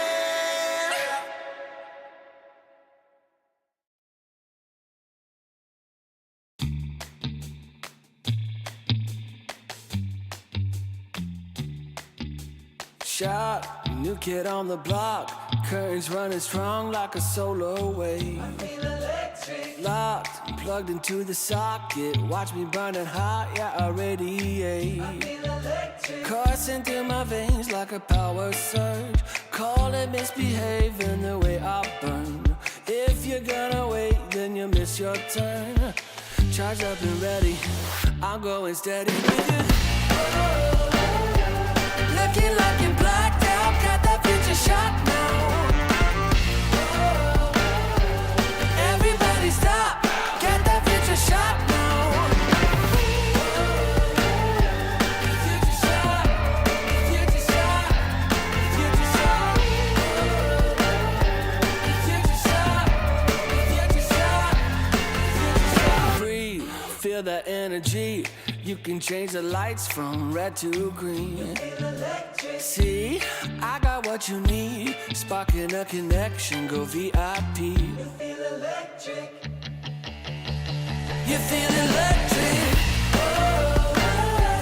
Looking like you're blacked out, got that future shot now. Everybody stop, get that future shot now. Future shot, future shot, future shot. Future shot, future shot, future shot. The future shock. The future shock. Once we started, there's no way to stop us. Like a rocket, not for static hearted. Once you got it, you'll go supersonic. You know you want it. You know you want it. You know you want it. You know you want it. Looking like you're blacked out, got that future shot now. Everybody stop, get that future shot now. Looking like you're blacked out, got that future shot now.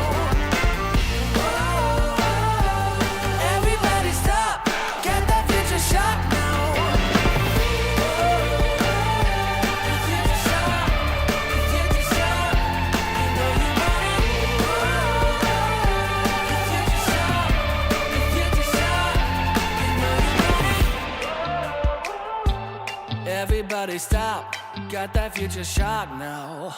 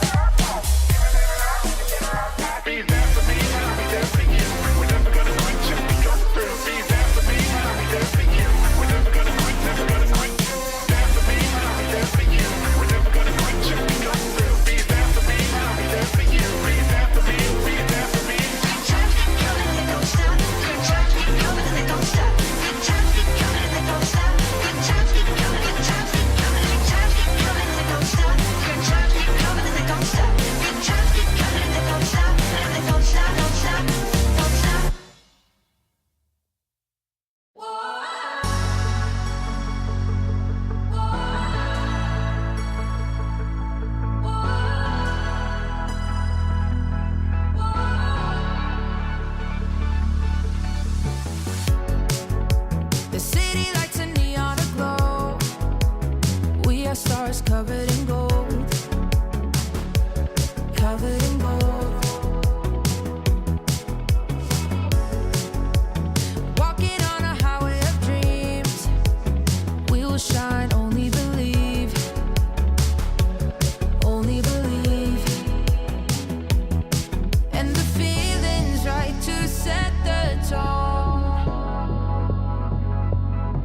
Wanna light the spark and let it go.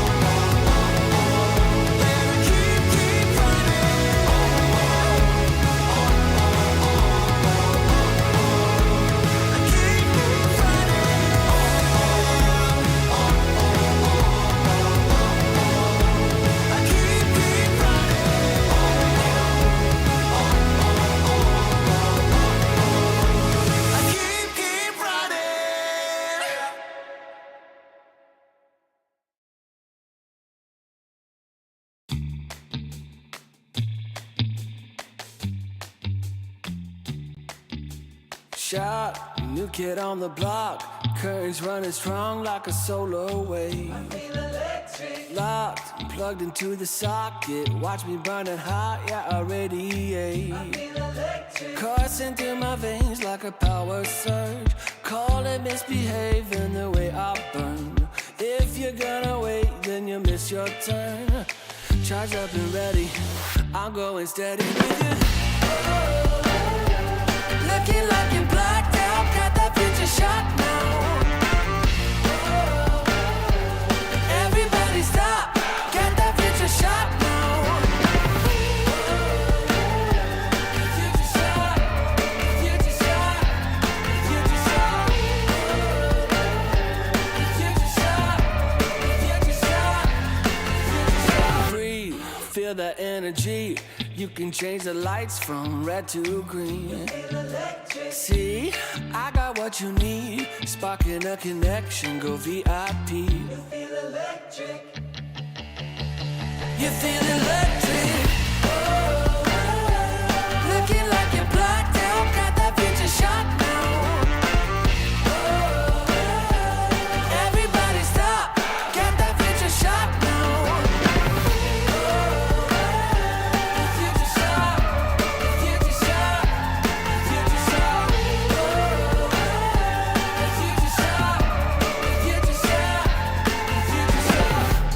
Future shock, the future shock.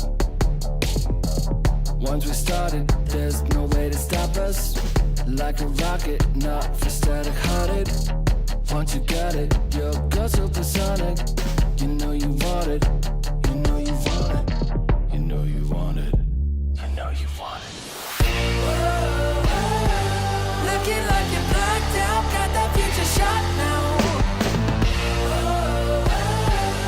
Everybody stop, got that future shot now. Looking like you're blacked out, got that future shot now. Everybody stop, got that future shot now. Future shot, future shot, you know you want it. Future shot, future shot, you know you want it. Everybody stop, got that future shock now.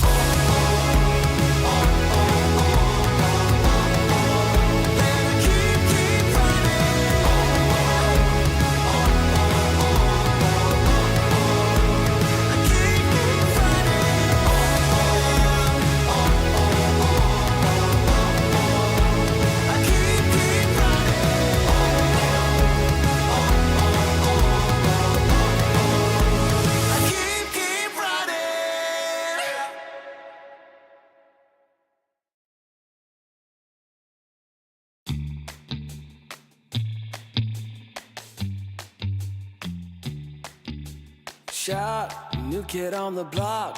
Currents running strong like a solar wave. I feel electric. Locked, plugged into the socket. Watch me burning hot, yeah, I radiate. I feel electric. Coursing through my veins like a power surge. Call it misbehaving the way I burn. If you're gonna wait, then you miss your turn. Charged up and ready, I'm going steady with you. Looking like you're blacked out, got that future shot now. Everybody stop, got that future shot now. Future shot, future shot, future shot. Future shot, future shot, future shot. Breathe, feel that energy. You can change the lights from red to green. See, I got what you need. Sparking a connection, go VIP. You feel electric. You feel electric. Looking like you're blacked out, got that future shot now. Everybody stop, got that future shot now.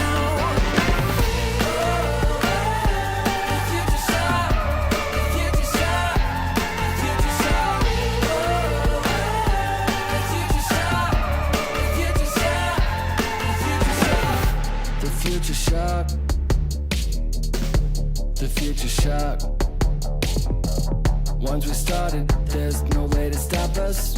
Like a rocket, not for static hearted. Once you got it, you'll go supersonic. You know you want it, you know you want it, you know you want it, you know you want it. Looking like you're blacked out, got that future shot now. Everybody stop, got that future shot now. Looking like you're blacked out, got that future shot now. Everybody stop, got that future shot now. Future shot, future shot, you know you want it. Future shot, future shot, you know you want it. Everybody stop, got that future shot now.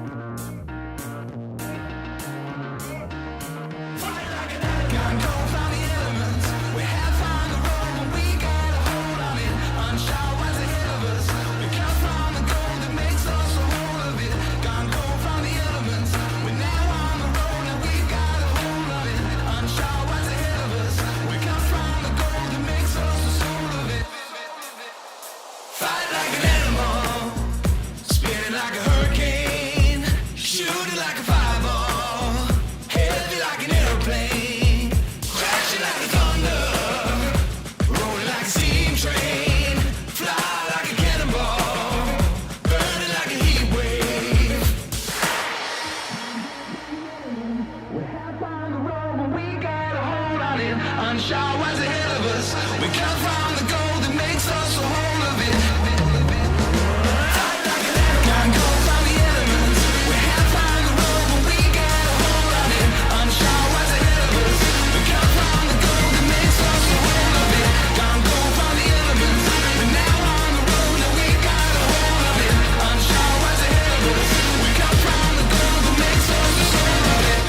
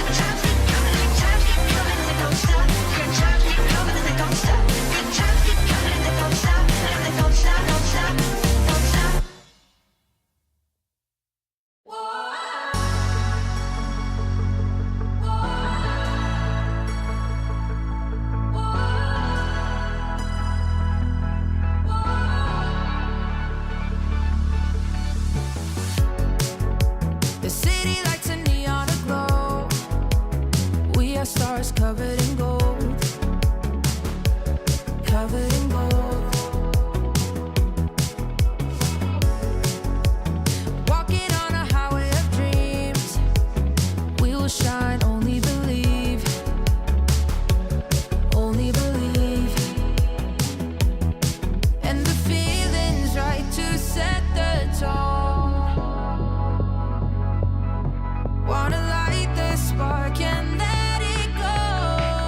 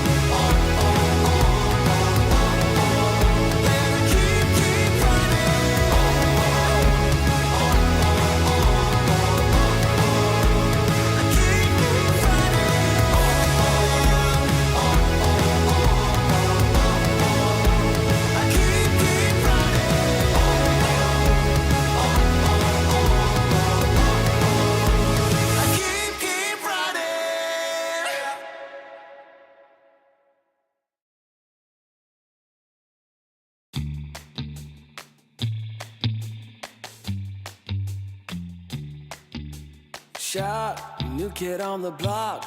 Currents running strong like a solar wave. I feel electric. Locked, plugged into the socket. Watch me burning hot, yeah, I radiate. I feel electric. Coursing through my veins like a power surge. Call it misbehaving the way I burn. If you're gonna wait, then you miss your turn. Charged up and ready, I'm going steady with you. Looking like you're blacked out, got that future shot now. Everybody stop, got that future shot now. Future shot, future shot, future shot. Future shot, future shot, future shot. Breathe, feel that energy. You can change the lights from red to green. See, I got what you need. Sparking a connection, go VIP. You feel electric. You feel electric. Looking like you're blacked out, got that future shot now. Everybody stop, got that future shot now.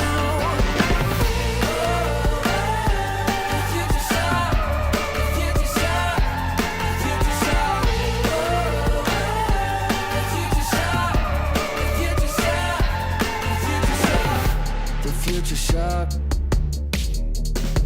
the future shock. Once we started, there's no way to stop us.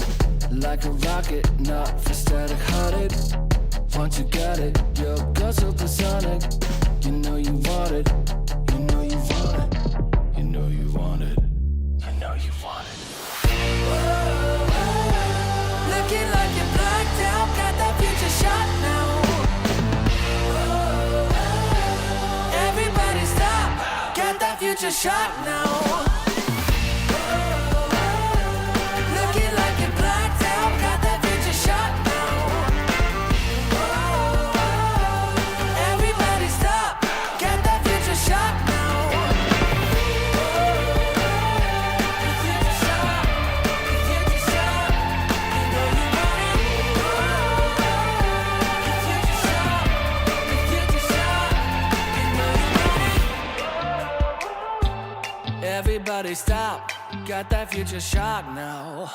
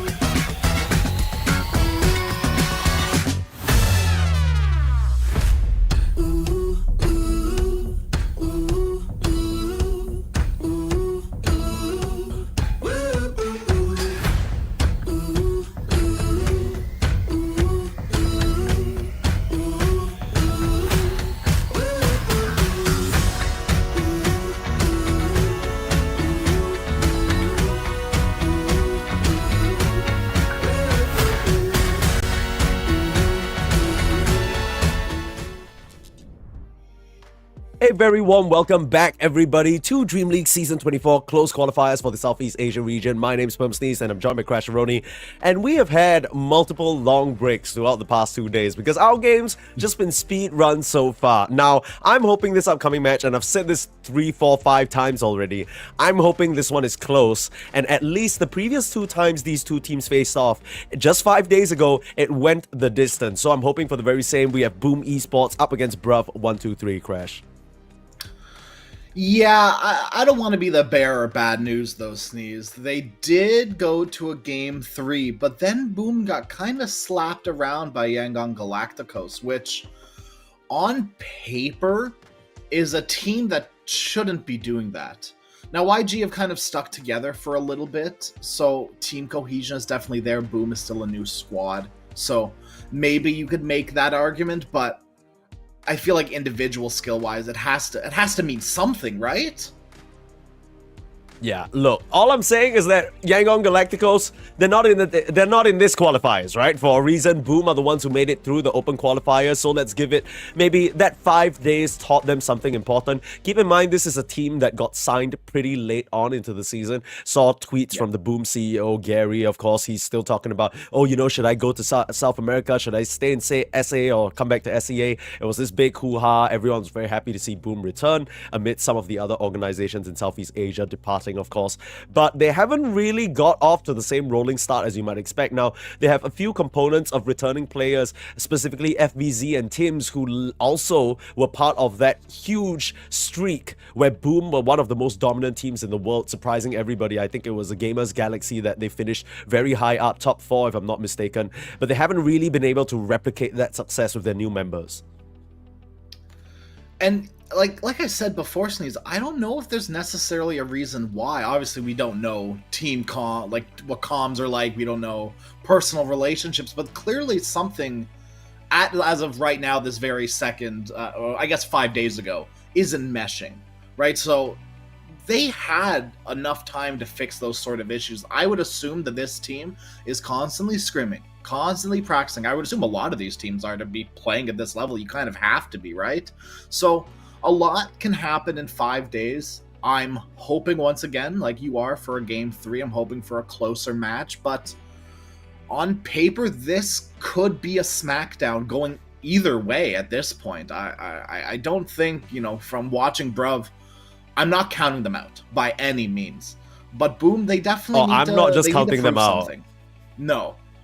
I don't know about you. I'm not counting them out. In fact, I might just be favoring Bruv with the momentum that they've had so far. They clearly have a very unorthodox strategy, a way of approaching the game compared to some of these other teams that has just caught their opponents off guard. Quick 2-0s, Chen picks, Enchantress picks, and off-the-wall 4-2-3 carry selections are really driving them. And of course, if Bob is feeling himself, Mac is another opponent that he's faced off against time and time again. I'm sure they know each other well, and that's going to be a matchup for me to watch. Now, for those of you who haven't really followed Dota in a while, maybe you last remember Boom Esports being in South America for a short stint. They now moved back. Like I mentioned, the team consists of FBZ, Tims. They've recruited Ghost. I think he was last kind of showing guest appearances on Nigma Galaxy. That's probably where the FBZ connection comes from. They brought in Mac in the mid lane, who was last on the Smart Omega, or one of those other sort of all-Filipino teams, and DJ from Bleed. Now, none of these players have really found much success as of recent times. In fact, they've kind of dipped off. It's similar profile actually to Team Mantaps,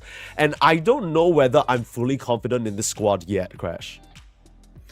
Yeah, it's kind of like we brushed on very briefly. The team just isn't clicking in one way or another. We don't know what way, we have no idea, but clearly the results aren't there. And they're all in their own rights, more or less. I don't want to call them superstars, but they're all right. They're all prominent in their own fields in their own right? Like every single one of these, like Tim's position 4. Are you kidding me? Of course. Yes, absolutely. DJ Pos 5. Yes, please. Thank you very much. I will move on with my beautiful support duo and build a a core lineup around them. And it just, I don't know. I don't know what's missing here. I don't know. I mean, maybe in the past, Tim's Pos 4, DJ Pos 5, that's like a dream come true. But you take a look at the recent results on Bleed, Nigma Galaxy, this whole mix, it just hasn't really been the same. It feels like they've sort of maybe a bit of a shell of their former selves. Now, one thing worth pointing out between these two teams is that this, first and foremost, obviously, we're in the lower bracket, which means last chance for these guys. But they have been going through last chance games the whole of today. Both of these teams started at the very start of the lower bracket today, began their runs. Boom Esports also 2-0 Team Essence and 2-0 Execration to be here. This will be their third series of the day for both these teams. And guess what, everyone? We have a draft ready for you right now. So let's swap over to that to find out exactly what these teams are cooking hero-wise. Now, if I'm referencing the game, or the series rather, between these two teams previously, Bruv did show their hand a little bit, right? They had brought out the Broodmother, they had brought out the Razor, so there shouldn't be anything Boom Esports are too surprised by. In fact, I'd wager to say perhaps Boom Esports might have even done additional preparation for them within the short break that we've had. Yeah, I would definitely say additional preparation has been done. The Naga Siren ban is pretty normal. Boom did ban that out multiple times against Bruv last time. Say is very good on the Naga Siren, is very much willing to do these early, like level 3, level 4 ganks. And most of them have been successful every time I've seen it happen on the Naga Siren. It worked out beautifully. And, that's a sort of gank that can catch your safe lane off guard and start spiraling the off lane to be in your favor. We've already seen how Seimei and Tsukimoto can take over games by themselves. Specifically, nudge, nudge, wink, wink, Tsukimoto, who is going to eat a ban in the form of the Monkey King. And honestly, I wouldn't be too surprised to see him eat another ban, if not now or later on in the ban stage. Yeah, there it is.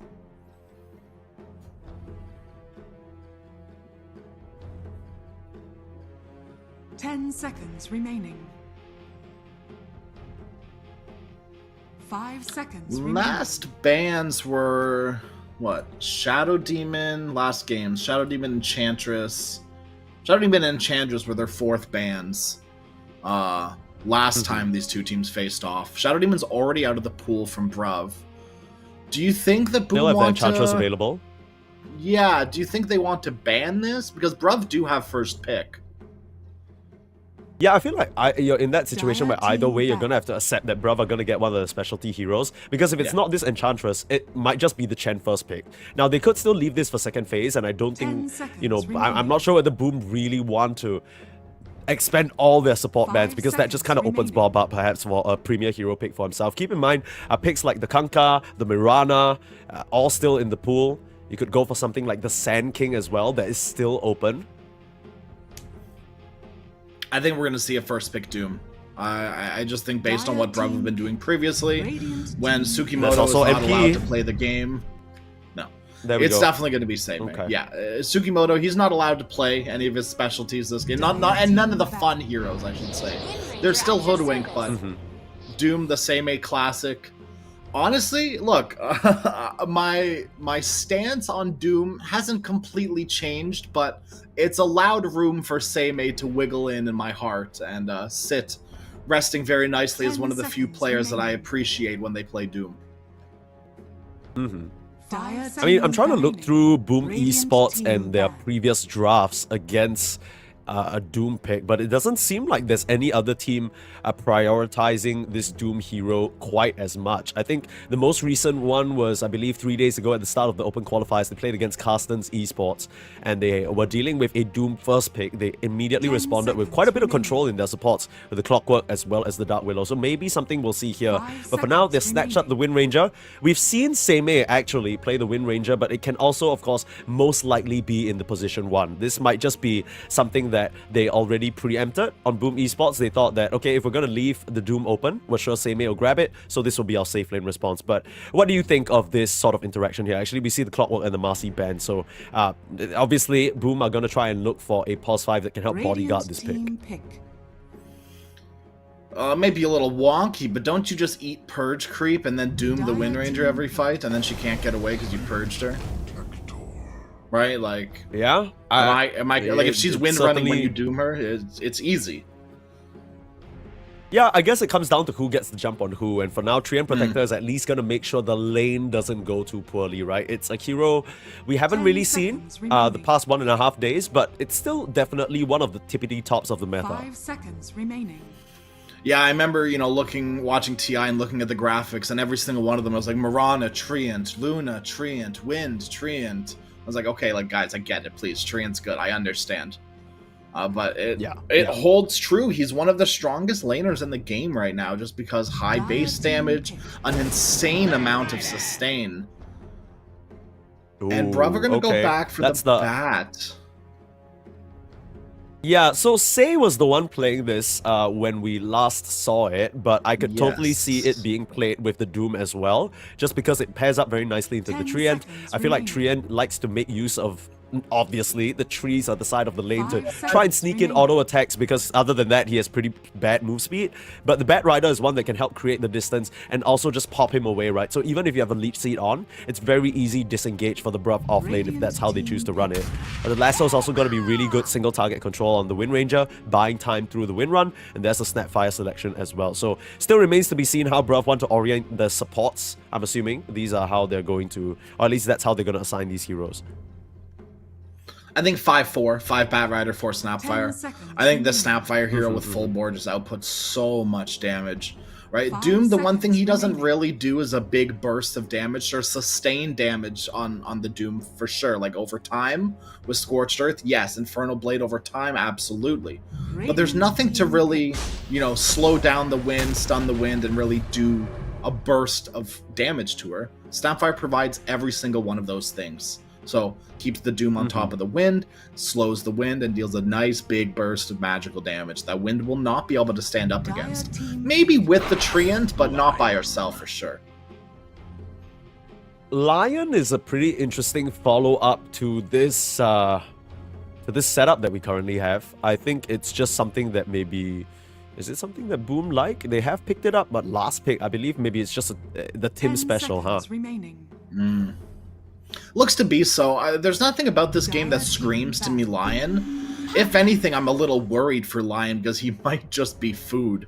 Double bracered up, maybe Lion can stand his ground against some of these heroes, but I'm just worried that Lion's going to eat a full boar and maybe a stray kiss or two, and it'll just like wither away and die. Heaven forbid Puck land an ability or get on top of you as well.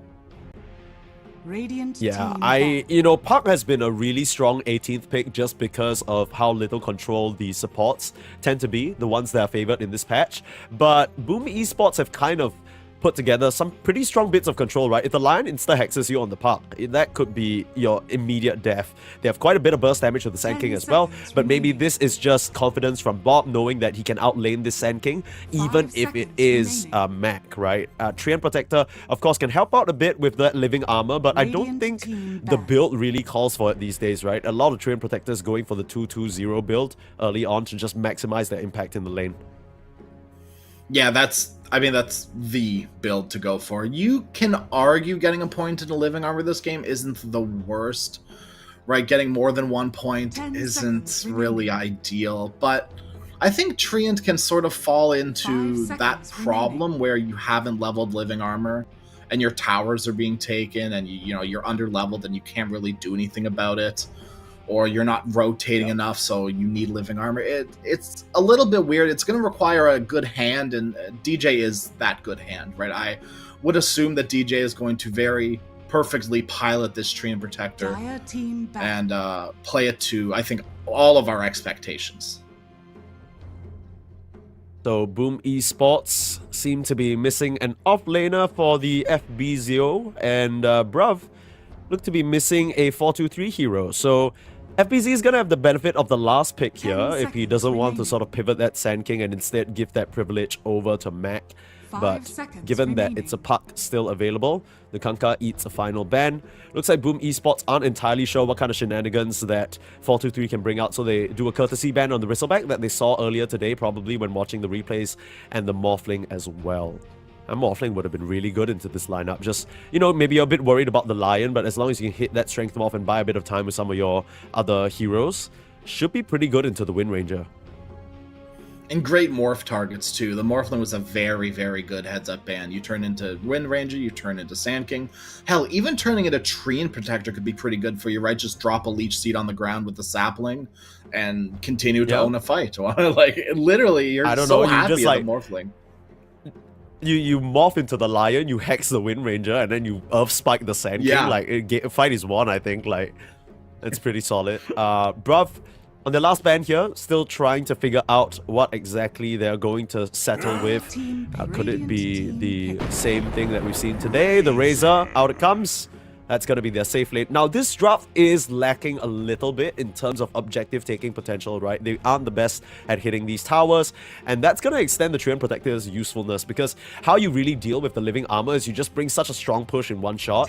The Living Armor truly isn't like what it used to be, where you can just spam it and heal a tower non-stop. It's a lot slower now, so Boom Esports should be able to hang on to their objectives. Let's see what they can do with it, though. Last pick still for FBZ. Potentially, or maybe Mac. We'll have to see. I mean, Sneeze, we kind of said the same thing about Bruv's draft last game against Montops, where we're like, oh, they don't really have building pressure, they don't really have stuns, blah, blah, blah, blah, blah. They have the control this time around with Snap, Bat, and Puck. Nothing was crazy as Lion Sand King, mind you, but still enough, right? But they just did a lot of mental damage to the enemy and then forced them to tap out. It didn't matter if they had building pressure or not. They forced their hand. Yeah, we'll see whether they can replicate this same showing against Boom here. A Viper last pick. That is nasty. Gotta assume that will be Mac in the mid lane. No, it's FBZ. So FBZ is gonna bring the Viper into the Razor. This is quite a, I won't say classic mid matchup, but it's the battle of the nasties in the mid lane, right? It's going to be in the safe lane instead. So a lot of pressure on Say as well as Tims to try and carve open the path for each of these sticky, nasty laners to get either the link or start poison attacking out. But any side that you're favoring just off the completed drafts alone? Man, I don't know how Razor wins this lane. Lion Viper? What do you do? Batrider has his work cut out for him this lane. And, once again, I don't know if Batrider can do that all by himself either. Maybe you look for an early rotation from Tsukimoto if this is the lane you're trying to win. Right? You can make an argument to just sack 4-2-3 and all in on Seimei and Bob. But you might go for an early gank on Tsukimoto, try to secure the lane, because once again, like we talked about, the magical damage from this Snapfire is insane. Level 3, level 4, the hero just outputs so much damage. It's incredible. So eyes are going to be on the gate this game for sure. I mean, Say as well. Either way, you're either sacking 4-2-3 or helping him a lot. You could make an argument to, like, from level 4, tri-lane it up. And if depending on how the lane goes, if FBZ and Tims are really applying that much pressure, Razor isn't really a farmer who flash farms and can recover super duper well. Eye of the Storm is great, but it's on a big cooldown. Your farming tool's on a pretty darn long cooldown, so you really rely on getting a good laning stage and hitting these lane creeps specifically. Yeah, we'll see whether he has the privilege of doing so, or whether, like what you're predicting, the Viper will unfortunately Pepe spit him out of the damn lane. Game number 1 of Boom Esports up against Bruv here, and Bruv, they've been on the tear, but we can't just neglect that Boom have the momentum riding with them as well. Both these teams coming in head full of steam, ready to move ahead here and get a second chance against some of the top dogs, Aurora and Talon, in the upper bracket. That should be a fun one to watch as well, but this one's going to be bloody, this one's going to be messy, and that's the way we like our Dota. Both teams early smoke out to the bot lane. They seem to already have a very similar idea about what they want to do, but can't help but feel like Boom are going to have the advantage here in the early stages. A lot of good stuns and damage to work with. Yeah, their level 1 is much better. Oh, they know. And Seimei doesn't. Blood Grenade comes out. This should be a very easy kill, but a beautiful Scatter Blast, slowing down the entire side of Boom. They're trying to get the connection. A stun up as well. Mac lands it onto 2. but it's not going to be enough. The Viper wasn't able to connect with a single poison attack, and now they're turning it onto Mag. Even with full information, they're the ones who come out on top on Bruv, and the beautiful body blocking from Bob stops the kill. Tsukimoto's finally going to go down, but that's not before you kill FBZ, and now Ghost is going to fall as well. All three cores on the side of Boom die as a result of that move, where they're the ones who planted the ward first, and it felt like they were the ones who were supposed to have the advantage. Well, Sneeze, we said we like it gross, we like it messy, and that's exactly what we've gotten, and they might lose Treant Protector here as well. They certainly will. Bob will get the last hit on that one. I mean, something to be said for solidarity and something to be said for being a little silly there on the Treant Protector, still deciding to stick around. And sure, you know, you're looking at the health bars and the mana bars of the heroes on Bruv. It's not really looking the best. So the lanes might be a bit of a struggle, but with the gold lead that they have, I don't think they're complaining at all. You could, I mean, at least on the Bat Rider, maybe not so the Razor or the Puck, but you could just, you know, die here for the thrill of it, right? Trade your life away effectively, you know, trade some of your HP for theirs, reset, and then go back in the lane in a better position. But Bat Rider isn't really a hero that relies on his mana too much. He has, you know, very low mana cost abilities, so I think it's fine. You just kind of chill out, lick your wounds, let your mana come back nice and slowly. Maybe call out a Clarity not or really a a problem for Bob as well, right? Because of the puckish passive, of course, just being able to constantly get such a nice dose of regen. That's really what has made Puck a much more safe laner to pick, even into quote-unquote counters like the DK in the past, maybe something like the Pango. Max still should be fine here, though. Fully expect him to see some, you know, creep drag into hard camp or medium camp shenanigans just to min-max that farm. For now, though, I'm not expecting to see any action in the mid lane. Meanwhile, bot, though, DJ and Ghost starting to run up onto Tsukimoto, chasing down on the Snapfire. Scatterblast should just scare them away here, but yeah, you mentioned that this Snapfire is gonna do pretty well, but the slow from the power shot DJ is even slower. The tree can't move. And Ghost actually getting run down a little bit here. If he had one more Infernal Blade, just 3 seconds cooldown, I think Seimei would have finished that. Joe! Just playing on the knife's edge here. DJ doing his best to just bodyguard away these two heroes, but they are doing a pretty good job at finding angles and capitalizing on them. Yeah, Tsukimoto, he had just barely hit level 2 when that full bore went off. So there was a split second of kill potential on the Wind. Unfortunately, Cookie wind-up is just a little bit too long.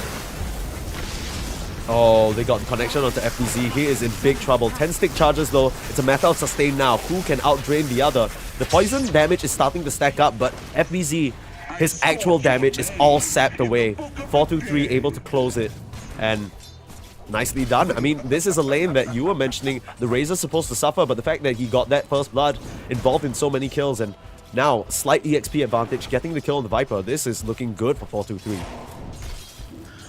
It was an interesting position to be put in when you're contesting pole camp as the Viper against like 2 ranged heroes that want to get on top of you. All of a sudden, no lane creeps, no Tims to help out. Like, he was close by. But it's a level 2 line. They're gonna stun him, and then what? Dire's structures are fortified. So it's just a little wonky of a strategy. Mac, Bob, what are you doing, Bob? That's a very, very cute Fortify just to keep the creeps under the tower, help him tank a little bit longer. The last auto attack, Mac, with such a heads-up Ironwood Branch Plant, blocks that vision for a potential auto attack. I don't think Bob would have been able to send it in either. But Bob really playing on the knife's edge here to his limits and just trying to juice out as much of an advantage as he can. You'd love to see it. And Tsukimoto, well, Mac has a raindrop, he's fine. I say that. Okay. Not in time. Mac able to get the TP out. Very, very heads up play here. He knew that Bob was hungry for blood. Yeah, that's the only play you make to get out of there. That's the only one. So perfectly heads up call, but you're now losing a lane that was as even as it possibly could have been. Right? Bob has done a lot of mental damage, not so much physical damage, but you're losing some XP. Gold-wise, it's still pretty even. It's not too bad. I mean, the wave still, you know, he maybe loses 1 or 2 creeps because the lane equilibrium was thankfully just right down the middle. So nothing of value, really much lost. We talked about us needing to watch the twin gates. Here's DJ, but he's in an awkward position. The bait doesn't really work out, especially when you get a beautiful Scatterblast cookie onto 3. You couldn't ask for anything more from Tsukimoto. You talked about him controlling the game on his signature picks. Looks like we have to add Snapfire to that collection. Burning up onto DJ, but no damage. Barely. Maybe a blood grenade and one more napalm would have done the trick, but say, you know, decides to let the Treant live. Another one where FBZ goes down, and Mac managing to get that barrel strike off right before the silence came through. Still, this is excellent for 4-2-3. I mean, FBZ is not really having the lane that he wanted. No, and Mac isn't either. Mac is probably so upset at Tsukimoto. Mac just wants a damn bounty rune, and he cannot find one anywhere. Tsukimoto is there every time. I feel like that's a common theme that we're getting from watching these. Yeah, every time we watch a Tsukimoto game, he's just there. Like when Bruv are playing well, Tsukimoto's everywhere, and it's starting to feel that way on that Snapfire. Great TP rotation there. And that was supposed to be, again, another situation where Boom were the ones with the initiative, right? They had the information, they were setting up, but a bait gone Ori, and now it's just a little bit awkward now. 6-minute runes, a bit of a tussle. Mac has that level 6 and can use the... Okay, no, ends up spawning in the top lane instead. Now, the question is whether Tsukimoto can get out. With that slow, it should be fine. He's still going to try and chase, though. This is really deep. They're going to call Mac. Tsukimoto's trying to find an angle out of here.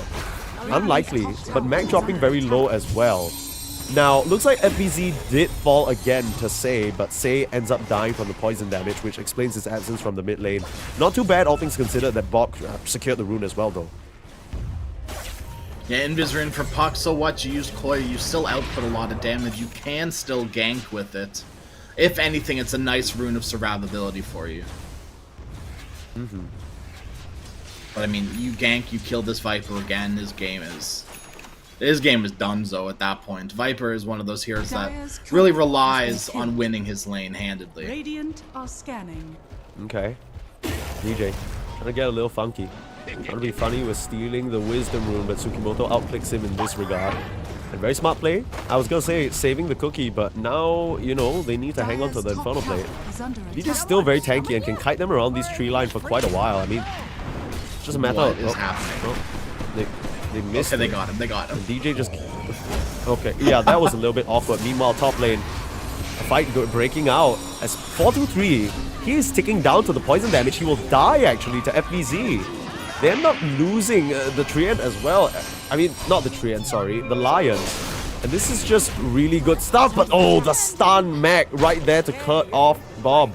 But Ghost still ends up going down. So you get 2 pretty high value kills on Bruv, but boom, still, the losses are massive here. Yeah, I think Bob is, I mean, more or less okay with that one. He gets his abilities off, it turns into some kills. Cool, right? You do lose your life, but you're so far ahead, you're pretty happy with it. Nonetheless. Epicenter attempted there, but Mac understands he doesn't really have any additional way of slowing down Tsukimoto. So he's going to be able to Firefly away. Stun on the high ground's cute, but nothing much that they can actually follow up or take any tangible action on. Bob is back, trying to make his way to the illusion room that Tsukimoto will just have to grab up.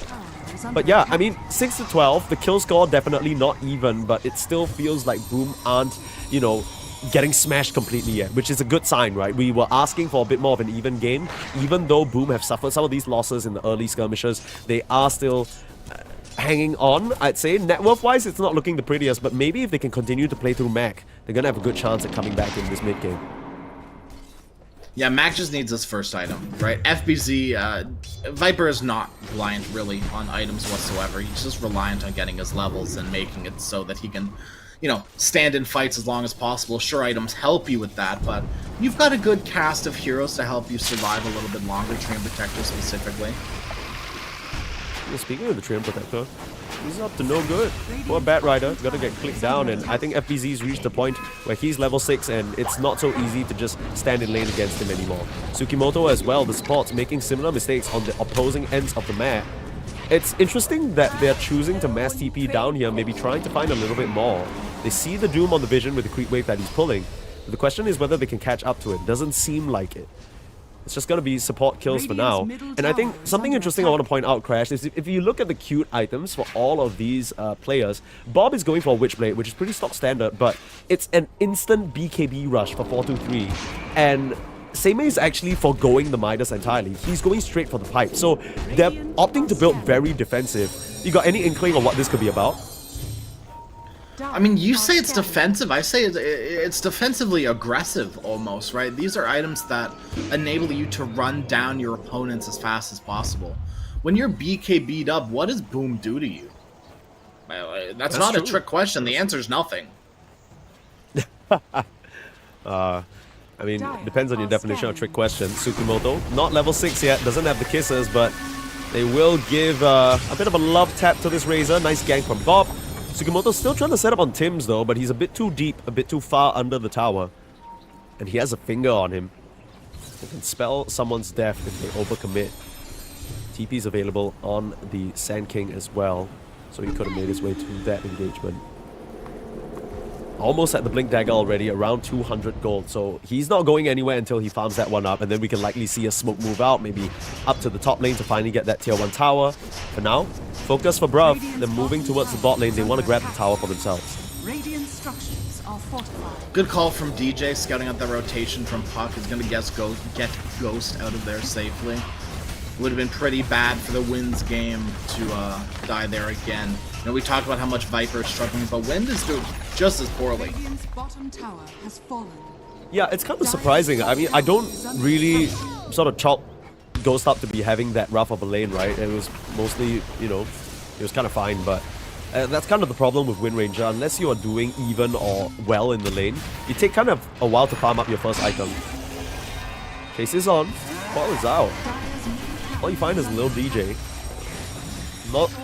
Not really too bad for Boom, right? If you're just losing the Treant Protector or maybe the line from here to that time, it's, you know, can perhaps lull the side of Bruv into a false sense of security. One that's gonna lead into this Razor's death if he's not careful. The blink reveal on the Sand King. Gonna jump forward and eviscerate him. 423 was not expecting that at all. No, and you can tell that the rest of Bruv weren't either, right? They had no idea that the Sand King, and they shouldn't, obviously, have no idea that the Sand King is currently top of the net worth. This hero is very problematic now.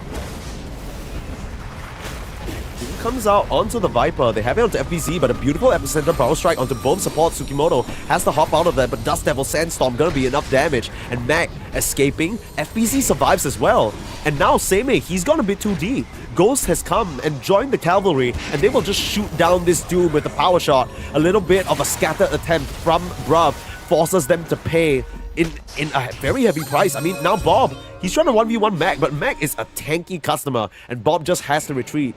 You're starting to run into a little bit of damage issues here up against the Sand King, who, like you mentioned, has deviously crawled his way to the top of the net worth, and Say's gonna go down as well.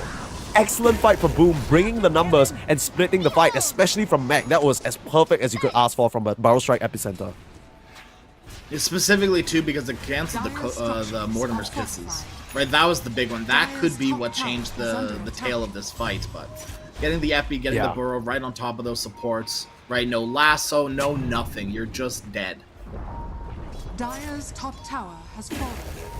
A lot of the additional damage is reliant on the supports at this early stage of the game. You know Seimei isn't really doing much other than the Doom tick damage naturally. And imagine if there was a Mortimer's Kisses on, you know, FBZ's head, even one kiss would have sealed the deal. Unfortunately, that was just not to be. A great shout there. I mean, I didn't even notice a Mortimer's Kisses because of how fast Tsukimoto got stunned. It was so quick. Instantly, one glob came out, and that was like the initial glob, and that was literally it. Like Mac was on him like butter on bread. I don't know. Well, Mac has been doing very well for himself. A buttery smooth start, I'd say. And it's honestly, it's kind of scary, right? Because this Sand King, we need to remember, is the plague of this patch. It is the plague of this patch, I think, in comparison to any other hero. And they still picked it into the Doom, which we were talking about, how this Doom is a pretty good response. So far, Seimei, he's been focused on dooming other individuals on the Boom roster, and it hasn't really worked out for him just yet. It looks like Seimei did go for that Midas too. So did eventually end up Smoke up. deciding for a Midas. Okay, the scan goes a little bit wide, but that's not going to stop the Bat Rider from going down. Not entirely sure how they knew Sei was just standing there, but I guess it was just a bit, nice bit of guesswork. As great play from DJ here, just popping sentries down, making sure there's no vision on the twin gates, and the side of Boom can keep up this aggression on the back of their Sand King. I think one really good thing that Boom did there in that last engagement as well was bring the wind. Right, Ghost was really not needed there, but it's nice to partake in all of those kills, right? Get that residual gold, the residual XP. And look where Ghost is sitting now. You know, not tippy top of the net worth, but in a much better position than they were, you know, 3 minutes ago, 2 minutes ago even. Yeah, and we talked about the Wind Ranger farming a bit slow, considering all other... Ooh, still clipping on the tail end of that burrow, but no follow-up. But yeah, the point I was making, the Wind Ranger really needs that Maelstrom to start amplifying a farm, and the second she gets that, she joins the fight, right? So that's really heads up. Can further get her towards the instant BKB, not rushing the Gleipnir first. I love that choice. He understands that that is the barrier to entry for a lot of these engagements. Oh, Mac. That epicenter sound is just giving me, it's just giving me the quivers, man. Now there is a BKB on 423. Yes. Yeah, so this is going to be a little bit of a window here for Bruv with this BKB, as no one on Boom is really close to theirs. Tower is under attack. Yeah. The question is whether they can still confidently take a fight, right? The Bat Rider doesn't have a proper entry into the fight just yet. Just 30 gold off that Blink Dagger, and I'm predicting a bit of a Bruv smoke to come out and try and get something done. And I believe in that slight rune tussle, DJ caught a glimpse of the completed BKB. Well, if they didn't before, they probably will see it now. The ping's coming through. They seem to know 423 is up here, just farming the creep wave. Oh, and they're starting to surround him. This is a lone Razor up here. No one else is here to potentially help. Starting to cut him off. Even with the BKB, he can't actually TP out because DJ's in the area. This is not a good look. Starting the whirlwind. Not even needed. Just gonna shoot him down, and yeah, he's not gonna BKB this situation because it wouldn't have saved him anyway. Great catch from Boom, and they're not done. Immediate smoke up. They're coming through the twin gates. The scan comes through. They know that Bruv are in this area, and the immediate retreat because of that wonderful ward being placed down. They have full vision of their opponents. But they Mac don't is just know playing who dumb gated. here. Scanning. Okay, on to the puck. The Doom on the Sand King, that's what you wanted, but can they still continue to take this fight? A lot of magic damage out from Bob, looking to turn the tides in their favor. In an unfavorable situation, somehow Bruv come out on top. And Ghost in trouble as well. No lasso, but more than enough fire to burn him to the ground. A great turnaround for the side of Bruv, and they can continue this aggression in the bot lane. It was a great recognition of when they could fight, and a lot of it has to do with just the numbers game, right? Viper wasn't there, so it was an easy 4-on-4. You get the Doom on the Sand King, then it's a 3-on-4. Sand King is stuck not being able to do anything and turns himself into a little piggy and tries to run away, but in the midst of a coil, it's not really an option. Oh no! No, not the Hex! Ooh, just caught trying to find a rune, baby boy! That's tough, that's tough. Just when you made such a great play in the bot lane too, Tim's right on top of him. I believe that was a fresh Blink Dagger. Just catches him off guard. It was indeed. Yeah, Bob had no idea about that Blink Dagger because in his mind, this lion just died. There's no way he has a Blink Dagger. Is under attack. Had that bad boy shipped out to him already, I think, before the dev. So just a posthumous haha. And now Boom, able to get the tier 1 tower as a result of the puck's absence. A lot of control and damage left out with Bob not being in the picture. And I can't help but feel like Boom can just continue this aggression, right? They're feeling very confident now. Even with 423's BKB, they have a lot of different ways of dealing damage through it at this point, especially with the Viper and the Wind getting quite a bit of net worth. The Hurricane Pike complete on FBZ. And the Wind just a little bit away from that BKB herself. Yeah, BKBs are going to change the course of this game for Boom, obviously for the better. The more BKBs, the easier this game gets. Starting to initiate onto Seimei here, but look at how tanky FBZ is, my goodness. He took 0 damage from that. He's still trying to find an opening here. The blink forward lasso, beautiful stun from Tims. And a 4-man overgrowth. The question is whether Boom can capitalize. In with the epicenter, in with the demise bomb. Has to escape, but the Kissers will still find the support on Boom. BKB on the front lines, 4-2-3 though. He doesn't have enough damage to work through them, and the Shackle will hold him to his grave. They doom up the Sand King now, but he should be able to just piggy on out of here, pops his own BKB. And here comes Ghost with the Whirlwind. Had that on cooldown early in the fight because he was clearing a creep camp. It still ends up 2 for 2 for now. Definitely in the favor of Boom, considering the BKBs on Bruv were used and they still lost their carry. Radiant's middle tower is Yeah, I'm under not attack. quite sure what 423 was doing there so far up and away from his team, especially without Link. He used it, it got broken, and then he decided to stick around and try to man-fight not just a Viper, but a Wind as well. That's not it. That's, I don't know, I don't know what MMR you have to be to think that that's a good idea, but I'm sorry, but it's not it. I mean, it's clearly whatever MMR 423 is, because I think, you know, he's played quite a bit of Razor at this point, but perhaps in that moment underestimating how strong his opponents have become. And every reason to do so, right? You gotta keep in mind how this game started. It was very overwhelmingly in his favor. His team was dominating, they were getting kills across the map, you know, none of the Boom plans were really working out to fruition. But it's a very different story now. 21 minutes on the clock, 17 to 19, less than 1k gold lead. And you're reaching a point where now you're dealing with a very strong tri-core. Mac does a shit ton of damage, and you got 2 auto-attacking beasts from range. Your Razor isn't this raid boss with the BKB anymore. He needs a bit more time to get some of these damage items and really position himself a bit more carefully. See if that can come to fruition here. Nice move onto Bob. He is able to dodge it out, though. He also had a regen rune, so maybe you don't even kill him. Yeah. As we expected, Boom, the second they hit their initial item timings with the blinks on the supports and Mac, they've just been keeping it rolling. I think Snapfire might have revealed herself a little bit there with a blast, and they're going to try and wrap around on the high ground.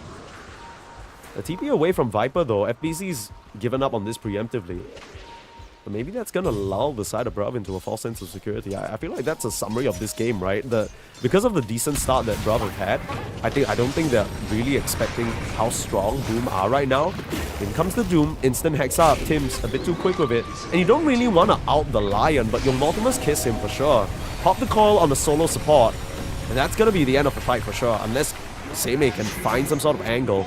FBZ showing himself right now, but even 423 knows he can't be positioned so aggressively anymore, getting Hurricane Pike back to safety. Man, that was almost a Gossamer Cape diff again. The Lion, the initial Infernal Blade gets dodged out, and it almost saved his life. I don't think Seimei was expecting it in the least. Yeah? At the start, he threw the Infernal Blade out and was ready to start backing up to let his team do the rest, but Yeah. didn't realize the stun didn't go through, unfortunately. And back and forth we go, a very even game. This is what we wanted, Crash. And, It is. okay, so it seems like Boom are the primary ones still looking for an engagement, but now it'll be the time for Bruv to smoke up. Seems like whoever can get the jump will have the advantage naturally, but where do they want to fight is the question. Is there an advantage on this cliff? Surely this high ground vision is going to serve them well. An inkling about where the Boom heroes are. Lasso onto FPZ, that's a good target. Doom not needed if you can just work him down. And Overgrowth holding down 5. But that's not going to be enough to stop the death of the Viper. It's full retreat now for Boom. Can't imagine Mac wants to try and turn on this. Especially without the tanky frontliner that is your Viper. I love what I'll be it for Seimei now. does there. He immediately starts running forward. They know that the Viper isn't the target anymore, for the Doom at least. Mac That is, tries for a barrel strike onto Bob under the tower, but it's a bit too slow on that one. Bob, his finger on the trigger. This mid-tier 1 still being up honestly surprises me, but I guess that's really just a trend difference. Winding up the Epi, in he comes onto 423, no chance for BKB. He needs to be able to pop it, but he already has no HP. Finger of Death would shot him down, and the Doom's gonna fall as well. They lose nothing for that. That has to be the most telegraphed play. When you're grouping around a tier 1, you gotta expect the Sand King to be setting up, but they just weren't ready at all. Tim's gonna leapfrog forward and find another. Draining away the mana, just slowing down Tsukimoto, and the follow-up stun from Mac. gets the kill. A 3-for-0 exchange. Bob and Tsukimoto are the only ones to escape there. Dire's bottom Man, tower what a is under sloppy... attack. I don't even want to call that an engagement. What a sloppy push from Bruv. That was... Dire's bottom tower I don't know what to call it. Ambitious, a big mistake, oversight, a lap in judgment? Why are you standing 4 heroes, you know, butt to butt with a razor? Hello? Like, get away a little bit. Don't get like 3-4 men epicentered. The thing is, they all got epicentered, but it's not even like they all got barrel struck, right? So that's the kind of situation where if they had like a Tusk or a Shadow Demon or any sort of save, it would be different. But now they're gonna come through again. They know Mac is gonna be around the area, and they catch him this time. So making up for the former little fumble there, this will open up the tower for real this time. Radiant's middle tower has fallen.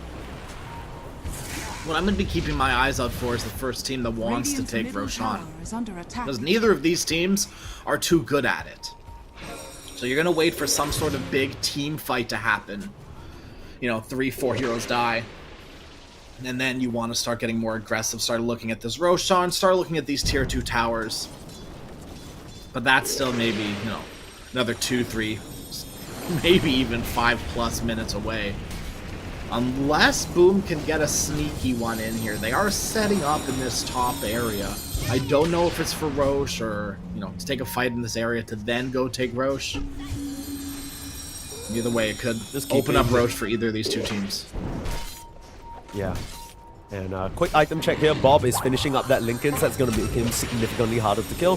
BKB is complete on all of the boom calls with Mac going for his Bloodstone. No surprises there, but just so much defensive potential. You got to imagine when the 5v5 actually happens, it's going to be complete chaos. So right now, it's Boom who are the ones to make the first initiative towards the pit, but here come Bruv. They gotta get here right on the fast, pit. as Roshan is dying quickly. Yeah, they know this is happening, but can they get here in time? They are quite a ways away. Underestimating the decisiveness of Boom. And they're a little slow. I think this Aegis is gonna go into the Boom hands. The question is whether they expect this move. Now DJ, found in the tree line, they'll kill off the tree and protector. No overgrowth and a beautiful coil onto 3, but they can still use the BKBs. Ghost able to just shoot down and get the Doom all the way down. Needs a Glimmer Cape to try and escape, and will be able to do so. But on the front line again, 4-2-3. He's just alone up here. He's gonna get worked down by Mac with his BKB. They can't get the last touches on him, but now he's trying to turn around, and the lifesteal is enough somehow. 4-2-3 somehow survives. Seimei will finally go down, but Ghost, he's back in the fray. They can't do much else with the Whirlwind running out. Get a I mean, did I buyback on see line I think two. they even got the Aegis, right? They got the They Aegis on did, they Ghost. did. The first life is Under gone. attack. So Yeah. honestly, a really, really good fight for Bruv. A tree bought back too. I didn't even notice that. The DJ buyback. Oh, they're looking for Tsukimoto. I mean, that's a consolation kill at the very... sorry, that's Sei. Yeah, I mean, that's a consolation kill. That's all you get from it. It's not how you wanted that Aegis to go. Radiant's bottom tower is under attack. No, a beautiful engagement from Bruv, recognizing that they can indeed, you know, still take a fight on the proper engagement. And they do so beautifully off the back of the Doom on the Viper, who was BKB'd. All of a sudden not able to do anything through that BKB. And, you know, Doom Razor's an interesting combo that, you know, I don't think I even began to think about. If you are linking someone who is doomed, there is a high chance you are going to siphon all of their damage into yourself before they die. Because you don't really do burst damage. Doom isn't burst damage, the ability. So, yeah, like we saw there, FBZ, all of his damage gone, no chance of survival anymore, and he just gets run down through the BKB. Who cares? Yeah. I mean, apart from that, it's also just two abilities that completely single out targets from the fight and remove them from the equation, right? They can, you know, they can Doom on Mac, they can link up FBZ, and suddenly you're just, it feels like down 2 cores. I feel like this game is slowly devolving into who's getting the better jump and who has the vision, because the only mistake in going for the Roche first is that your position just becomes completely telegraphed. That's what allowed Bruv to take that fight, and now it's looking like a similar situation. FBC in a lot of trouble. Mac coming through with the epicenter, but the BKB's already popped. He's gonna eat a Doom. Ghost doing as much as he can with the whirlwind, and 423 is in big trouble. Loses his life to the finger of death, and that's the Razor out of the picture. The lasso try and bring the Wind Ranger onto the high ground. The Kissers as well. Magic damage abounds, but where is the puck when they need him? Where is Bob? He's off to the side trying to juke and jive, but they needed the magic damage and they just don't have it. The rest of Boom are able to sustain through the fight this time round. And I don't think it's a surprise to say that I think DJ saw them coming from a mile away. Yep, the scan came out, so they had complete vision, or not complete vision, but a complete idea of what was happening there. And a lot of it came down to 423 siphoning damage from the Lion? Why?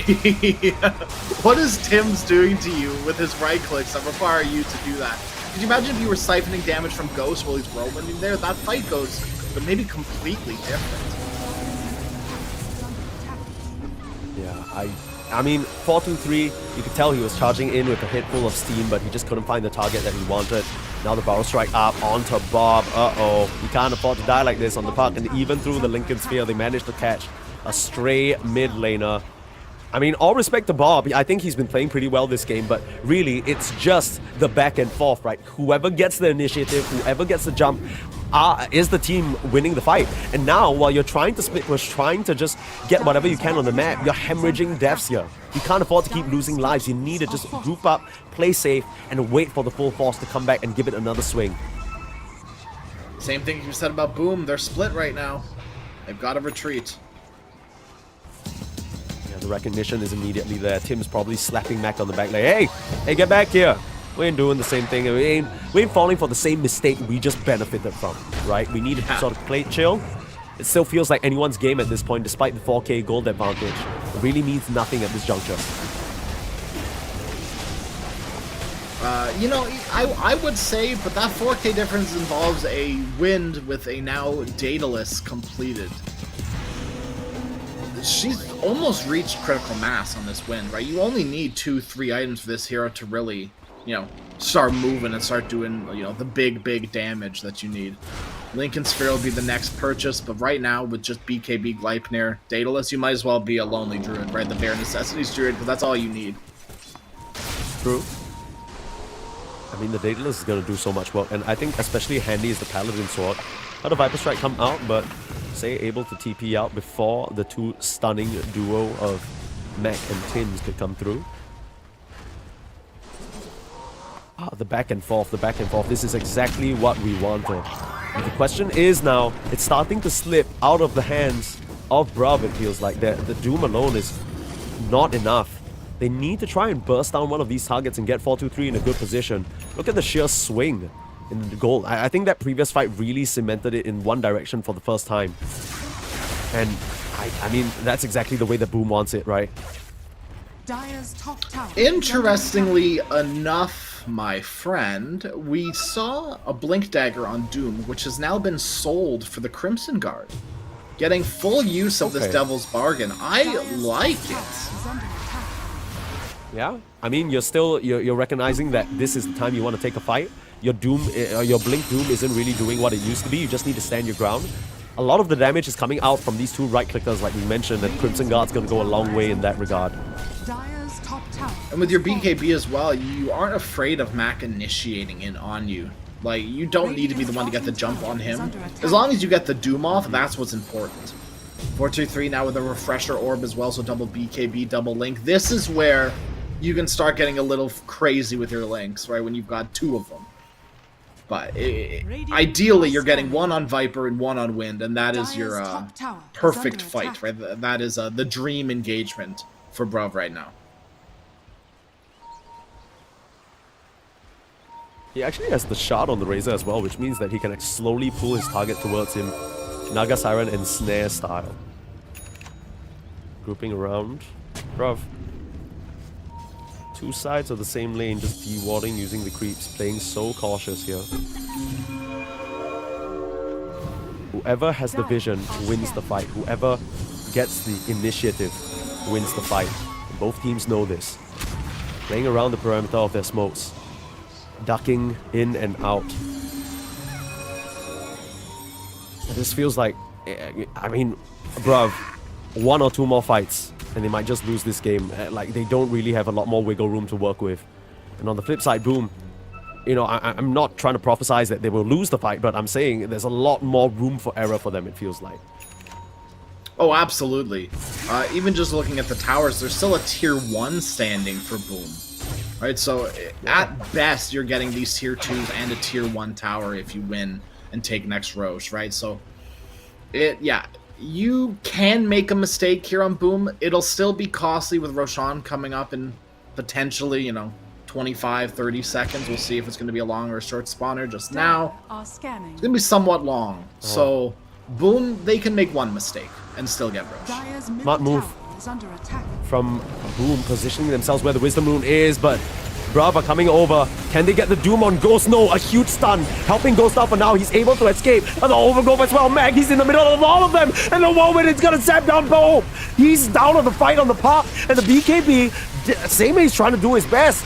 Doom finally gets out onto Ghost, but he's able to TP back to base. Say, trying to find the angle, but they're losing heroes on Bruv. FPZ on the front lines up against Tsukimoto. Way too tanky for them to deal with. And he's gonna try and TP away. He'll be fine. I mean, somehow, some way, the supports get it done, and they're still able to clean up, but that looks so promising for Boom. How did that even happen? Was that just Razor and the AoE damage? Yeah, if you let me look at the damage graph, right, it was mostly all Razor sitting there between 3 heroes with Eye of the Storm, multiple Qs coming off, and also siphoning Wind's damage, which was the important part there. Ghost was in, Whirlwinded up, that was cool, that was great and all, but the damage was slowly being siphoned away, and you saw at the end tail of that fight there, Ghost was, you know, not really doing anything. He was doomed up, so he had to TP out of there and still ends up dying in his fountain. That was messy, to say the least. Here I was thinking that Boom had the positional advantage in a spot where I don't think Bruv might have expected, but they just charge in anyway and get it done. It's a miracle that FBZ got out of there, but he's slowly reaching the point where he's becoming a carry himself, right? Sanjin Yasha, Hurricane Pike, Vindicators, Axe. Once he hits that level 25 talent, things are going to get a lot worse for Bruv. It feels like they need to try and make something happen before that point, because he's already just trucking out so much. He has the Predator damage per missing health. He's working down these tanky targets. It's looking really good for this Viper last pick. Absolutely, and it doesn't even feel like there's too big of an aura diff this game, right? Like, you're not feeling the effect of this Viper being the offlaner.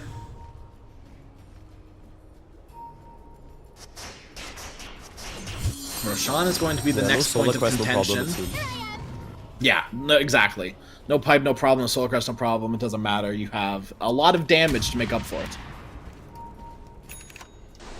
Oh, the pings come out. They're on the hunt. Find Tsukimoto. It's a fine target. It'll open up Roche, which means that Bruv, unless they want to buy back here, not going to be in a position to contest. Now, this Roche is on quote-unquote their side of the map, right? So they have the outpost they can TP to, but with no vision control whatsoever, it's going to be suicide if they try and come in now. So probably just going to give this one up. Looking to try and split push instead. They have to be wary about a wraparound potential from Boom coming through the Twin Gates. DJ, the forward scout here. You look at this ward on the high ground. They see Mac.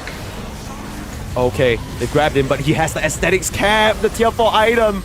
They doom up on the Sand King, and 423 is just full committing for this kill. They get the Aegis on the Wind Ranger, who will be TPing back shortly, but now FPZ forced to pop his BKB as well. Starting to get zapped now, 423 just gets it done. Bob with a double kill. A bit of a messy start to the fight from Boom, and looks like DJ is gonna fall as well. 423 not able to escape from Ghost, who cleans up 2 members at the very least. The tips come through. Ghost, the savior of this fight a little bit, but what else can he find? Bob, you're trying to escape. Oh, the orb comes out, and they lose sight of the puck. That's all they'll find for now, but Ghost, no longer the sort of weak, puny Wind Ranger from the past, now trucking out a whole lot of damage. But Bob gonna try and play around with the Wind Ranger just a little bit. Cookie stun up. Tim's in no position to help, and they'll actually get the Aegis. I was gonna say maybe they can wait for all the respawns to come through and try a second push, but yeah, Ghost just getting a little bit too cocky and underestimating the amount of damage between these two.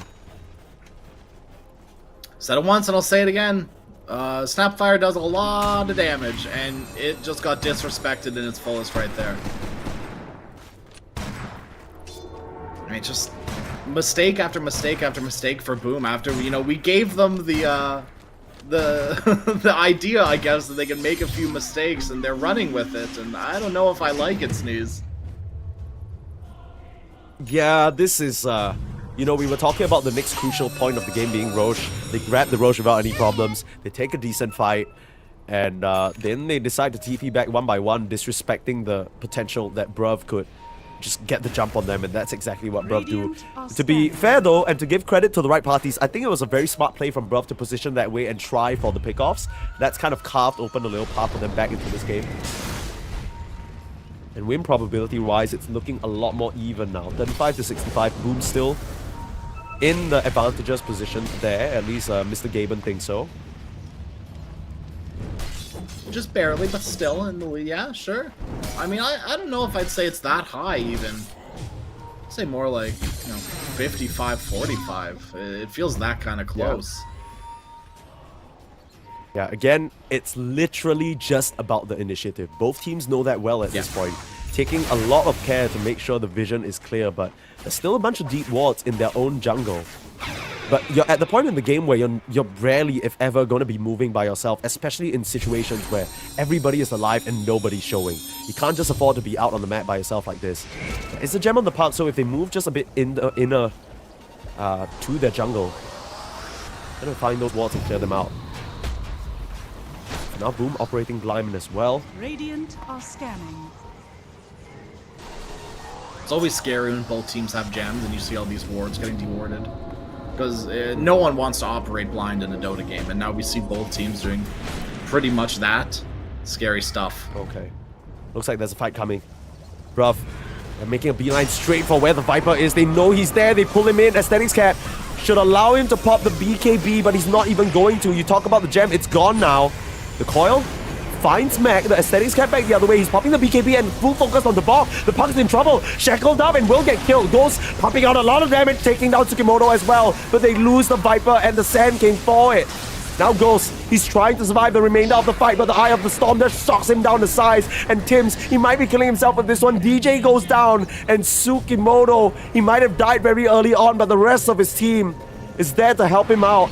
The gem goes down. They blew so much on Bob, it felt like, after losing FBZ initially. You gotta wonder whether that was the right move for Boom, whether they should have just retreated. But it ends up being an advantage Bruv's way. And 65, 35, 45, 55, it doesn't matter now. It feels like game's back to even. Dire's middle tower is under attack. I would now dare say the game is a little bit less even now, because Doom is up once again. We saw very quickly Seimei buy a refresher orb, sell it for a Octarine core now, and Tim's, he might be in some trouble. Dire's What? bottom tower What is under was that attack. about? I guess not. I guess Seimei just I had thought- like a... just kind of hated him a little bit. Personal vendetta, it seems. I thought he was gonna just doom teams. I guess with the Aesthetics Cap, you don't really want to. But Infernal Blade, War Stomp, you had other abilities to proc that Aesthetics Cap. I'm not sure. Weird. Yeah, I mean, also, he's the only one alive right now, and you could, Yeah. you know, keep the chase going for a little bit, but I guess he was just kind of scared. Yeah, Gray is pointing out to us, our observer, he's like, yeah, but there's a Glimmer Cape, man. Like, what are you talking? Are you stupid? He would have been fighting. Yeah, you're probably right, Gray, but I mean, you know, you see the refresh of the Doom, the Octarine, he's like sizing him up and looking for a kill, you know. With the sheer amount of zany moves everyone has pulled this game, I wouldn't put it past them, but opts for the safer play. Keep in mind, ladies and gentlemen, if you're just joining us, it's Boom versus Bruv. Two teams that have fought their way through the lower bracket for the entirety of today. And I think it's at this point, maybe into game 2, where you'll start to feel a bit of that fatigue, because I think I've heard it from a few pro players. Playing a competitive match is like playing 3 or 4 pubs. Like, it's really not the same. The amount of strain, communication, and coordination that has to go into playing. Ghost showing himself armed with a Lincolns and a BKB. He feels that that's going to be good enough for his team to get a counter initiation. Around the same location again. It might just be a fight brewing. The previous time, Say was able to start this off with a very nice lasso on the poor Viper with AD rune. Hand it over to Ghost. Surely, bruv, you can't keep fighting despite this. There's no way you hang on. Don't strike in. Focus down onto Bob. Nice cookie and phase shift away. He should be fine, but the BKB already used from Mac. That's a little bit awkward now. Ghost pops the AD rune as well. It's very awkward for Boom. They have to full retreat here. Dire are scanning. I mean, Yeah, I'm sure even initiation's if they the name of didn't the full game, retreat, right? like I think even if they didn't full retreat, brother out of there. Like they want no business fighting you right now. Oh, Tsukimoto, Aghanim Scepter, so the Gobble Up is now online. Is he Thoughts? who's he Goblin? Like the Razor? Like that's pretty lit, right? You just toss him straight in. Dire. This is why Toss him straight in, he Seimeis gets like Blink 2 Dagger static earlier. links, he BKBs. Yeah. Oh, they're cooking. Throw Sei in so he doesn't need to Blink Dagger in. Oh, Don't do that. true, Don't- true. Don't I was gobble thinking, up your supports and throw them in. Don't do it.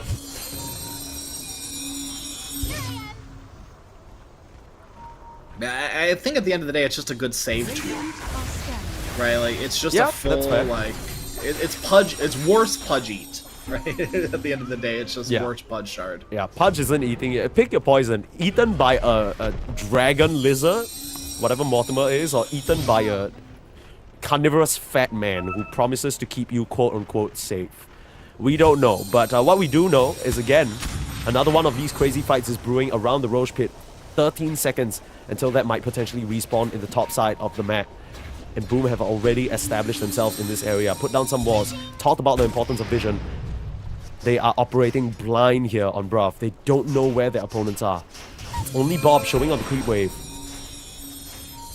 No one has any scans either. Gonna wrap in with some Razor illusions. FBZ will show himself. Has to be careful about a lasso, but Tim's ready and waiting to protect him. This is the classic Roshan's clear the not gonna creep be up wave for from the another minute and a side half. move. Yeah, it's gonna be a while. What is the play here? They're opting for the full wraparound. Slowly but surely. It's DJ in the tree lines though. It's gonna be the first point of contact. Just spot them out. Blinks away from the orb. Bob still has that. Oh, what? Wait, is that an illusion? They found it Ghost was. with a Razor illusion spit out, and that forces the BKB. Now things are feeling very weird. The Link and BKB used for 4-2-3 though, and the Burrow Strike now on the part. Okay, they have the control. Do they have the save? Try and force stuff out. Bob is down, but he can buy back and get back into this fight. That's what they'll have to do. In comes 4-2-3 for the second round. They try for the Doom, but they aren't really able to get it on a meaningful target. Things are getting messy now for Bruv, and if the side of Boom can just escape, it'll be more than worth it. Ghost with the TP out, they can't break the Lincolns. Now they're just gonna hope for the Roche to be settled before the side of Boom can regroup, but 4v5 situation. Tims is still in the area. Getting advanced information for his team, Tsukimoto right in front of him, but he has no idea. Oh, on the hunt now. Catches a glimpse of the Snapfire and DJ's in as well. The Statics Cap isn't gonna save him for long. Tsukimoto gonna try and buy himself time with the spit, but he will go down.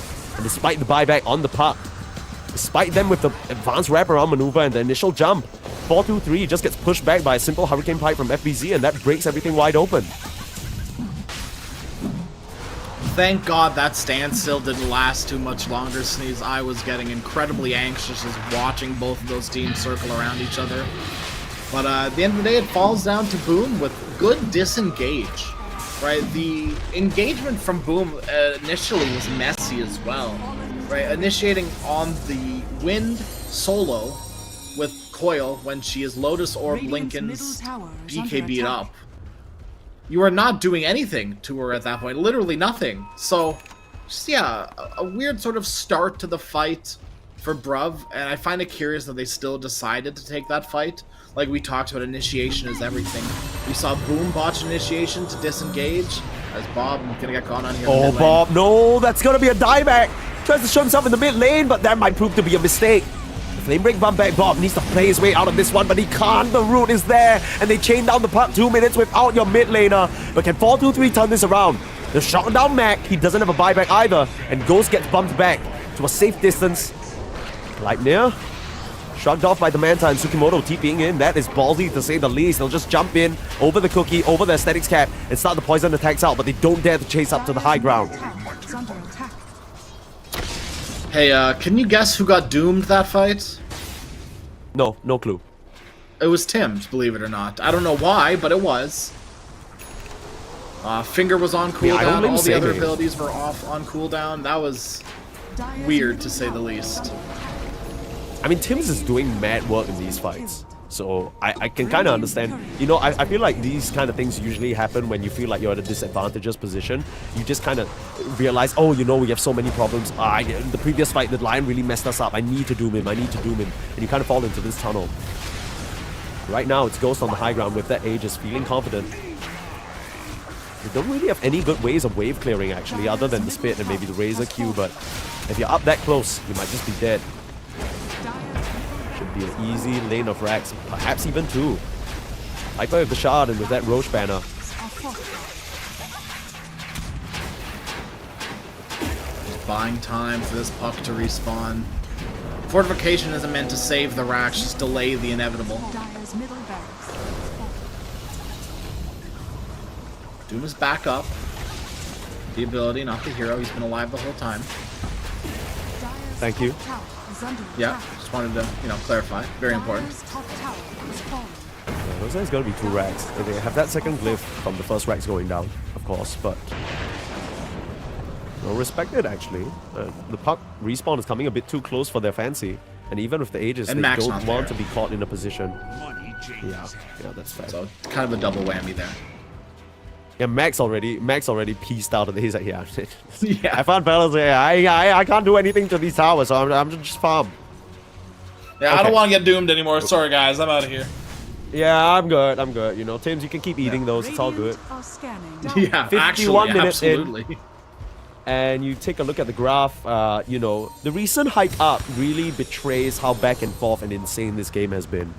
It's always been, since the past 35 minutes, whoever gets the initiative gets the win. And I think even in that situation where Bruv were going for that crazy wraparound, it felt like Boom were completely ready for it.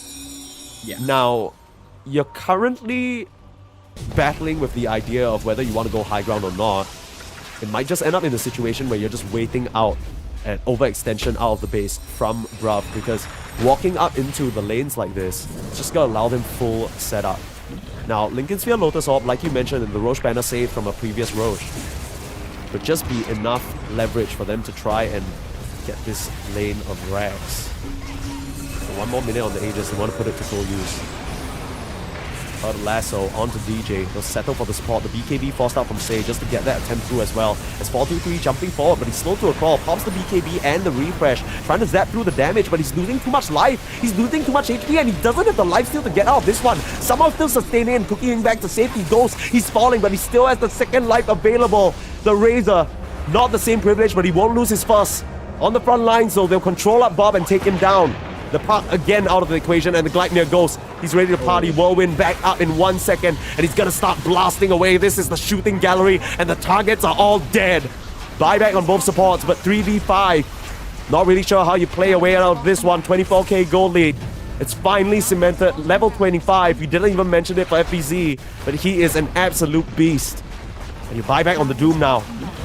As one Doom to try and make it happen. They'll spit out the Razor, bring him into the fray. Look for a Doom onto Ghost. They'll be able to get it, but the Lotus Orb reflects it, taking Seimei out of the equation. And 4-2-3 will just get gunned down. GG is called as Bruv. They try their hardest to swing this game back into their favor over and over and over. But in a battle of resilience, Boom come out on top, and they'll take game number 1.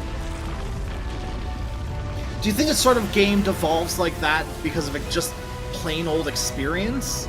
Or like, what in your mind happens that game? Because to me, it felt like a very good, even game that kind of boiled down to some botched initiations by Bruv, but still, it was in their, it was in their hands for pretty much that entire game. Still, You know what I think it boils down to, Crash? I know it might be a little bit reductive because all these 10 players played a really scary game, but I gotta say, 3 aesthetics caps on Boom Esports really changed the flow of that game. The only way that Bruv are getting these pickoffs is if they are able to chain stun and somewhat try and burst someone down. Because the defensive maneuvers from the rest of the team, the counter initiation with the tree and with the lion, it's just way too powerful. But the fact that the Sand King, the Viper, and the lion, these primary targets, are getting just the disabled shrugged off for the first 3 seconds. I mean, even our observer pointed out, it prevented the Doom from trying to go for a solo kill. Any other situation, he probably would have gotten that done. But they're just able to resist most of the statuses being thrown their way, able to turn things around, and the fact that both Ghost and FBZ got to that level where they are just auto-attacking down 4-2-3, regardless of the sap, regardless of the storm, that's tough. That's a tough place to play Razor. Yeah, I think we're kind of seeing the weaknesses of Razor going up against quote-unquote real carries. Razor is good and fine and all, but I would say that Razor's more of an anti-carry than a carry in his own right. I think you might disagree with me on that one, huh?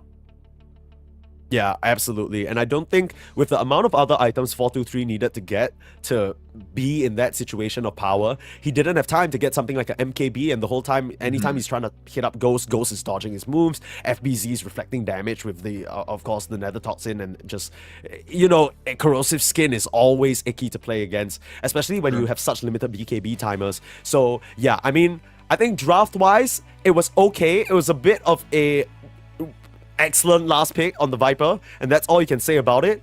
I will say though that I think Bruv did have an early game advantage and they let that slip away slowly. So maybe a bit more discipline and a bit more directiveness in those moments, similar to what we saw from them earlier on today, would have made the difference. What about you, Crash? What do you think?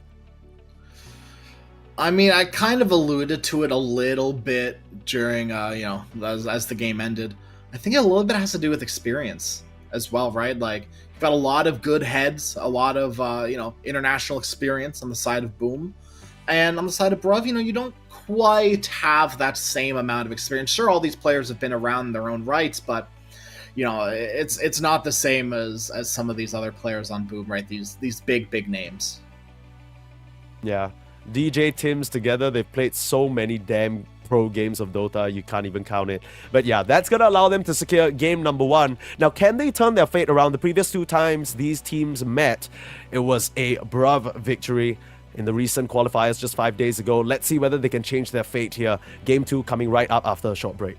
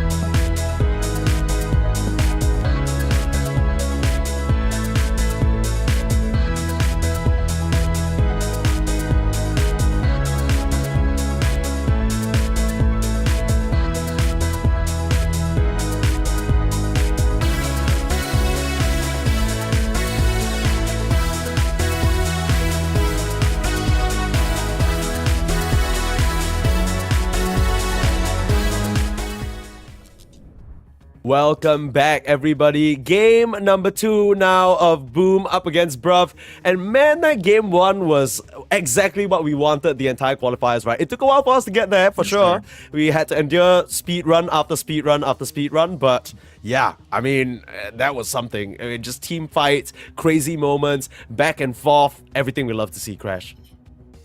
Yeah, absolutely, and it just took Boom to give it to us. You know, a team that a lot of people, you know, judging by their qualifier performances, may have counted them out already. And same thing can be said about Bruv, right? Like, you look at the Boom lineup, you look at Bruv lineup, you go, okay, who the hell are half of these people on Bruv? Let's just, you know, full send Boom. I believe in these players. I recognize them, right? So it's just one of those situations where it's like, okay, like, it is a lot more even than I think anyone is giving anyone else credit for. You even saw points in which there was Bob wasn't all chatting specifically, right? He was not question marking. There was no XDs. There was no voice lines even really from Bob, and you know he's in full concentration mode at that point. Yeah, for sure. And I mean, unfortunately, the full concentration mode couldn't do it, right? Didn't get it done. But we have the draft ready for you, so we'll hop right into the game right now. Game number 2 between Bruv and Boom. Now, Crash, this, look, I don't actually think there was anything necessarily wrong with Bruv's draft, but I do think there was a little bit that could be fixed about their execution, right? We did talk about this as the game 1 ended. I think somewhere along the early mid-game, they let too much of their advantage slip away when they were full-on dominating the first 5 to 8 minutes.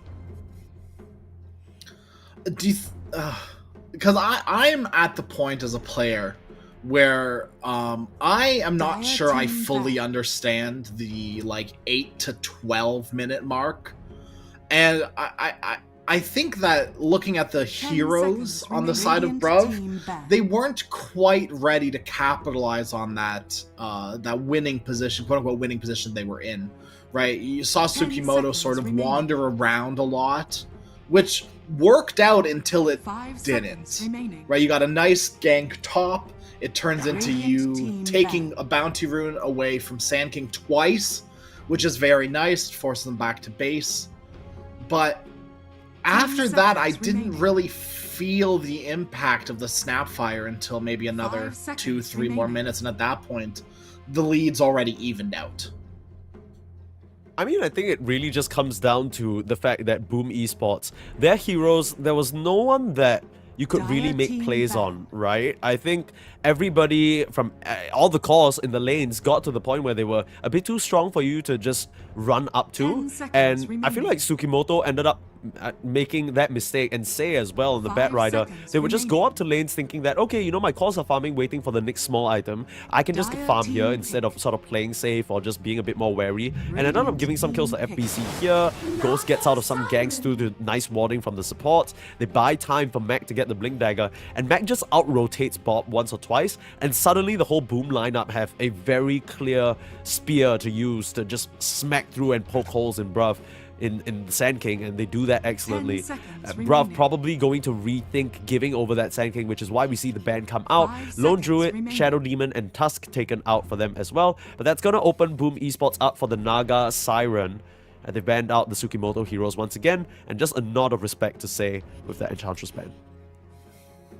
I mean, the supports from Bruv are what really make their team, right? And I think Boom recognized that, and they're, you know, acknowledging them, giving them the respect they deserve.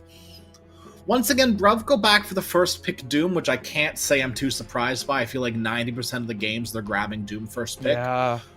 But also, something could be said about Boom and all the other teams they've played against just leaving it in, right? Whether it be, you know, disrespect for Seimei or just a disrespect for the hero. But there were few fights where Seimei just felt like he wasn't doing anything, right? Dooming the Lion here and there, dooming himself once or twice near the end of that game.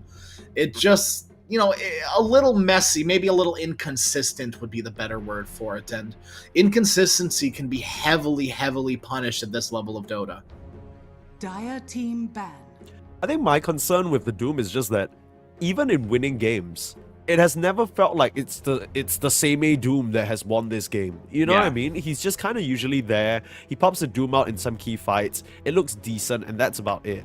In the times where Seimei has looked good, it's Tsukimoto who's the one sort of making the lane an absolute menace for his opponents. He's getting good farm, he follows up with the team, but when he's kind of on even footing or by himself, we've rarely seen this player actually go out on his own and make plays. He doesn't really seem to have that X factor, and that was something we discussed at the very start, right? We were looking at this roster, and out of all of them, Seimei really seemed like the weak link in terms of his hero pool. He didn't have anything super flashy, didn't have any major overlaps with his other two cores where they could sort of afford to flex, which is maybe why they're first picking the Doom. It's not so much of a we believe in this Doom, but more so, if we don't give Seimei his Doom, he's gonna be wildly uncomfortable. I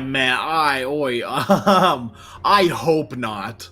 I hope you're not constrained to one hero. Like, look, if you're trying to make it to DreamLeague, you need to be able to play more than one hero in your offlane. I don't care if it makes them uncomfortable. you need to start expanding that hero pool just a little bit. You can't keep relying on Doom, especially a Doom that people clearly, your enemies, don't care about. I think, okay, let me re-clarify what I'm trying to say here. I'm not trying to say Seimei can only play the Doom, but I think this team believes that the Seimei Doom is a much better weapon than it actually is, right? Because we've seen Bruv pick other heroes for Seimei, and it looks great. Like, remember the Slada game? Like, that wasn't too bad. It was good. Even I would dare say it was a good showing of the Slardar, yeah. So I don't really understand exactly what the prospects are. I guess it's just like the only thing my mind can default to is maybe it's something that's comfortable for them. They don't want to reveal too much from their other cores because 423 and Bob can be such X factors. So it's kind of like old Tundra when Toby was standing in situation. Topson and Pure are just such superstars that you want to give them their zany picks and give them information before they lock those in. So you're just throwing first pick Brewmaster for Toby every single game regardless of the matchup, and you're hoping that Seimei is good enough to still have an okay performance. They will default back to the Bat Rider, which I will say I think Sei is really good at, so I'm not surprised. But for the first time this entire 2 days, Crash, we're going to see a Mirana. Yeah, it's been banned out, I think, once, not too many times, mind you, but it's been generally left untouched. We haven't seen a single one. I don't know about the other stream at SCA, but we certainly haven't, and it's a little bit of a breath of fresh air. I hate saying that about Mirana. Oh, I feel disgusting about myself. But it's a nice little, flex pick. It's nice to see it. I'm always going to get excited about big arrows. I think it's one of the, at least in my opinion, one of the most exciting stuns in the game. You never know what's going to happen with an arrow, right? Omni Knight is going to be a good rebuttal to the Mirana with the Repel, pairing that up now with the Luna. Does that mean that this is a Tsukimoto Bat Rider? I think it does. Yeah, and Tsukimoto, as we know, plays a pretty mean Bat Rider as well. Really like this Omni Knight pick because right now, Boom Esports, they're suffering from a bit of lack of damage, right? Naga Siren doesn't really contribute much in that regard. A lot of control, a lot of scouting, and a lot of just kind of utility on that hero that doesn't really translate into following up on any sort of kill. And, I mean, they're hoping that maybe FBZ or... Actually, I'm looking at this and my mind instantly defaulted to it being a Mac mid lane Pango, but there's a very high chance that this could be a FBZ off lane Pango as well. I think in his heyday, he was really picking that up and getting people all confused because everyone would assume that it'd be the mid laner, but he would just whip this baby out and still perform. So definitely something to keep an eye out on. Not really sure how it pairs up into the Omni Knight and the Luna though. Should be a safe pick. Pick the Rubik. Okay, so that kind of puts the Mirana in a position where it's likely to be position 1, right? Yeah, unless they're doing something crazy with the 3 Rubik, this is most certainly a 1 more. Or I guess, maybe a mid. Bro, this is 100% a Tim's Rubik. You pick 2 of his specialties, but if Rubik is picked in a Tim's game, and there's no way he ain't played it. That's all I'm saying. It has to be, right? It has to. I'm not crazy, right? It's gotta be. Are we still in a world where Naga Siren is ever run as a position 1? Because I think that's god-awful now. No. Heavens no.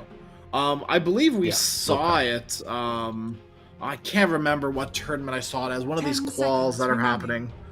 I saw it once, and Chat Can't was really trust dogging its on walls it. though, right? The casters were dogging on it. I was dogging on it as I was watching it, and it looked So many dogs on that dog. Naga Siren, man. That's rough. There were a lot of dogs. Well, it's because of mirror image, right? You know, one dog for each Naga Siren. One dog per You put a mirror in front of a dog, suddenly 4 more come out. That's how it goes. That's how that works. Yeah. Okay. Well, we'll see 5 whether seconds Bruv remaining. can muster something nice for us here, because that game number 1 was a bit of a spectacle despite it going Boom Esports way in the end. Sure. I hope they're not too discouraged for it. It's just a matter of some key decisions being made the wrong way. They'll be the ones to ban out the puck, but they seem to believe that this will be a Pangolier mid, and they're banning out some offlaners that they're a bit worried about the Luna might have trouble with. You could go 1 for 1 too. You could ban out a mid laner and an off laner just to kind of cover all your bases. They're just going to double down on the off laners, right? Want to make sure that this Luna has a good game, which completely understandable. Roar is one of those abilities, those few stuns that go through repel. Beastmaster doesn't really care about GA either. Sure, right clicks aren't going to go through, but the drums are still going to keep on beating. He's still going to keep on healing. So it's just, you know, more sustain, 5 more seconds annoyance on the remaining. Beastmaster. And it's another Doom target as well. It's a hero that you feel like you have to Doom. And you've already got 2 of them, if not 3 in the form of the Naga Siren too. Yeah, you see, you were saying Naga Siren, I was thinking Rubik. I mean, the second you pop the Doom out, if you ain't fast enough, you know Tim's is going to be all over Sure. that baby. You can steal a Lucent Beam, that's going to be annoying. Flame Break as well, just a bunch of good tools. And I think just the instant initiation more than anything, right? If the Doom jumps in and Tim's is too fast on the fingers, he's just going to lift you before you can Doom, and it's going to be a bit of a pathetic display. One final ban on the Queen of Pain. They're worried about these elusive mid laners coming out for Bob, so they'll select the Bristleback for themselves. Ooh, there still could be any which way. Are we thinking Bristleback off lane and mid Pango for sure, or is there some degree of flexibility here? Either way, pretty good Bristleback pick. I think so too. It depends on the mid 10 laner. seconds remaining. If Bruv want to go for some sort of, you know, weak 5 melee seconds remaining. mid laner, you could totally just slam this Bristleback and own them in the mid lane. Are there really many weak melee mid laners? Not that I can think of at the top of my head. Maybe Earth Spirit, but I don't think that's really in the Bob market of things. Yeah, let's have a little consideration then. What is in the bot market of things that is still... Storm Spirit's banned out, Queen of Pain is gone. He has brought out the DK? Viper, the Lina. DK is not too bad here. The stun, providing them a good body to play around. I mean, that's one thing that's missing from the Bruv lineup now. They need someone to play around in the early to mid game.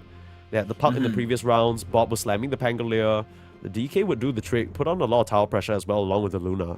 But I'm just wondering whether it's enough damage, right? Yes, that would be the only problem I could foresee as well. Especially into Song of the Siren, right? The not full reset tool, but a good reset tool that lets them either completely disengage or heal up and then re-engage. So it's a little tricksy. They're going to use a lot of their time here to think about it. This is a very important game after all, lower bracket. Now select your heroes. Of Lol. course. Of course This keeps happening. Dude, this keeps happening. Like, we literally, like, make it all the way to the end of a draft, and then somehow Kanka's still in the pool, and then people just get last pick Kanka. Amidst all the other heroes that you're so worried about and banning, this is one of the Bob specials, and I'm feeling very happy about the fact that he gets to potentially go out on this hero, because if he does, you'll know that he sort of gave it his best shot, right? It's not some weird off-meta Bob pick that he's not very familiar on. Bob Kanka, tale as old as time, right? And up against the Mac Pango as well, 2 signatures. I'm very excited for this game. Any side that you are favoring from the draft, Crash? The only concern I have for Bruv's lineup is their safe lane 10 duo. seconds remaining. And this is genuinely a question. 5 I seconds don't know remaining. how well 423 the Luna Omni Knight does into Bristleback Rubik. I don't think it does too good. They don't have an insane amount of damage, but my knowledge on this line or this matchup goes back to before Lucent Beam was being maxed. So maybe now that you have proper poke on the Luna, this is a matchup that you can actually, I mean, not like to play against, but at least somewhat stand your ground and do something against. Ooh, this is pretty interesting. Am I seeing this correctly? Hang on, just a minute. I mean, surely he switches it in the last moment here, but the Bat Rider is going for something pretty unique. He's going for the Arsonist facet. So the sticky napalm dealing damage to towers instead of what we've seen Say go for over and over, which is Stoked, where your move speed and spell amplification go up when you're displacing enemies. That's a little bit of an eyebrow raiser. I'm not too sure about that one. And I think both Kanka facets are fine. But Grog Blossom definitely the more defensive one when you're sort of playing a bit more of a frontline style, where High Tide would be for that lane domination and sort of scaling yourself to do a bit of damage. So interesting here, interesting facet selections. But yeah, you got that signature Tim's Rubik. Game number 2, Boom. Very close to moving on here for a rematch against Aurora or Talon. And to really prove themselves. And I mean, bruv, similarly, you know, you mentioned at the start of this entire qualifiers, you would love to see a team, one of these Ogler stacks, to really go the distance and test the mettle of some of these signed organizations. They're gonna have to reverse sweep this series if they want to do that. Hey, it'll tick all the boxes, Sneeze. It'll give us a game number 3 that we wanted. It'll give us the upset that we wanted. Look, I'm never one to outright vote for a game 3 against a team, but maybe I'm just gonna favor Bruv just a little bit more because of it. Maybe just a tad bit more, you know? All I will say is that in the moments that we've seen Bruv succeed, it's been overwhelming, number 1, and number 2, it's been fast and just really decisive. I'm not really sure whether this draft that they've constructed for themselves can do that, but I feel like I also said that about the other drafts, that they've done that exact game plan. So maybe they can surprise us, go back to a bit of that form that we saw earlier today where they were sharp, they made decisions quick, they knew exactly who they wanted to rotate where, the map split was beautiful. But against such a strong team like Boom, and against that Naga Siren scouting capability, that might prove to be a bit of a problem. But we'll have to see here. Game number 2. It's looking to be a 2-for-2 rune trade. Okay, ends up being 3-for-1 actually. Boom weren't really in a good position to secure the one in their own jungle. So Seimei is able to snatch it away. Early advantage that way. I think one thing I'd really like to see this game is Tsukimoto put some investment into himself. Right? He is on a more greedy position 4. Sure, you can do things without items, but Bat Rider certainly wants that blink, wants that 4 staff. So maybe what you do is go make stacks for yourself. If you don't end up going to take them, the Luna certainly can. So either way, like, you want to make those stacks. Yeah, and on the sort of topic of the interesting facet that he put in the Arsonist, now I don't think it's a strong enough facet that you're playing around it as Say. Not going to get run down because he still has Magic Stick charges, thought there was going to be First Blood there, but yeah, the Arsonist, there might be a bit of a focus for Tsukimoto where he's going to stick around for extended periods of time in this top lane just to keep napalming down this tower. It might just be part of a greater game plan that Bruv are concocting, maybe move over to the mid, start Arsonisting the tower as well. Just open up the map for his Kanka to play and the Luna to feel a bit safer. We'll still have to see. I mean, you know, you talked about him playing a bit more greedy, but I assume a lot of his time is going to be spent making stacks for this Luna in the triangle. I mean, the cool thing about stacks, Sneeze, and I know this is coming as a greedy pause 4 sort of position here, but the cool thing about stacks is you can always make them again. He can farm it himself. You can always just make more. Yeah. Just, you know, if you get a 2-3 stack early on, like before 10 minutes, farm it up at the 10-minute mark, you can get another 2-3 stack by the time Luna's ready to move on to the triangle. Where are you? I was watching the top lane a little bit. Tsukimoto was trying for a flame break to put DJ in an awkward position, but they weren't able to bump him close enough to the Doom to warrant any sort of a chase. Continue blocking this hard camp to prevent any pulls from coming through. All in all, I don't think Ghost should ever be in any trouble in this lane just because the leaps out back to safety. But Tim's certainly is if he's going to get run down like that. Now, there is quite a bit of snot built up on Say, but the Centaur helping out the cause and stomping onto FBZ, stopping that chase. Centaur MVP so far. That's Say's life. Tim's is top lane. Not feeling too There's good. A bit of an arrow set up one, onto Tsukimoto. Oh. DJ able to pull him back with the net. The last few auto attacks. Tsukimoto with the Fairy Fire. Still available. Okay, we'll pop it on the last. Ghost can't connect. He really left it until the last moment there. I was like, surely he pops it now. Like, what is he? What was he waiting for? But yeah, nice attempt there. A lot of these sort of potential kills are really arising from the whole, you know... Oh, yeah, surely Sene just bodies that for his ally. And looks like they'll be able to run down DJ. Very awkward. I mean, good attempt from DJ, but definitely overstepping his bounds there. Yeah. And that was up to Seimei too to make or break that engagement. Because if Tsukimoto gets arrowed, it ends right then and there. Absolutely. Tsukimoto screaming in the microphone or something like that in the team comms. Help me, help me! How do you say help in Mongolian? I don't know. I don't know why you're asking me that question. What if I knew? What if I just whipped that one out? Yeah, no, that's what I'm saying. If you just popped it out, I think everyone would be very impressed. Might just hire you as the manager of Bruv123 and ask you to find them a sponsor. Is it just that charming? I just keep saying help to all the sponsors. yeah, they send you to Mongolia, you're just saying help over and over, and they're just like, what is this tourist asking about? Help, he needs help, clearly. Yeah, they send you to the hospital or something, and you're just sitting there like, suddenly, Bruv123 sponsored by the largest hospital chain in Mongolia. Ooh. He's done. That's a We'll pipeline. That's a pipeline and a half. Yeah, yeah. That's a pipe dream and a half. Are you kidding me? No, this is like the Sulaiman Al Habib of North Asia, right? The DJ being run down here. The sticky napalm is going to be enough damage. Nicely done. This Ghost a bit too low to contribute. Throws out a Star Storm just to, you know, get some damage on, but pretty low on the resources himself.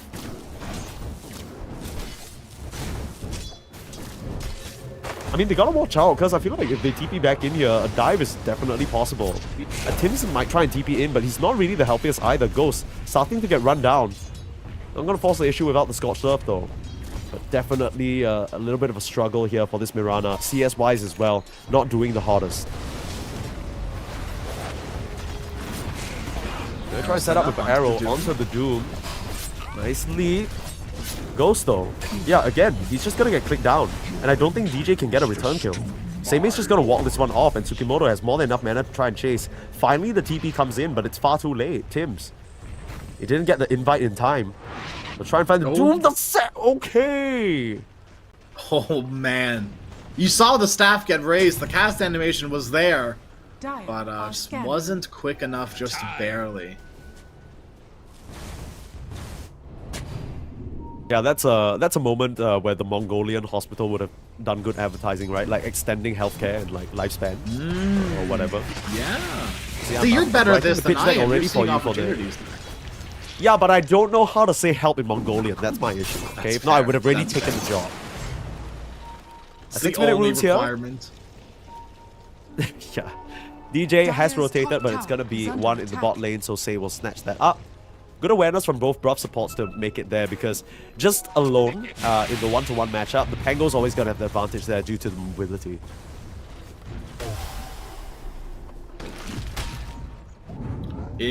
No, okay, surely. Okay, Tim's nice lift away. And what do you mean? It's like level 1 Hammer of Purity. At most, it's like 1 or 2 more auto attacks if he doesn't want to use that. But He got the blood grenade there too, plus the degen aura slow. There was a chance. yeah, he ain't even got. Yeah, I mean, he got shoes, I guess.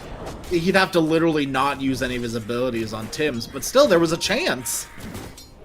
Oh, Sei's going for it. Look at this man. Why would you not? You're shield runed up. Ooh, he's on a mission.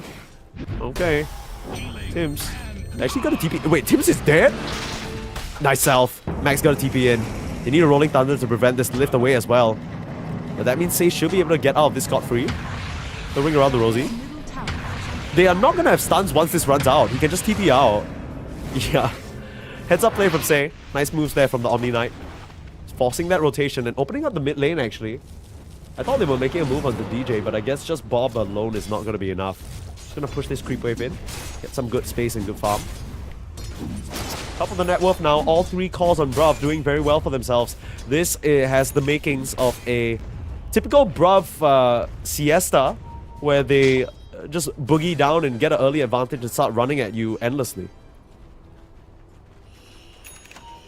Run is notoriously, one of those carries that looks a little poor for the first 10, 12, 13 minutes of the game until that Maelstrom comes online, and then starts ramping up.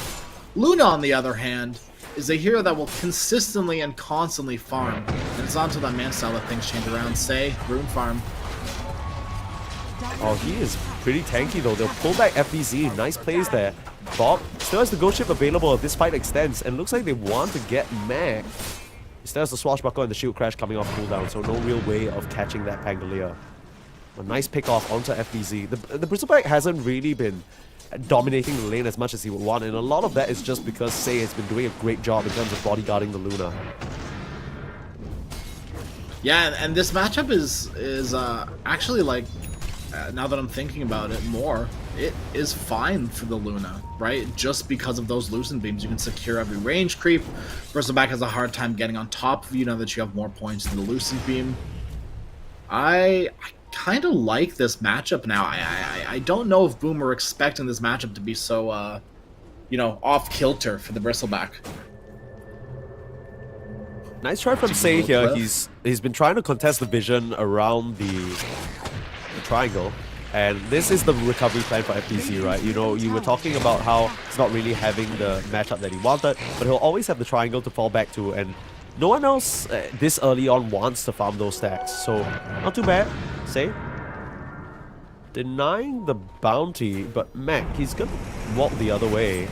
Rolling Thunder set up onto the Luna, left alone. 4 members from out of nowhere. The TP from Bob, he was making his way down here as well. And the Ghost Ship isn't really going to result in much. Ghost just eats that one in the face. And with 5 members of Boom down here in the bot lane, it doesn't look like this is a defense that's very palpable. Unless more TPs come in. Now, Samir as the Doom, he can come through the Twin Gates. Looks like he's making his way there very shortly. But Bob has got to watch himself. Sure, he has the backup of the Omni. Quite a bit of damage onto Boom.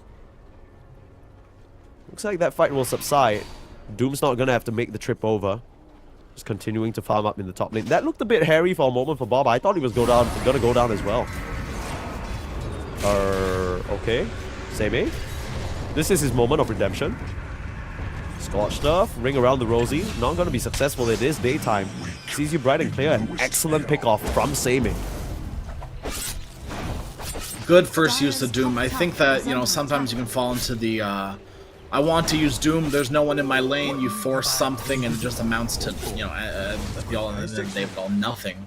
And you've given up a lot of your farm, you've given up any sort of tower pressure. So I like that Seimei is just sort of, sticking into his lane and trying to just kill off anyone who comes there. Screw the cooldown, just use Doom. Yeah, I'm glad he's also getting a bit more of the performance that you expect from someone who's confident enough to first pick Doom, right? Top of the network, getting solo kills on carries. That's more in line with what you're thinking a Doom specialist would look like. And yeah, I mean, he's having a really good lane. A lot of it is thanks to Tsukimoto, of course, on the Bat Rider, for sure, but that is very much his job. And Tsukimoto, speaking of, is getting his way towards the Blink Dagger in just about 600 gold. So a pretty good game for this Bat Rider. First item, Vanguard though, for the Doom, just to resist some of that physical damage a little bit more. Don't hate this choice.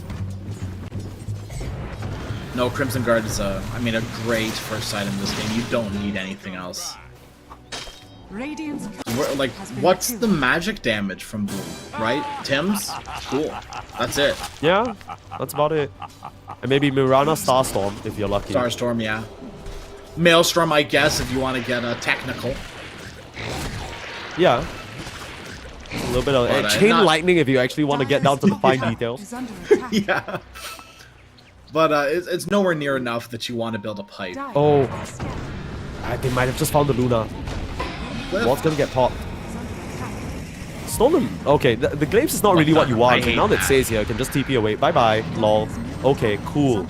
As Say has more than done his job. They're actually gonna TP in to try and support him. The Kanka's here. They might just lose Say, but looks like the setup is coming out on the Bristleback. I don't really know whether that's the target that you want. You give over Purification as well. Tims is heading over to help his ally out. They lasso up the Bristleback, and they should be able to finish off FBZ. There's the kill on the Bristleback. Great prioritization from Bob, but he might just pay for it. Second Starstorm coming through. Oh, just dodging out the arrow. Rolling Thunder still available. Max just gonna eat a Doom. Stolen by Tims, and the reset potential is potentially there. Oh no, Tims doesn't want to use it right now. He's just gonna wind up and back up, but Now you gotta play extra careful. Tims is a menace. Hold, wait, buy your time. A smoke being bought immediately by DJ. They should want to immediately make an engagement with this Doom. That is a humongous pickup from Tims. If you could use it twice, that would be ideal, but you'd be cutting it very close. Radiant's bottom tower. All in all, it was a really good try on Say's life, but it just doesn't. It's not enough. The Omni Knight is just so tanky. With spells at this stage of the game, you don't have the damage to work through him. But you do have the damage to deal with Tsukimoto when he's all alone down here. He's going to ping out the ward that was left there. A very sort of obvious move. Yeah, I mean, he's just circling the entire area. DJ's calling for them to claim it. Tims, okay. Yeah, I mean, Tims just tries to go ahead of the team and set something up, not really expecting the full squad of Bruv to be there. It's unfortunate too. You would have really, truly loved to get that Doom off, even to just die and use it. Very unfortunate that they get nothing out of that. I don't know if that opportunity is going to arise again. Same, you can only make that mistake so many times until it starts getting out of hand with the Rubik. Yeah, that's true. I mean, that's exactly what they picked the Rubik for, to be fair. And Tims is literally one of the best Rubiks, if not the best Rubik in Southeast Asia, period. So, you know, I'm going to cut him a little bit of slack on that. I still think he's doing a great job this game. The net worth reflects that as well. Still a 3k gold advantage for Bruv here. It's just a matter of how they maneuver these next 5 to 10 minutes. It feels like this Mirana is going to slowly catch up. You're still at the stage of the game where FBZ is not a factor, much similar to his Viper performance. But he is just one component away from the Aghanims, and at that point, he's going to be a bit of a damage threat to your supports.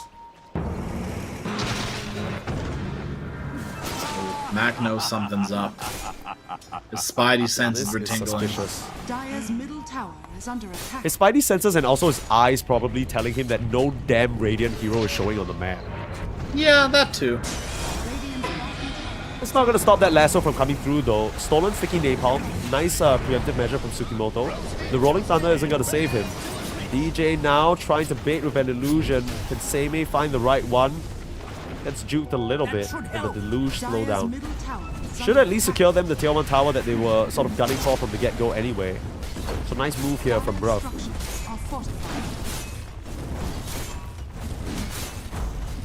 Everything's lining up, Sneeze. It's all lining up. I don't want to call it too soon, but this is the game plan that Bruv wanted to hit, and boom, they got to start doing something soon. Aghanim Scepter should be complete very shortly on the Bristleback. You have Blink Daggers. You need to do something. Doom the Rubik. It's happened again. Walk away. It's happened again. Now they can just wait. They're going to arrow focus up Seimei. Looks like the Doom's going to go down. Sei can't get in range to use his spells. I say that. Oh, everything at the kitchen sink. But the Stolen Guardian Angel this time, Tims, he has to watch himself. He is losing so much HP to the Tidebringer. I mean, this fight has just gotten so awkward. Bob will finally clean up the Rubik. And in comes Tsukimoto as well, looking for just damage spread out. Keeping the high ground vision. Starting to get shot down by Ghost though. But FBZ, next one to fall, just getting clicked down. Bob is just such a reliable frontliner, especially with that aura of the Crimson Guard. Flame Break, can you find someone else? Ghost slow down just a little bit, but the question is whether it's going to be enough. Bob looking for the X-Marks, finds the connection and looking for the boat crash. No! The leap out right in time. Good patience there. X back in the fray. Rolling Thunder was attempted previously, so it's on cooldown still. They don't have any way of chasing, but the lasso is back up and the Luna is here. Eclipse onto Mac. He's trying to get onto the low ground. Unsuccessful. The second death for this Pango as Bob, the tips have started coming through. Everything according to plan for Bruv. This is the moment that the switch flips. Bob is feeling himself, and that's what you want. You want Bob, specifically Bob, to feel empowered every game that he plays. He does a whole buttload of mental damage to the enemy team. Now, I will say that I don't think any of the Boom members are very tiltable, especially if you're like DJ and you played with on Fnatic with jabs for like ages. I feel like it just develops an immunity to this kind of stuff. But yeah, I completely see what you're saying. I think when Bob's feeling himself, his play just gets like positively amplified by 20%. Sure, he gets a bit aggressive and overtly so sometimes, but I think this game, even with the facet choice, you can tell he recognizes what his job is, right? He just needs to be on the front line. Blade Mail into the Aghanim Scepter pick up now. It's just gonna keep his team alive and him on the front lines as well. I think the big thing that really changed that last fight was indeed the Crimson Guard. Right? You just, all of a sudden, you saw Boom not outputting any sort of damage whatsoever. I didn't even notice the Aghanim Scepter on Bristle. Like, I knew that he had it, but the damage was completely mitigated. Mirana was hitting like a wet noodle, and Mirana will continue to hit like a wet noodle because it's just Maelstrom Shard. No BKB in sight, no Gleipnir in sight. You still need a lot of time for this Mirana to start doing things. On the other hand, Luna is more than ready. Yeah, it's honestly why I questioned the Bristleback pick a little bit. It was a bit of a weird one to me. Jump on DJ, get the lasso out to prevent any type of song, but the Rolling Thunder coming through. All you've stolen is a sticky napalm. Trying to focus down the Bat Rider, but the full defensive maneuvers coming out from Say. The Mongolian hospital is ready and waiting to save his allies. And now in with the Doom onto Mac. The Pango's gone as well. Great response there and great patience from Bruv, waiting on the high ground, knowing that Boom would come up this path. Do you hear that? Do you hear that in the distance, Sneeze? Do you hear? It's the. What is that? I hear it, but I don't know what it is. I hear it. They're saying Game 3. They really want it, and I think, Bruv, they want it too, and I think they might just give it to us. If they can keep shutting down Ghost, if they can take a well-timed first Aegis and start running down these tier 2 towers before Ghost is ready, they have a good shot at taking this game if they just keep up the momentum, keep playing the way they are. Keep being unafraid of using their big cooldowns off cooldown and just constantly slewing spells at Boom, leaving them unable to really respond in any sort of way. Dong coming out here. You want to close it right in time for the bolt. The chain stun is perfect. And this time they don't have Guardian Angel to save Bob, but they do have the Heavenly Grace. Opting for the TP, the physical, it's simply not enough. The Admiral's Rum is just so powerful, reducing heaps of damage. They're gonna try and find more of the pounces forward. Things come out, they spotted someone, but this chase, it's not gonna last very long, especially if Say can literally just sidestep the arrow. Who cares? Same is here to play now too. You gotta be careful. Big bad Doom with a Shield Rune and Crimson Guard. There's not much you can do anymore. Oh, the mana burn as well, right? That's gonna do a number on the Bristleback. Radiant's middle tower. Oh, it's so annoying. We're already seeing Bristleback get annoyed by it. Mana boots. You have to now on Bristleback, to be fair, but still being forced to pop them every fight. It's kind of scary. Okay, this is kind of lit though, because I was gonna say Tim's managing to steal the Ghost Shape, but if he just dies now, I guess it doesn't matter.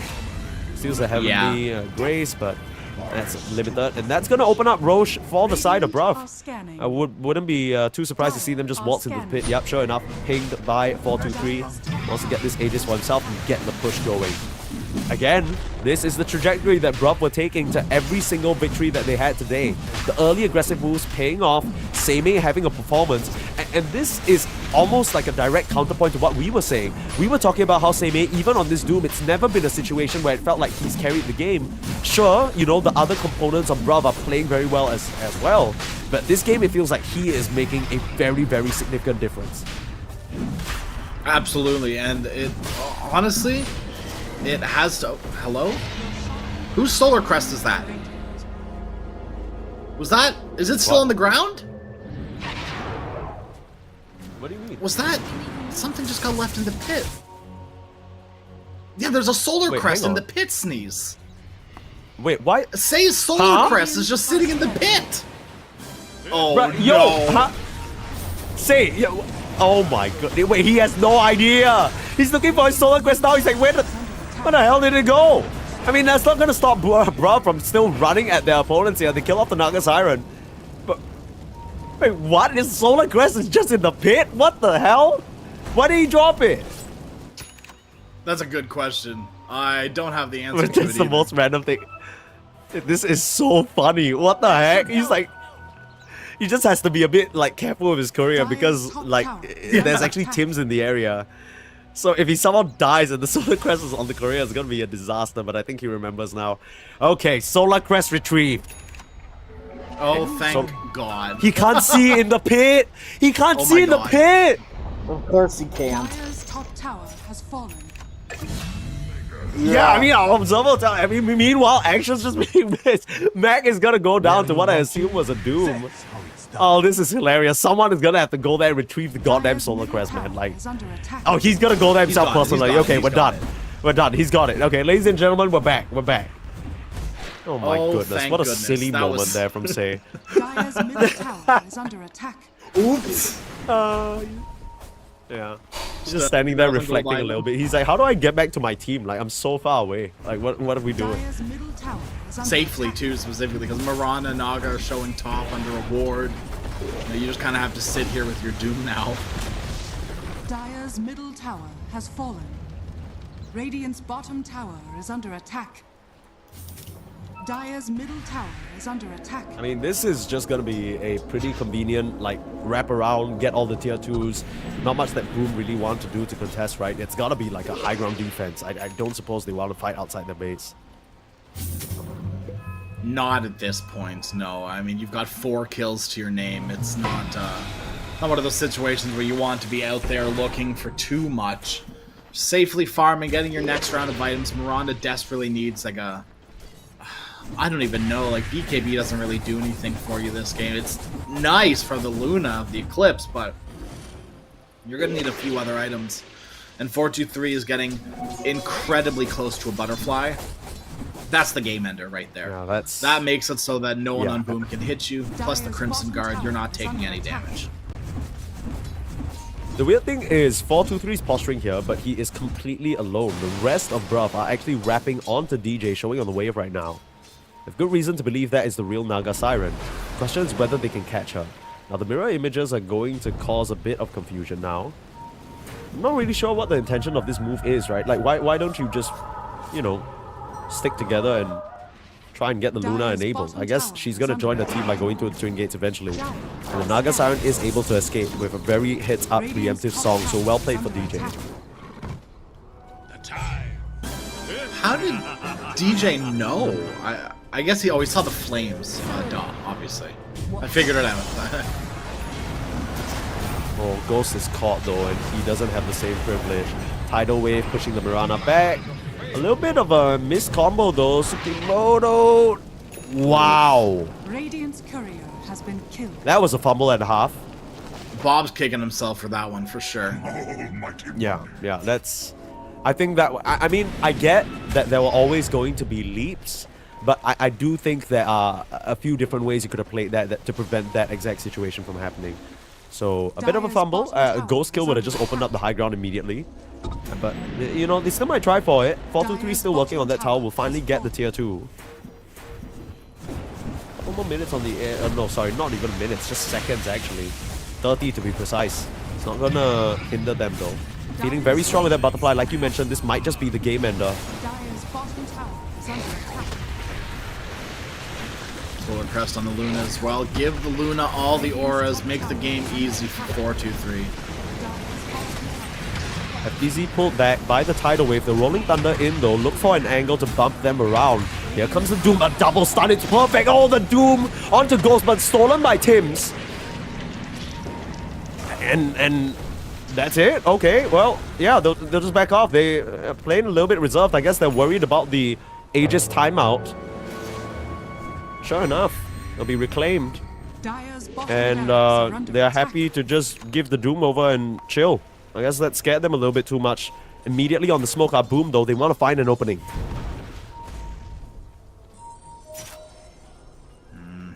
Very scary to give Tims now max arcane supremacy this Doom.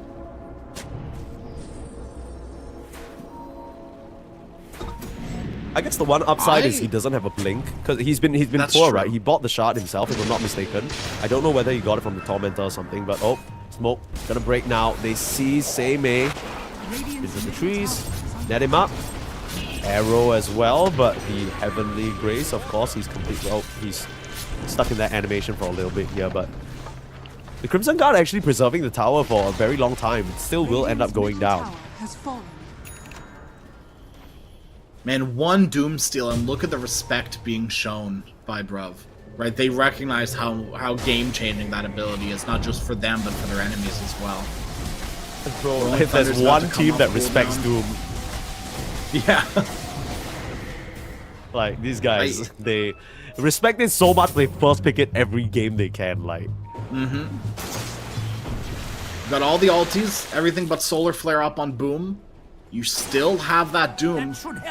Maybe you don't want to take a full 5-on-5. Anything without the Luna would be ideal, but you could certainly look for a pick-off on someone. they're playing very defensive though. Boom have just completely retreated, and the line's actually being drawn by Say. He's the one who wants to get action happening. Saying, I'm ready to save you guys. Let's just move. They smoke on top of a ward. This could be scary. Boom had full knowledge of this. Again, this is what defined the entirety of the previous game. The Doom onto Bob. This is a problem. But the lasso, they found Tims. They're still going to full focus the Kanka down though. Without this control, without the run, can they really win the fight? Tims managing to save himself there. And the Doom now onto the Naga Siren, stopping the save potential. So DJ's going to go down. But Mac, he's still laying in so much damage in this fight. The real question is whether they can bring down 423. He's just bouncing glaives left, right, and center. And now onto Ghost. Still trying to click away on the Luna, but you just can't hit her because she has a butterfly. Evasion abound. The Swashbuckle the wrong way. And the lifesteal, it's going to be enough. The remaining members of Bruv get it done. And FPZ behind the trees, the quills will reveal him. He'll try and pop his little bristleback. He'll kill off the Doom, but it comes at the cost of his life. It's a full team wipe for Bruv. And you know, the stars sort of aligned for Boom too, right? They get the Doom off on the Kunkka. The Doom goes on to the Naga Siren, which actually might have been the correct move, right? No Song of the Siren means that fight is really awkward for Boom. This is one of those rare situations where dooming the support was definitely the way to go forward. I mean, again, you talked about this butterfly being the game ender. That was the difference maker. The Mirana just wailing on 423 non-stop to no avail. And Mac, unfortunately, him alone, just not enough damage on this Pangolier. All he had, I mean, he has a Nemesis Curse, sure, but he doesn't actually have any damage items other than the base damage of his abilities. One of the final double jumps that may have killed off 423 got cancelled by a flame break from Tsukimoto. Well, unintentional or not, it was very good, and it did potentially save 423's life, so good on him for that. Yeah. Bit of a setup here. Looks like Bob had found Ghost, forcing the Song of the Siren out. The Ghost Ship used as well. The Steal, though. He didn't use any other abilities since then. And the Luna on the front lines, very, very confident. No BKB or anything, but just trusting fully in the Omni Knight. Now Tsukimoto in some trouble, getting low on the Bat Rider, but they still can't break through the front line of Bob and 423, just standing their ground, forcing the Guardian Angel out. But 423 is full HP. They're gonna torrent up now, jump in with a double stun, Eclipse coming through and raining down onto DJ. He's stolen it now on Tims, you gotta be careful. So far, Tims and his stolen abilities have been the deal breaker for Boom and kept them in this game. Just like that, Bruv will show some respect. Lower HP on Say, low mana on 423. Just a quick reset back to base with the X marks. One of the tricks you can do with Kunkka. Yeah, I don't know if it's necessarily respect or necessity, right? They need to lick their wounds, they need to go get ready to take this Roshan that's respawned. That's true, although I wonder whether they're just going to keep it going because Doom is available. I'm worried about the Eclipse and Tims potentially smacking someone down to the curb, but 423 is still immensely strong, and this is a Rax exposed after all. I mean, even just the illusions are doing so much of the glaives, man.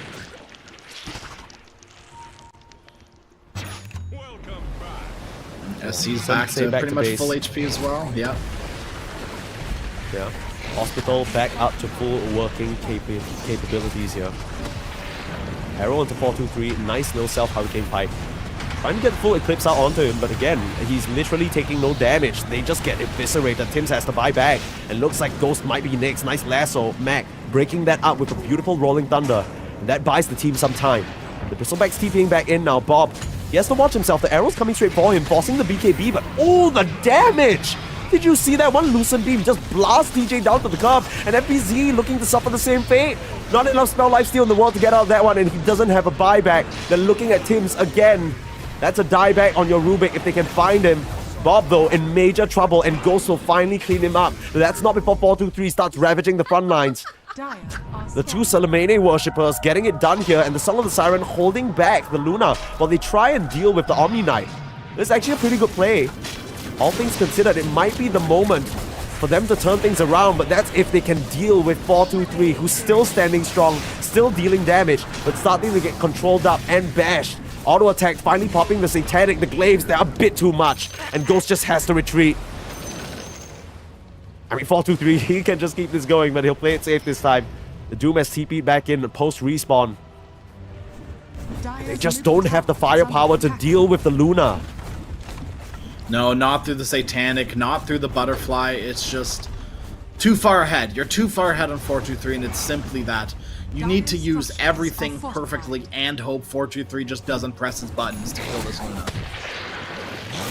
I think the problem is also, this fight was the first time we've really seen them pick off Sei, right? They did a good job separating the Luna from her support, but every other engagement, Sei has been there, and no one is there to address him. No one's there to jump the backlines, no one is there to pick up the support. And the Omni Knight left untouched is just a complete battery for this Luna. The racks will continue to be taken here, slowly but surely. Ooh. A little bit of a scary fight forward just to dodge the arrow. Yeah, so far ahead, so strong. Who cares where you force out yourself to? Angle's coming back in though. The lasso, they found Ghost again. This could be huge. Bursting the Mirana and she's gone. 70 seconds to your carry and DJ FBC to fall as well. Boom. We're gonna see a game 3 most likely with Bruv surging forward. Good game is called. And boom. Despite their great efforts in game number 1 to pull it back in their favor and give themselves a shot at surviving in this tournament, they have to prove themselves yet again. Just like their previous meeting in the Bet Boom Dasha qualifiers 5 days ago, this series will go to a game number 3. The people get what they want. We get what we want. The only people who don't get what they want are Bruv and Boom. Well, specifically Boom. They don't get what they want.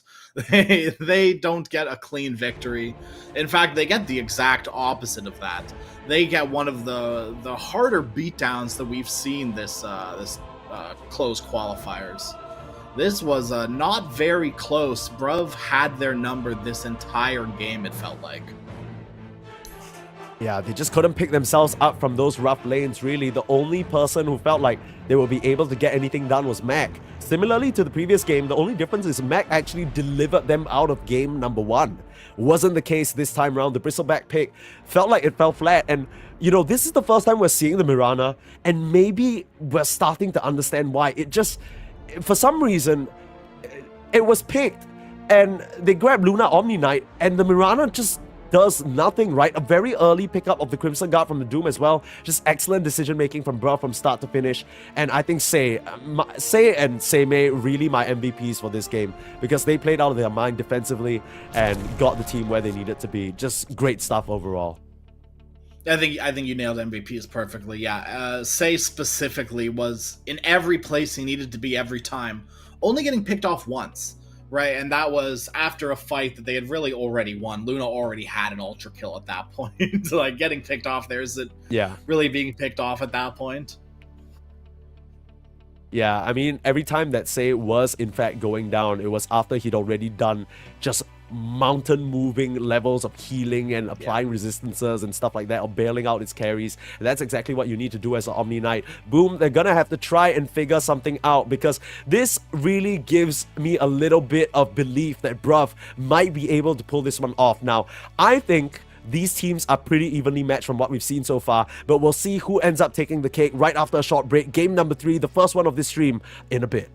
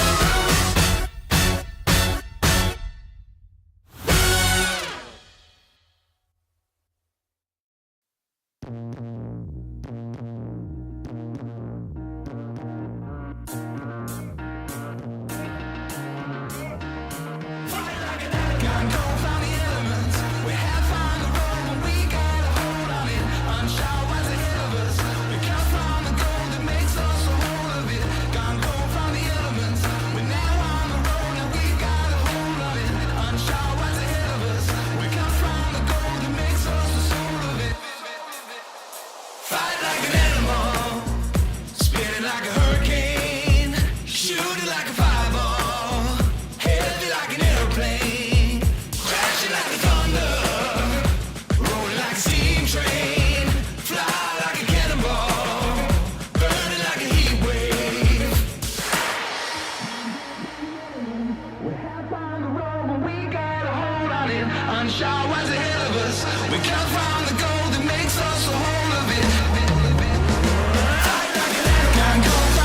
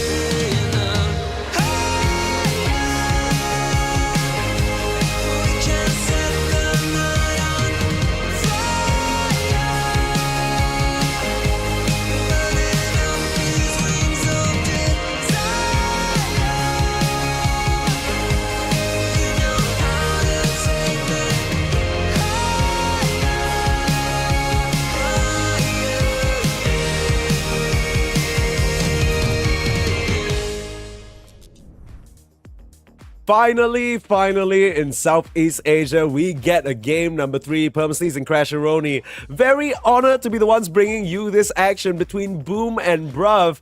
Game number 1 was a crazy back and forth affair that already gave us a little bit of flavor of what's to come. But in game number 2, Bruv were able to strike right back with a bit of what they've been doing the whole of today, right? Just running at you non-stop. A bit of an unorthodox, aggressive playstyle that we've really come to enjoy. And now it rests in the balance. One game number 3 to decide it all of who is going to survive here, Crash. Yeah, it's just one more game until it's two more. It's one more game until it's one more game, right? This is what, quarterfinals, semifinals, right? And then lower bracket finals. So they're so close. There's just an inkling away, just a smidge. They just need, a few more games to play, and then they're there at DreamLeague. And Bruv, they want it bad, and Boom, I would dare say they need it bad. This is, expectations are put on Boom. Bruv, they don't have expectations of an organization, just the expectations they put on themselves. And I do want to give a little bit of an update to the other stream as well, because it is happening at the same time. They have also gone to a Game 3, Sneeze. Aurora Talon 1-1 right now. Oh, nice. That's juice. That's where most people are. I know if I wasn't casting this, I'd be there as well, because that is gonna be a crazy game. But I think this is a secret between you, me, and everybody on this stream, right? Okay. Because we know the good stuff's here as well. You know what I mean? Oh, yeah. Like, everybody else is thinking, oh, it's Aurora Talon, we gotta watch that. Don't blame them. But you're kind of missing out. I'm not gonna lie, it's been a crazy game so far, and we're lucky to be here. Now, we have a draft ready for you very shortly that we're just gonna hop into, so we'll know exactly what these teams are gonna bring into game number 3 to try and beat each other. Within a best of 3, a meta always develops. Crash. Boom. What do you think they need to sort of be worried about? Remaining. Because Bruv came out swinging in that game number 2 and didn't really leave them any room for action. I was kind of a fan of the Mirana originally, but the second it got transitioned to put on a pause 1, it sort of started declining. I think Mirana is still a really strong position 4.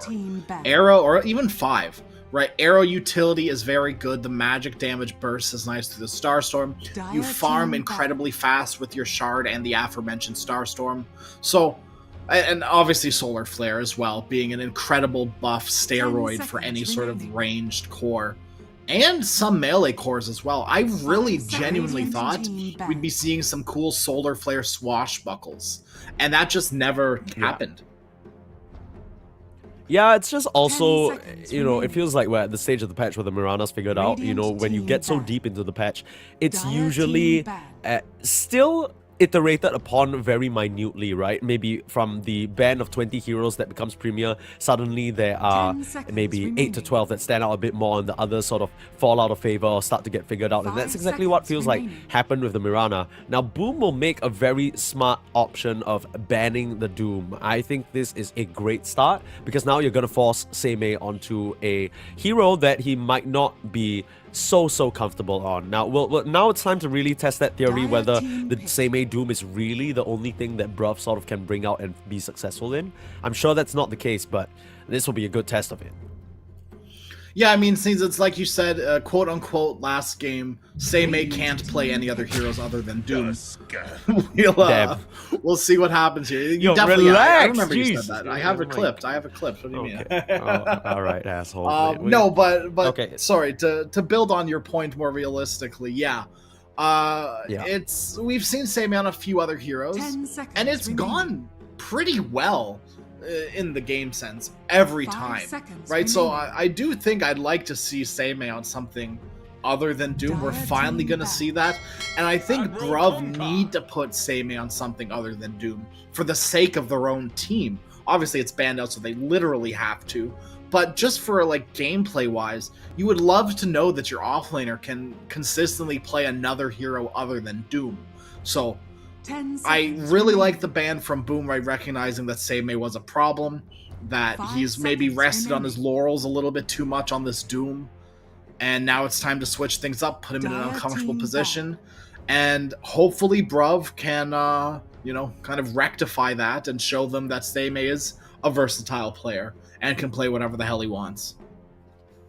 Yeah, we'll have to see whether that's the case. For now, though, with the adjustment in the bans, it has left the Tusk open for the picking. Bruv will snatch that one right up. But in doing so, they've given over the Kunkka that Bob was piloting very sharply, right? We talked about the decision to go for the Grog Blossom facet. It's not like it's anything that's too scary or crazy or different.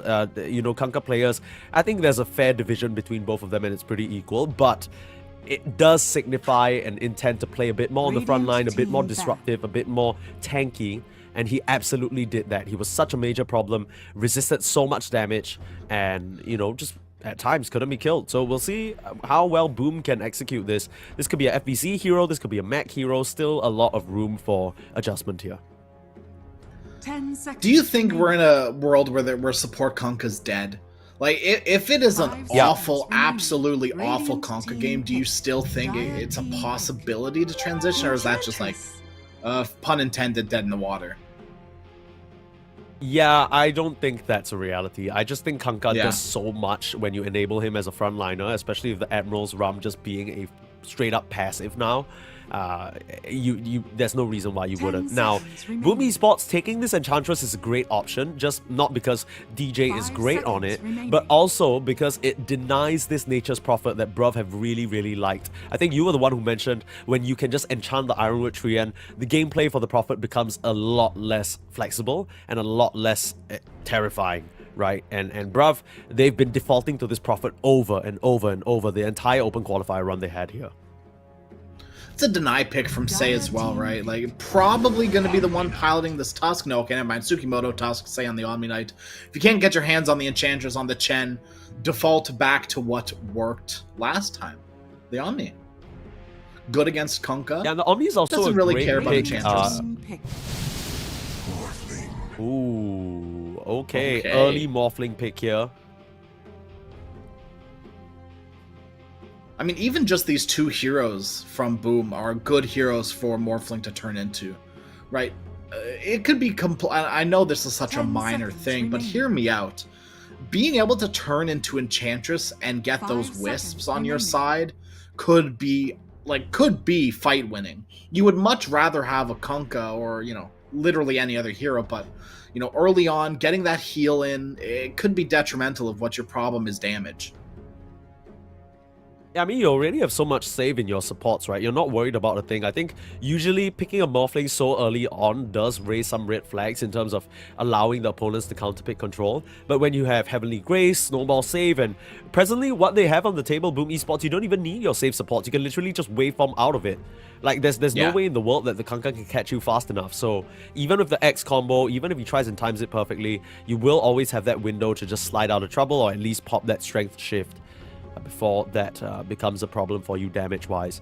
Now, the Enchantress obviously can scale to a point where she's doing a lot of pure damage into the Morphling, but until that point, it's also very realistic that the Morphling gets a Kanda, presses Adaptive Strike on her twice, and she just dies. Yeah.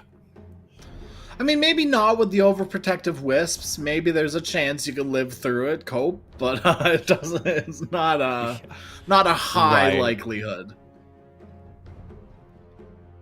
Radiant team. All right, next pick here from Boom. Dark Willow. Okay. This is a hero I'm surprised I haven't seen more of, actually. We've been seeing a little bit of it, but I think what Dark Willow brings to the table is just like such good consistent control, right? Area denial with the Brambles. Cursed Crown with the Shard is fantastic as well. It forces awkward movements that, you know, you either perfectly move out of the Brambles with Shard, or you get caught by one of them, further extending your stun or route, I guess.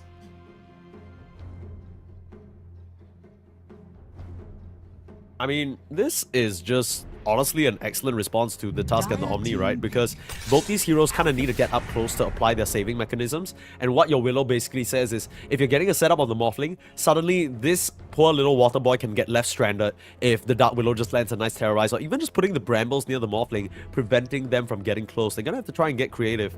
because I don't think the drinking 10 buddies seconds allows you to remaining. traverse the brambles all willy-nilly.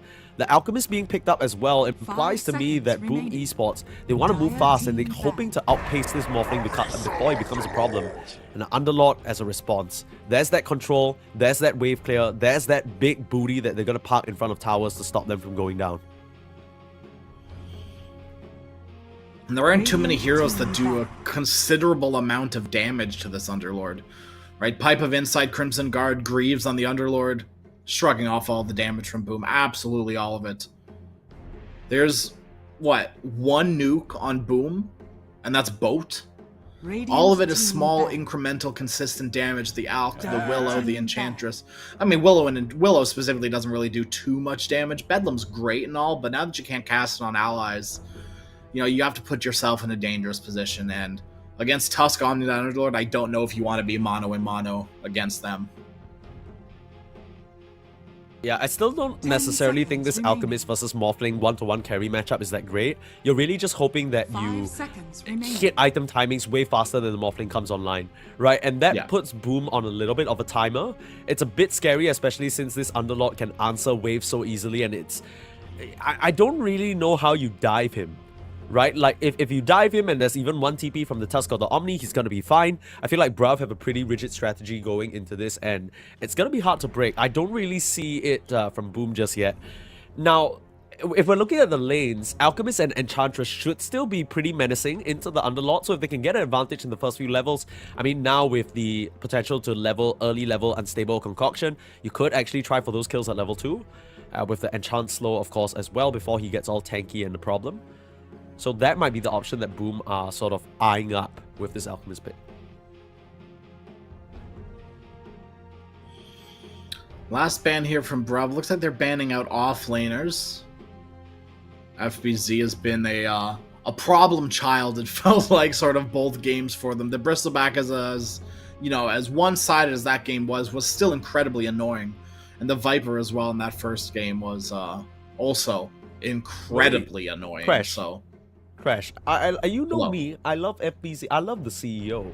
yeah. Are you sure the Bristleback was annoying? I don't... I mean, are mosquitoes I didn't annoying? feel his What presence- do you mean? Like, Yeah, mosquitoes suck your blood. Bristleback got his blood sucked out of him. It wasn't even close. This guy was getting destroyed. I mean, it's gonna be a Pango he last was. pick, so... That's Bob. That's the Bob hero. Yeah. That's the Bob hero that he's been dominating on this entire tournament. Question is, 10 what will Boom seconds grab remaining. in response? Do they feel confident in the Kanka versus Pango matchup? Or will they 5 switch it up? seconds remaining. And last pick a mid that they feel like Matt can do well on. Sand King's manned out. What else we got? We got Quap still available for the lane domination. Quap versus Morphling is not too bad. I mean, the magic damage, no, it's not. the root is a little bit annoying. Tempo's But... really good too. Choose your hero. Alright. So they are going to run the See, Conquer mid. 3 strength heroes. Yeah, Yep. 3 strength heroes. FBZ on his signature Timbersaw. Bob on his signature Pangolier. This is not too much of a crazy 4-2-3 hero, but this is definitely a lineup on Boom that can get it done in the 25 to the 35 minute and just end the game sooner than Bruv can be ready with their Morphling. Again, as we keep saying, for Bruv, it's gonna come down to Bob. Whether he can pave the way for his team in the early mid-game and get them out of this sticky situation, because the Boom Esports heroes, they're looking deadly in the first 10 to 15 minutes. It does feel like Bruv have all in around Bob. Who are these supports 10 playing around? And seconds actually, who is doing the most amount of damage when these, 5 seconds let's say remaining. Bob, Tsukimoto, and Sei go for a gank, right? Pango, Tusk, Omni, who's doing the damage to kill off an Alchemist, a Timbersaw, a Kunkka? Right, you can kill off these supports, sure, fine and dandy, but when these tankier heroes start showing their faces and becoming a problem, and you want to gank them, how do you kill them through boat buff? Like, you need a vessel this game, I think. Right, Timbersaw, Kunkka, and Alchemist all really don't like dealing with vessels. But who's gonna build it on Bruv? Bob? No. And I also feel like Vessel is just an item that has lost a lot of value over the past few patches, Yeah. right? It's just been completely ignored. I mean, even into alchemists, even into morphlings, you don't see that item picked up period anymore. It's always the solar crest, it's always the bracers. There are a lot more important auras to provide for your team. I wouldn't be surprised if we see it skipped entirely this game, despite how good it looks on paper, because they just have an agenda to keep, right? They need to get to those, you know, I don't know whether it's drums, but, you know, the Underlord and Say are gonna have to tag team up some nice auras to make sure the morphling is nice and protected. I get what you're saying with the Bob potential damage issue, but I think it just has to be him, right? Maybe he forgoes the early Blink Dagger, or maybe he just gets such a level advantage and ganks so early that it doesn't matter. We'll have to see how it all shakes down in this game number 3 between Boom and Bruv. It's been a stellar series so far, and I'm excited to see how it ends. I also wonder what the 4-2-3 Morphling looks like, because I've seen him on a lot of other zany carries, but the Morphling a bit more traditional than what I would expect from him usually. I mean, it looks on paper pretty good, right? Eliminate the player and just look at the hero. You can steal Alk, Timbersaw, Kunkka. These are really good cores to take from. And even the control from the Dark Willow could be, you know, pretty damn good. If you had to, you know, make a split-second choice between Dark Willow and Enchantress, you're probably going to take the Willow at this point. Classic high five tech. Go to the mid lane, pop open the high five, and if someone high fives you, you know they're there. We get caught lacking. It's actually a competitive thing, you know, like people used to do it for funsies, and there are actual competitive applications. So I remember people using it to suss out wards and stuff like that. It's hilarious, but nothing to be found on both sides. Just playing very reserved. An early ward placed in the triangle on the top cliff there. For Boom, maybe trying to inform themselves of some stacks being made for the Underlord that they can go in there and sneakily steal. 4-2-3 on the front lines, not really what you want. The level 1 definitely favoring Boom, and they'll be able to muscle the side of Bruv away. 2 for 2. 2 for 2 should be? Yeah, the Pango will be able to grab that one. And Tim's gets a Tim's nice gets cheeky observer ward. Multiple doing up here, just trying to block the creep wave. It's pretty cool by Ghost, level concoction to stop that from happening, but Tsukimoto, he's got a cheeky level 1 ability too with the shards to continue to block the creep wave, force it under tower. I mean, it's fine. Ghost is trying to pull it back with his body, will be moderately successful in doing so, but yeah, here we go. Laning stage time. Okay, you know what I'm gonna ask. What do you want to look at? Anything you want to point out or any interactions you're looking forward to in this early stage? I think the Timbersaw Willow lane can be pretty volatile as it gets higher in levels, right? Both Morphling and Omni Knight can output a considerable amount of damage early on. Not anything too crazy, but Morphling right-click still hurt early on. The waveform as well isn't too bad. Throw a Purification on top of that, all of a sudden you're cooking.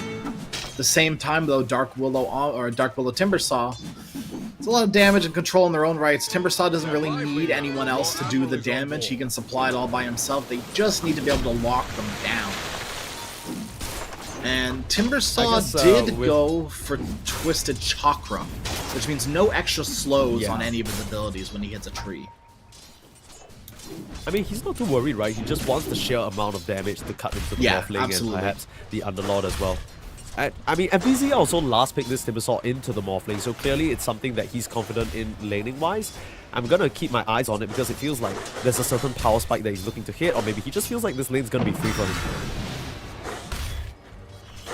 It should be pretty free. You know, as much as I was talking about kill potential from the Omni Knight Morphling, it's not on the Timbersaw by any means. It is just solely on this Dark Willow. Yeah, well, Say is dead. This is looking like first blood. One more whirling death. Tims will be the one to claim it. Never a stranger to securing the kill for his team. And yeah, it's not too big of a deal, but the fact that Say just can't walk up all willy-nilly, it's really going to dampen the Omni Knight's impact, right? I think that was one of the differences between last game and this game. Say, previously, he was rocking up to them, bullying them back, you know, punching away on Tims. Not so easy anymore, though. No, not when you're dealing with the overwhelming damage of a Timbersaw and the control of a Dark Willow. You're not moving anywhere. You have to sit behind your Morphling and play incredibly careful. Like, even standing out far here like this, maybe now that you're level 2, things can, you know, change for you, but you still have to be so careful with your positioning. You can't eat too many whirling deaths.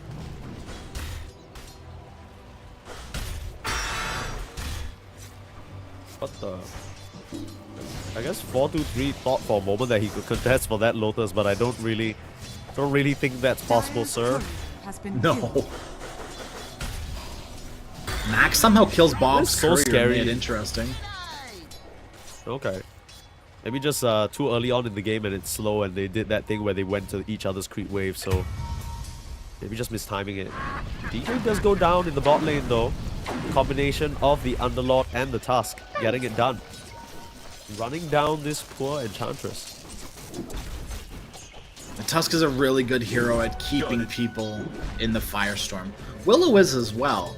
Omni Knight less so, right? There's a lot of really good Underlord heroes in the meta. Pairings, the word I was looking for. Pairings in the meta right now.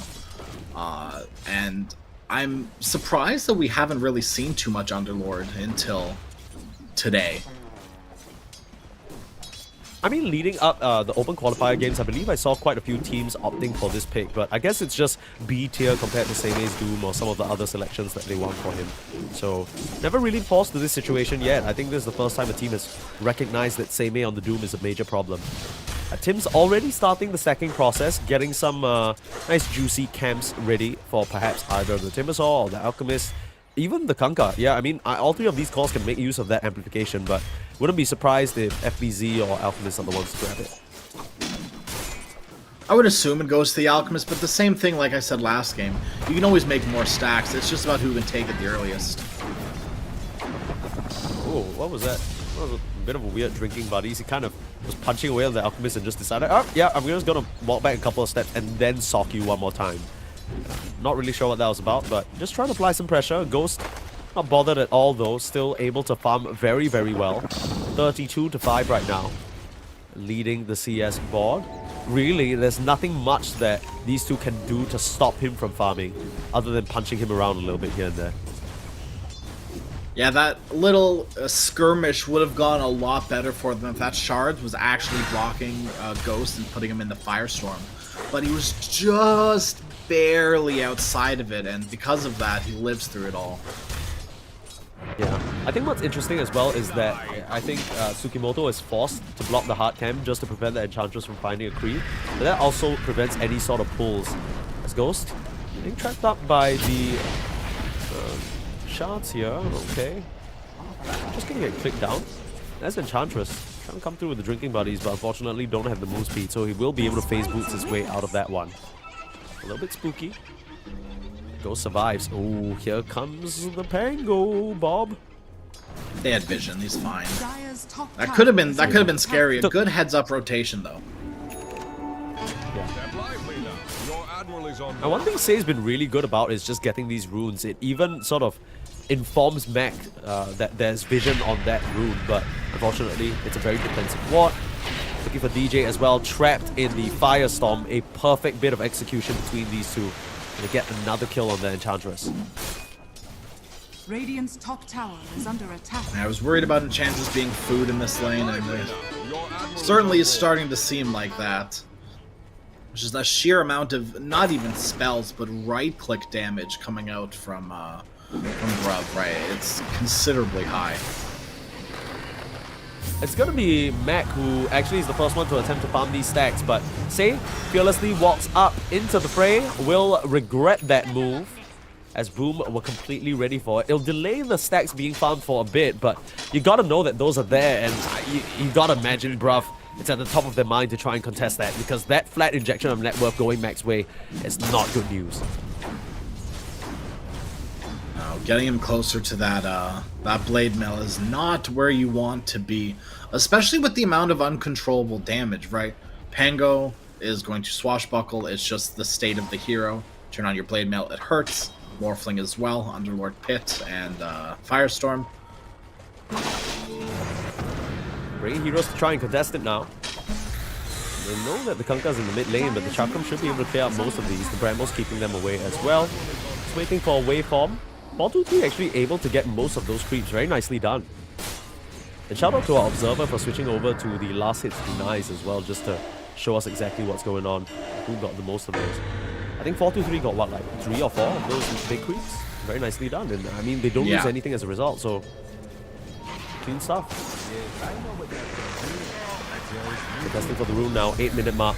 Mac setting up with a torrent. Will not clip onto Bob though, and now the morph into the Timbersaw form. Throws out the chakrams, but nothing to be found. Underlord even came into the fray, but they're a bit too late to get their hands onto FBZ. A whole lot of nothing going on, and FBZ will even follow him back through the portal. I think there was a bit of an aggressive attempt, and they get the Underlord there.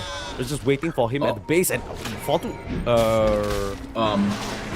we don't talk about I think that. he was trying to farm the Ancients, but yeah, and now a very awkward situation where Bob has just bumped Tim's away back to safety.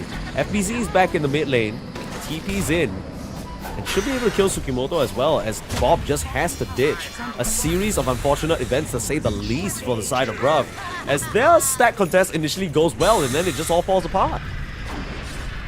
Yeah, what exactly happened to 423 there? Where'd he go? What's the skinny of that one? Do you? I wasn't paying attention. I'm gonna be honest with you. I was not paying attention to the Morphling at all. No, I mean, it's just a classic case of he's morphed down low. He gave himself a little bit of HP, but clearly not enough because he tanked like 8 ancient hits at the same time. And just overestimating how much armor he had probably, and he's just not there yet, right? The Morphling, like we mentioned, takes a while to come online. And you look at the net worth, no surprises that Ghost is leaps and bounds ahead of his opposition. He's had a good time so far. You couple that on with the Underlord kill that he just got, he is sitting pretty. It's an overall 3k gold lead for Boom at the early stage of the game. And like we said, Bob, he has a lot of work to do, and he'll be even the one building the Spirit Vessel, like you said, Crash. Are fortified. Okay, I didn't think we'd see it, but it is just an overwhelmingly good game for it, right? Every single one of those cores hates a vessel. So I'm surprised, but also not at the same time. Like, it makes sense to me on paper, for sure. Yeah, but I mean, I feel like when you do something like this, it's the age-old issue with going a Blink Dagger first on a core, right? You're basically throwing away your own game, and you need to make action happen as a result. With the current state of the game that Boom are in, where they are the ones in the driving seat, you gotta wonder how and where Bob is gonna find this action, where he's gonna find these single target pickoffs to really get more earn charges. Hasn't even finished the base earn yet, still has it flying out to him, but he might lose his life. Rolling Thunder still available, the earn's over, and everybody's here as well. So cancel TPs though. No need for this overreaction, but I believe that Boom, that was fully in their vision. Wouldn't be surprised to see them make an immediate move up to try and punish a lone laner. The stacking is the focus for now. Tim's back to the gulag. You know, this urn/vessel would be a lot better if it was purchased sooner, right? It's going to be so delayed from Bob just because of his net worth in Despairville.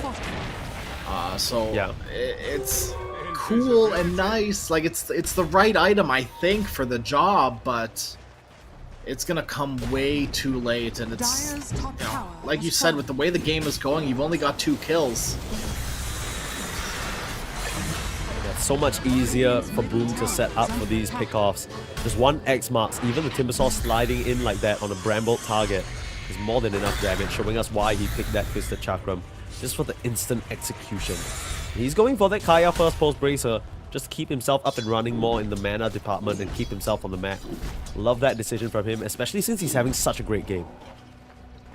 Yeah, you can afford to be a little bit more greedy when you're this far ahead on a Timbersaw. Blink Dagger first item, we lived with it for a while, but you know, times have changed now. Leshracs are building first item Blink Dagger. Timbersaws much more favor things like a Kaya, actually specifically mostly just the Kaya, and then into items like a Blink Dagger.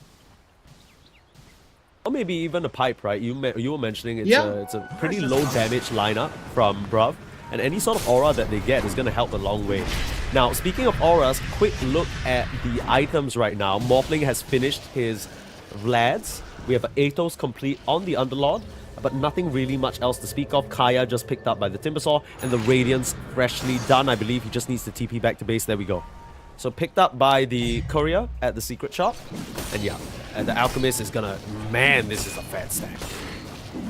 Hey, look, they made more. Ghost can take this one after the, you know, the Timbersaw and Kung can take the other stack. It's crazy. Supports. Yeah. Learn this one simple trick from right here, right now. can make stacks after Yeah, the lane. enemy stage teams two. It's kinda hate crazy. him. Yeah. Yeah. This is like the classic off-laner moment where you think you've really done in the opposing carry, and it's like, haha, stacks, and that's Yeah. literally it. He comes out with higher net worth and levels than you. It's just miserable. And speaking of higher net worth, it's a full 3k advantage on this Alchemist alone. Trying to get the setup onto 4-2-3, but Say is in the area. Doesn't even, yeah, like that's the thing, right? The Morphling is really tricky to get down. And the only time he's died this game is when he suicided to the neutral, so, you know, they're gonna have to bring a lot more members to try for his life there. It's like grouping up for a smoke move. Bruv, they're on the hunt. They want to take this Timbersaw down. I don't believe need that Underlord. very It's gonna be deep hard ward without caught him. them.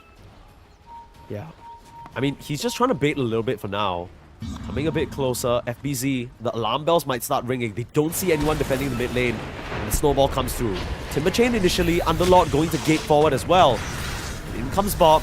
Rolling Thunder should be needed here. The Ato's going to hold him in place as well. Very nice chain stun and chain disable. The question is, where is the damage? It's with 4-2-3 who joins them with the gate. But the rest of Boom have rejoined the fight, and they've taken down both supports.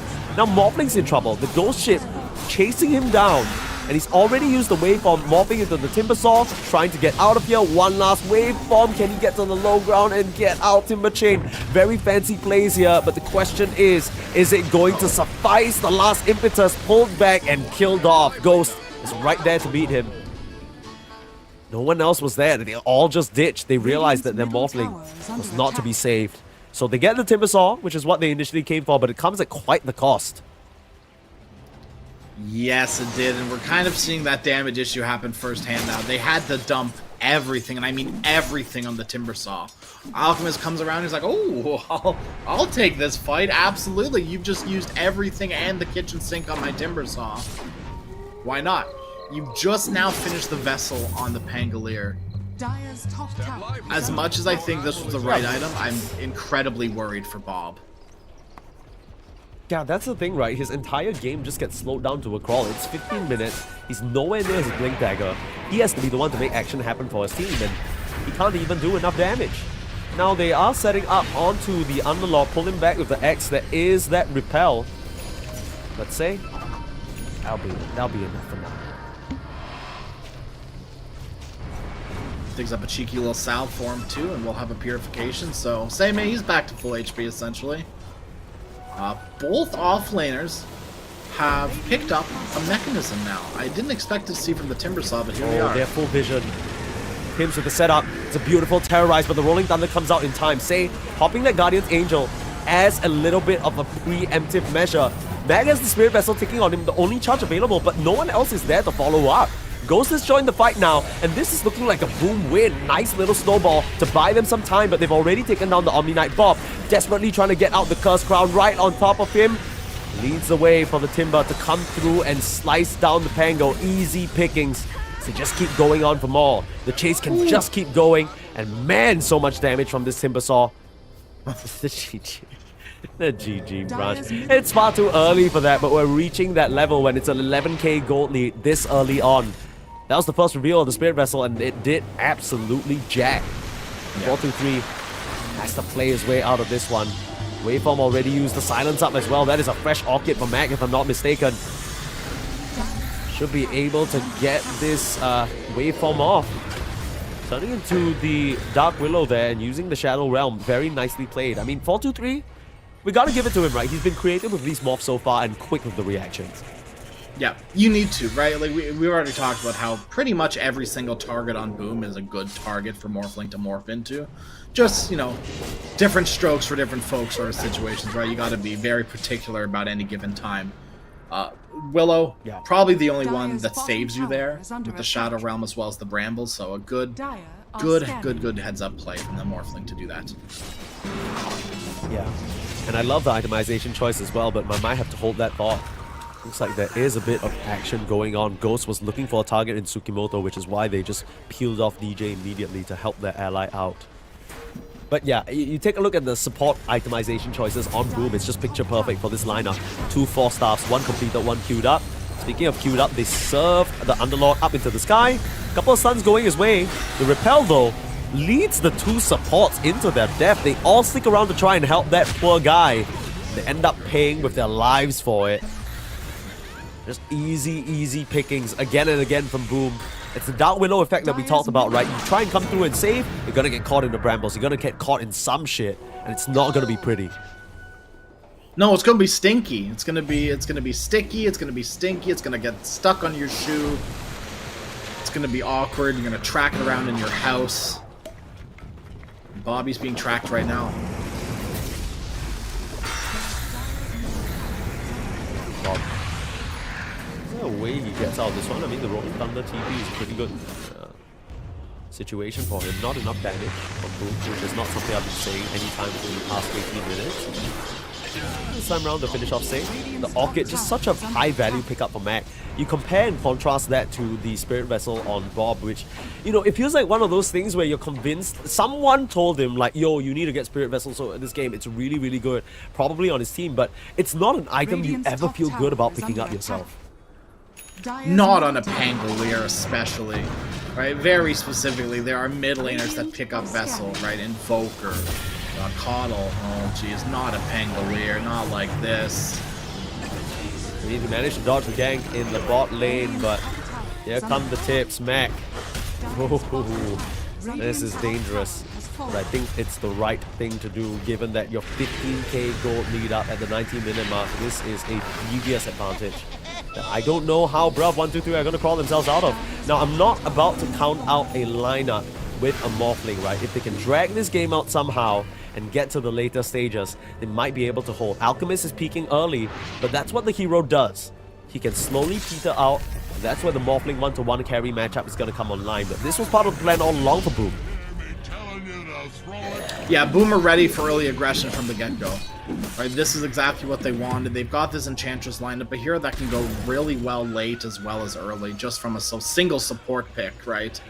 This hero is a menace past 30 minutes and a menace to lanes before it as well. So I really like the trajectory that Boom are going for right now, right? Match Bruv's, give them a taste of their own medicine a little bit, right? Like full-on aggression.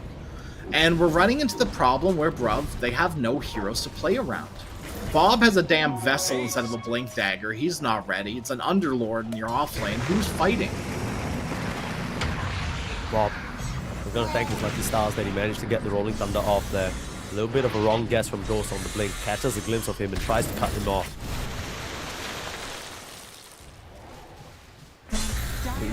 Yeah, the question is, even when you do get this Blink Dagger on Bob, does it necessarily help you? Because you're up against the Orchid of the Kunkka, right? Like, I don't know how that saves your situation.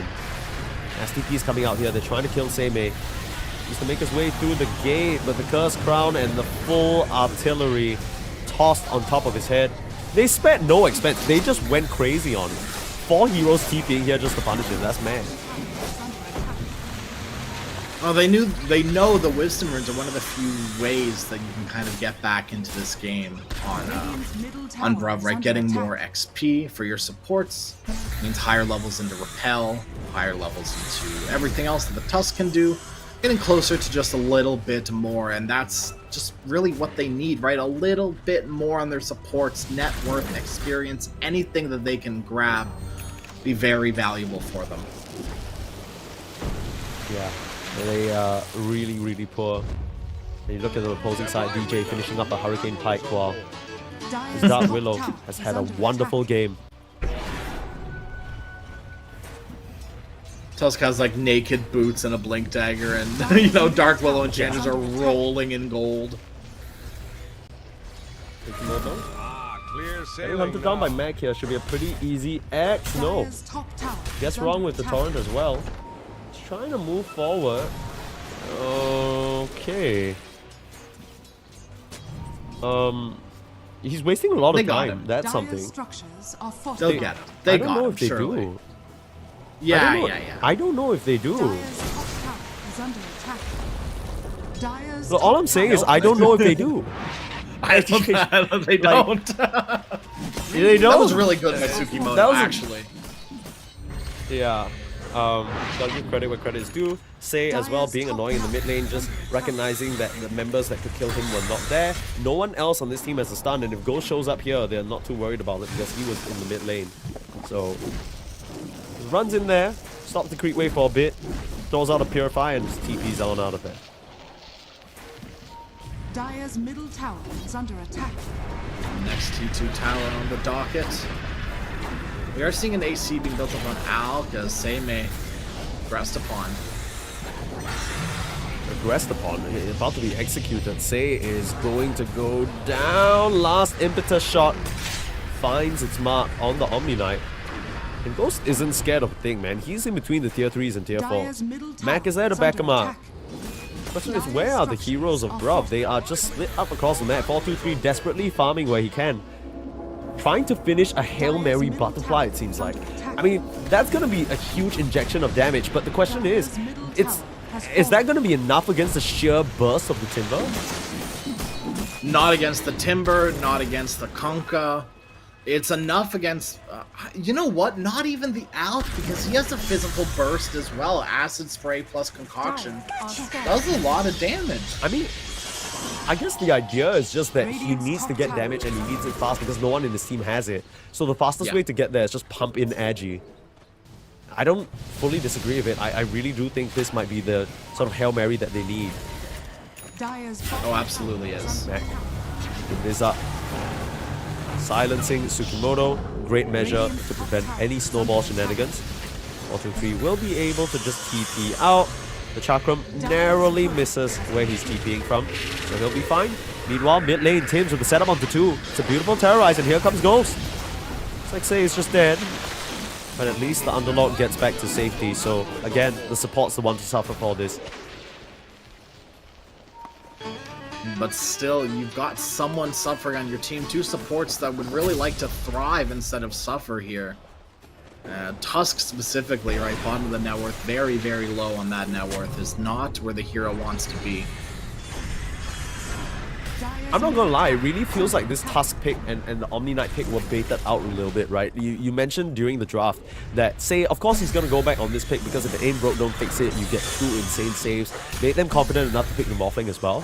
But it was all part of the plan for Boom. They started it out with the Kunkka and with this Dark Willow, it's just perfect. Every single time you're showing up, Mac is just there with Silence. There's a Dark Willow there with a Terrorize. You can't really get in range to save, and every time you do, you basically like just additional damage, right? It's so easy for them to just follow up and get you. It feels like you've all-in'd on this save and you've completely forgotten about damage. Right, Tsukimoto could be playing something like a Hoodwink instead. Are you still going to be food? Yeah, probably, but at least you can output some damage. Yeah, I mean, the Tusk net, I think they just, with the Morphling pick and the Underlord, Seimei, he doesn't really play these kind of carry or damage-focused offlaners, and that weakness is showing a little bit. Ghost is going to get the Aegis for himself. Sei is just trying to be as annoying as possible. He placed down a very deep ward. They gave him vision of these heroes hunting him down, so he's able to buy some time. The 20k gold lead to 3 now. Tower is under attack. There's 2 more kills before the magic number. Bounty! I see. Doing some. I mean, we were hoping for game number 3, right? And this wasn't it, though. Yeah, it's a little bit tough. We're back to our speedrunning category. Yeah, I mean, our observer and producer did say that this was gonna go like 15 minutes fast game, like the fastest game ever. It's not necessarily quick, look. It's slowed down quite a bit, but one thing's for certain, it feels like Bruv have not really played this game. I mean, they have 3 kills. Of course, they haven't played this game. They've been playing Farmville, and against an Alchemist, I'm not sure that's what you really want. Yeah, see, they will be playing Farmville if they actually farmed anything. The only person actually farming is 4-2-3. Everyone else is just straight up in the slums, man. Like, they have nothing. Like, Greaves, Atos, sure, pretty cute, but this is an Underlord that was supposed to be parked in front of towers, preventing this exact thing from happening. And instead, you're falling prey to the game plan of Boom. 27 minutes, that's what we were talking about. From 25 to 35, this is Boom's kingdom. And they are making it known that they are here to move on. They are meaning serious business. A complete the butterfly for 4-2-3. What can he do with it? For now, looks like a lot of control onto him, forcing the waveform away. Active strikes don't seem to be enough at the moment. Bob winding up the Rolling Thunder with the Blink reveal. He managed to force stuff out the Timber, and it's a very easy escape. Just like that, your major teamfight ult is down on the Pango. And now Mac, he's looking for a little bit of a target. I mean, there's nothing stopping at this point from Boom to just keep going.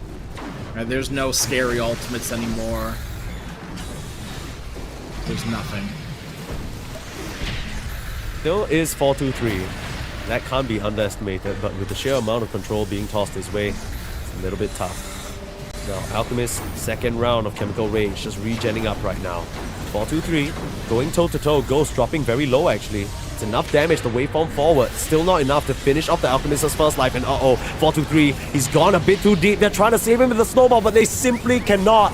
Again, Tims says no, and with 60 seconds without your strongest hero, this is looking like the end here for Bruv. Tims come through.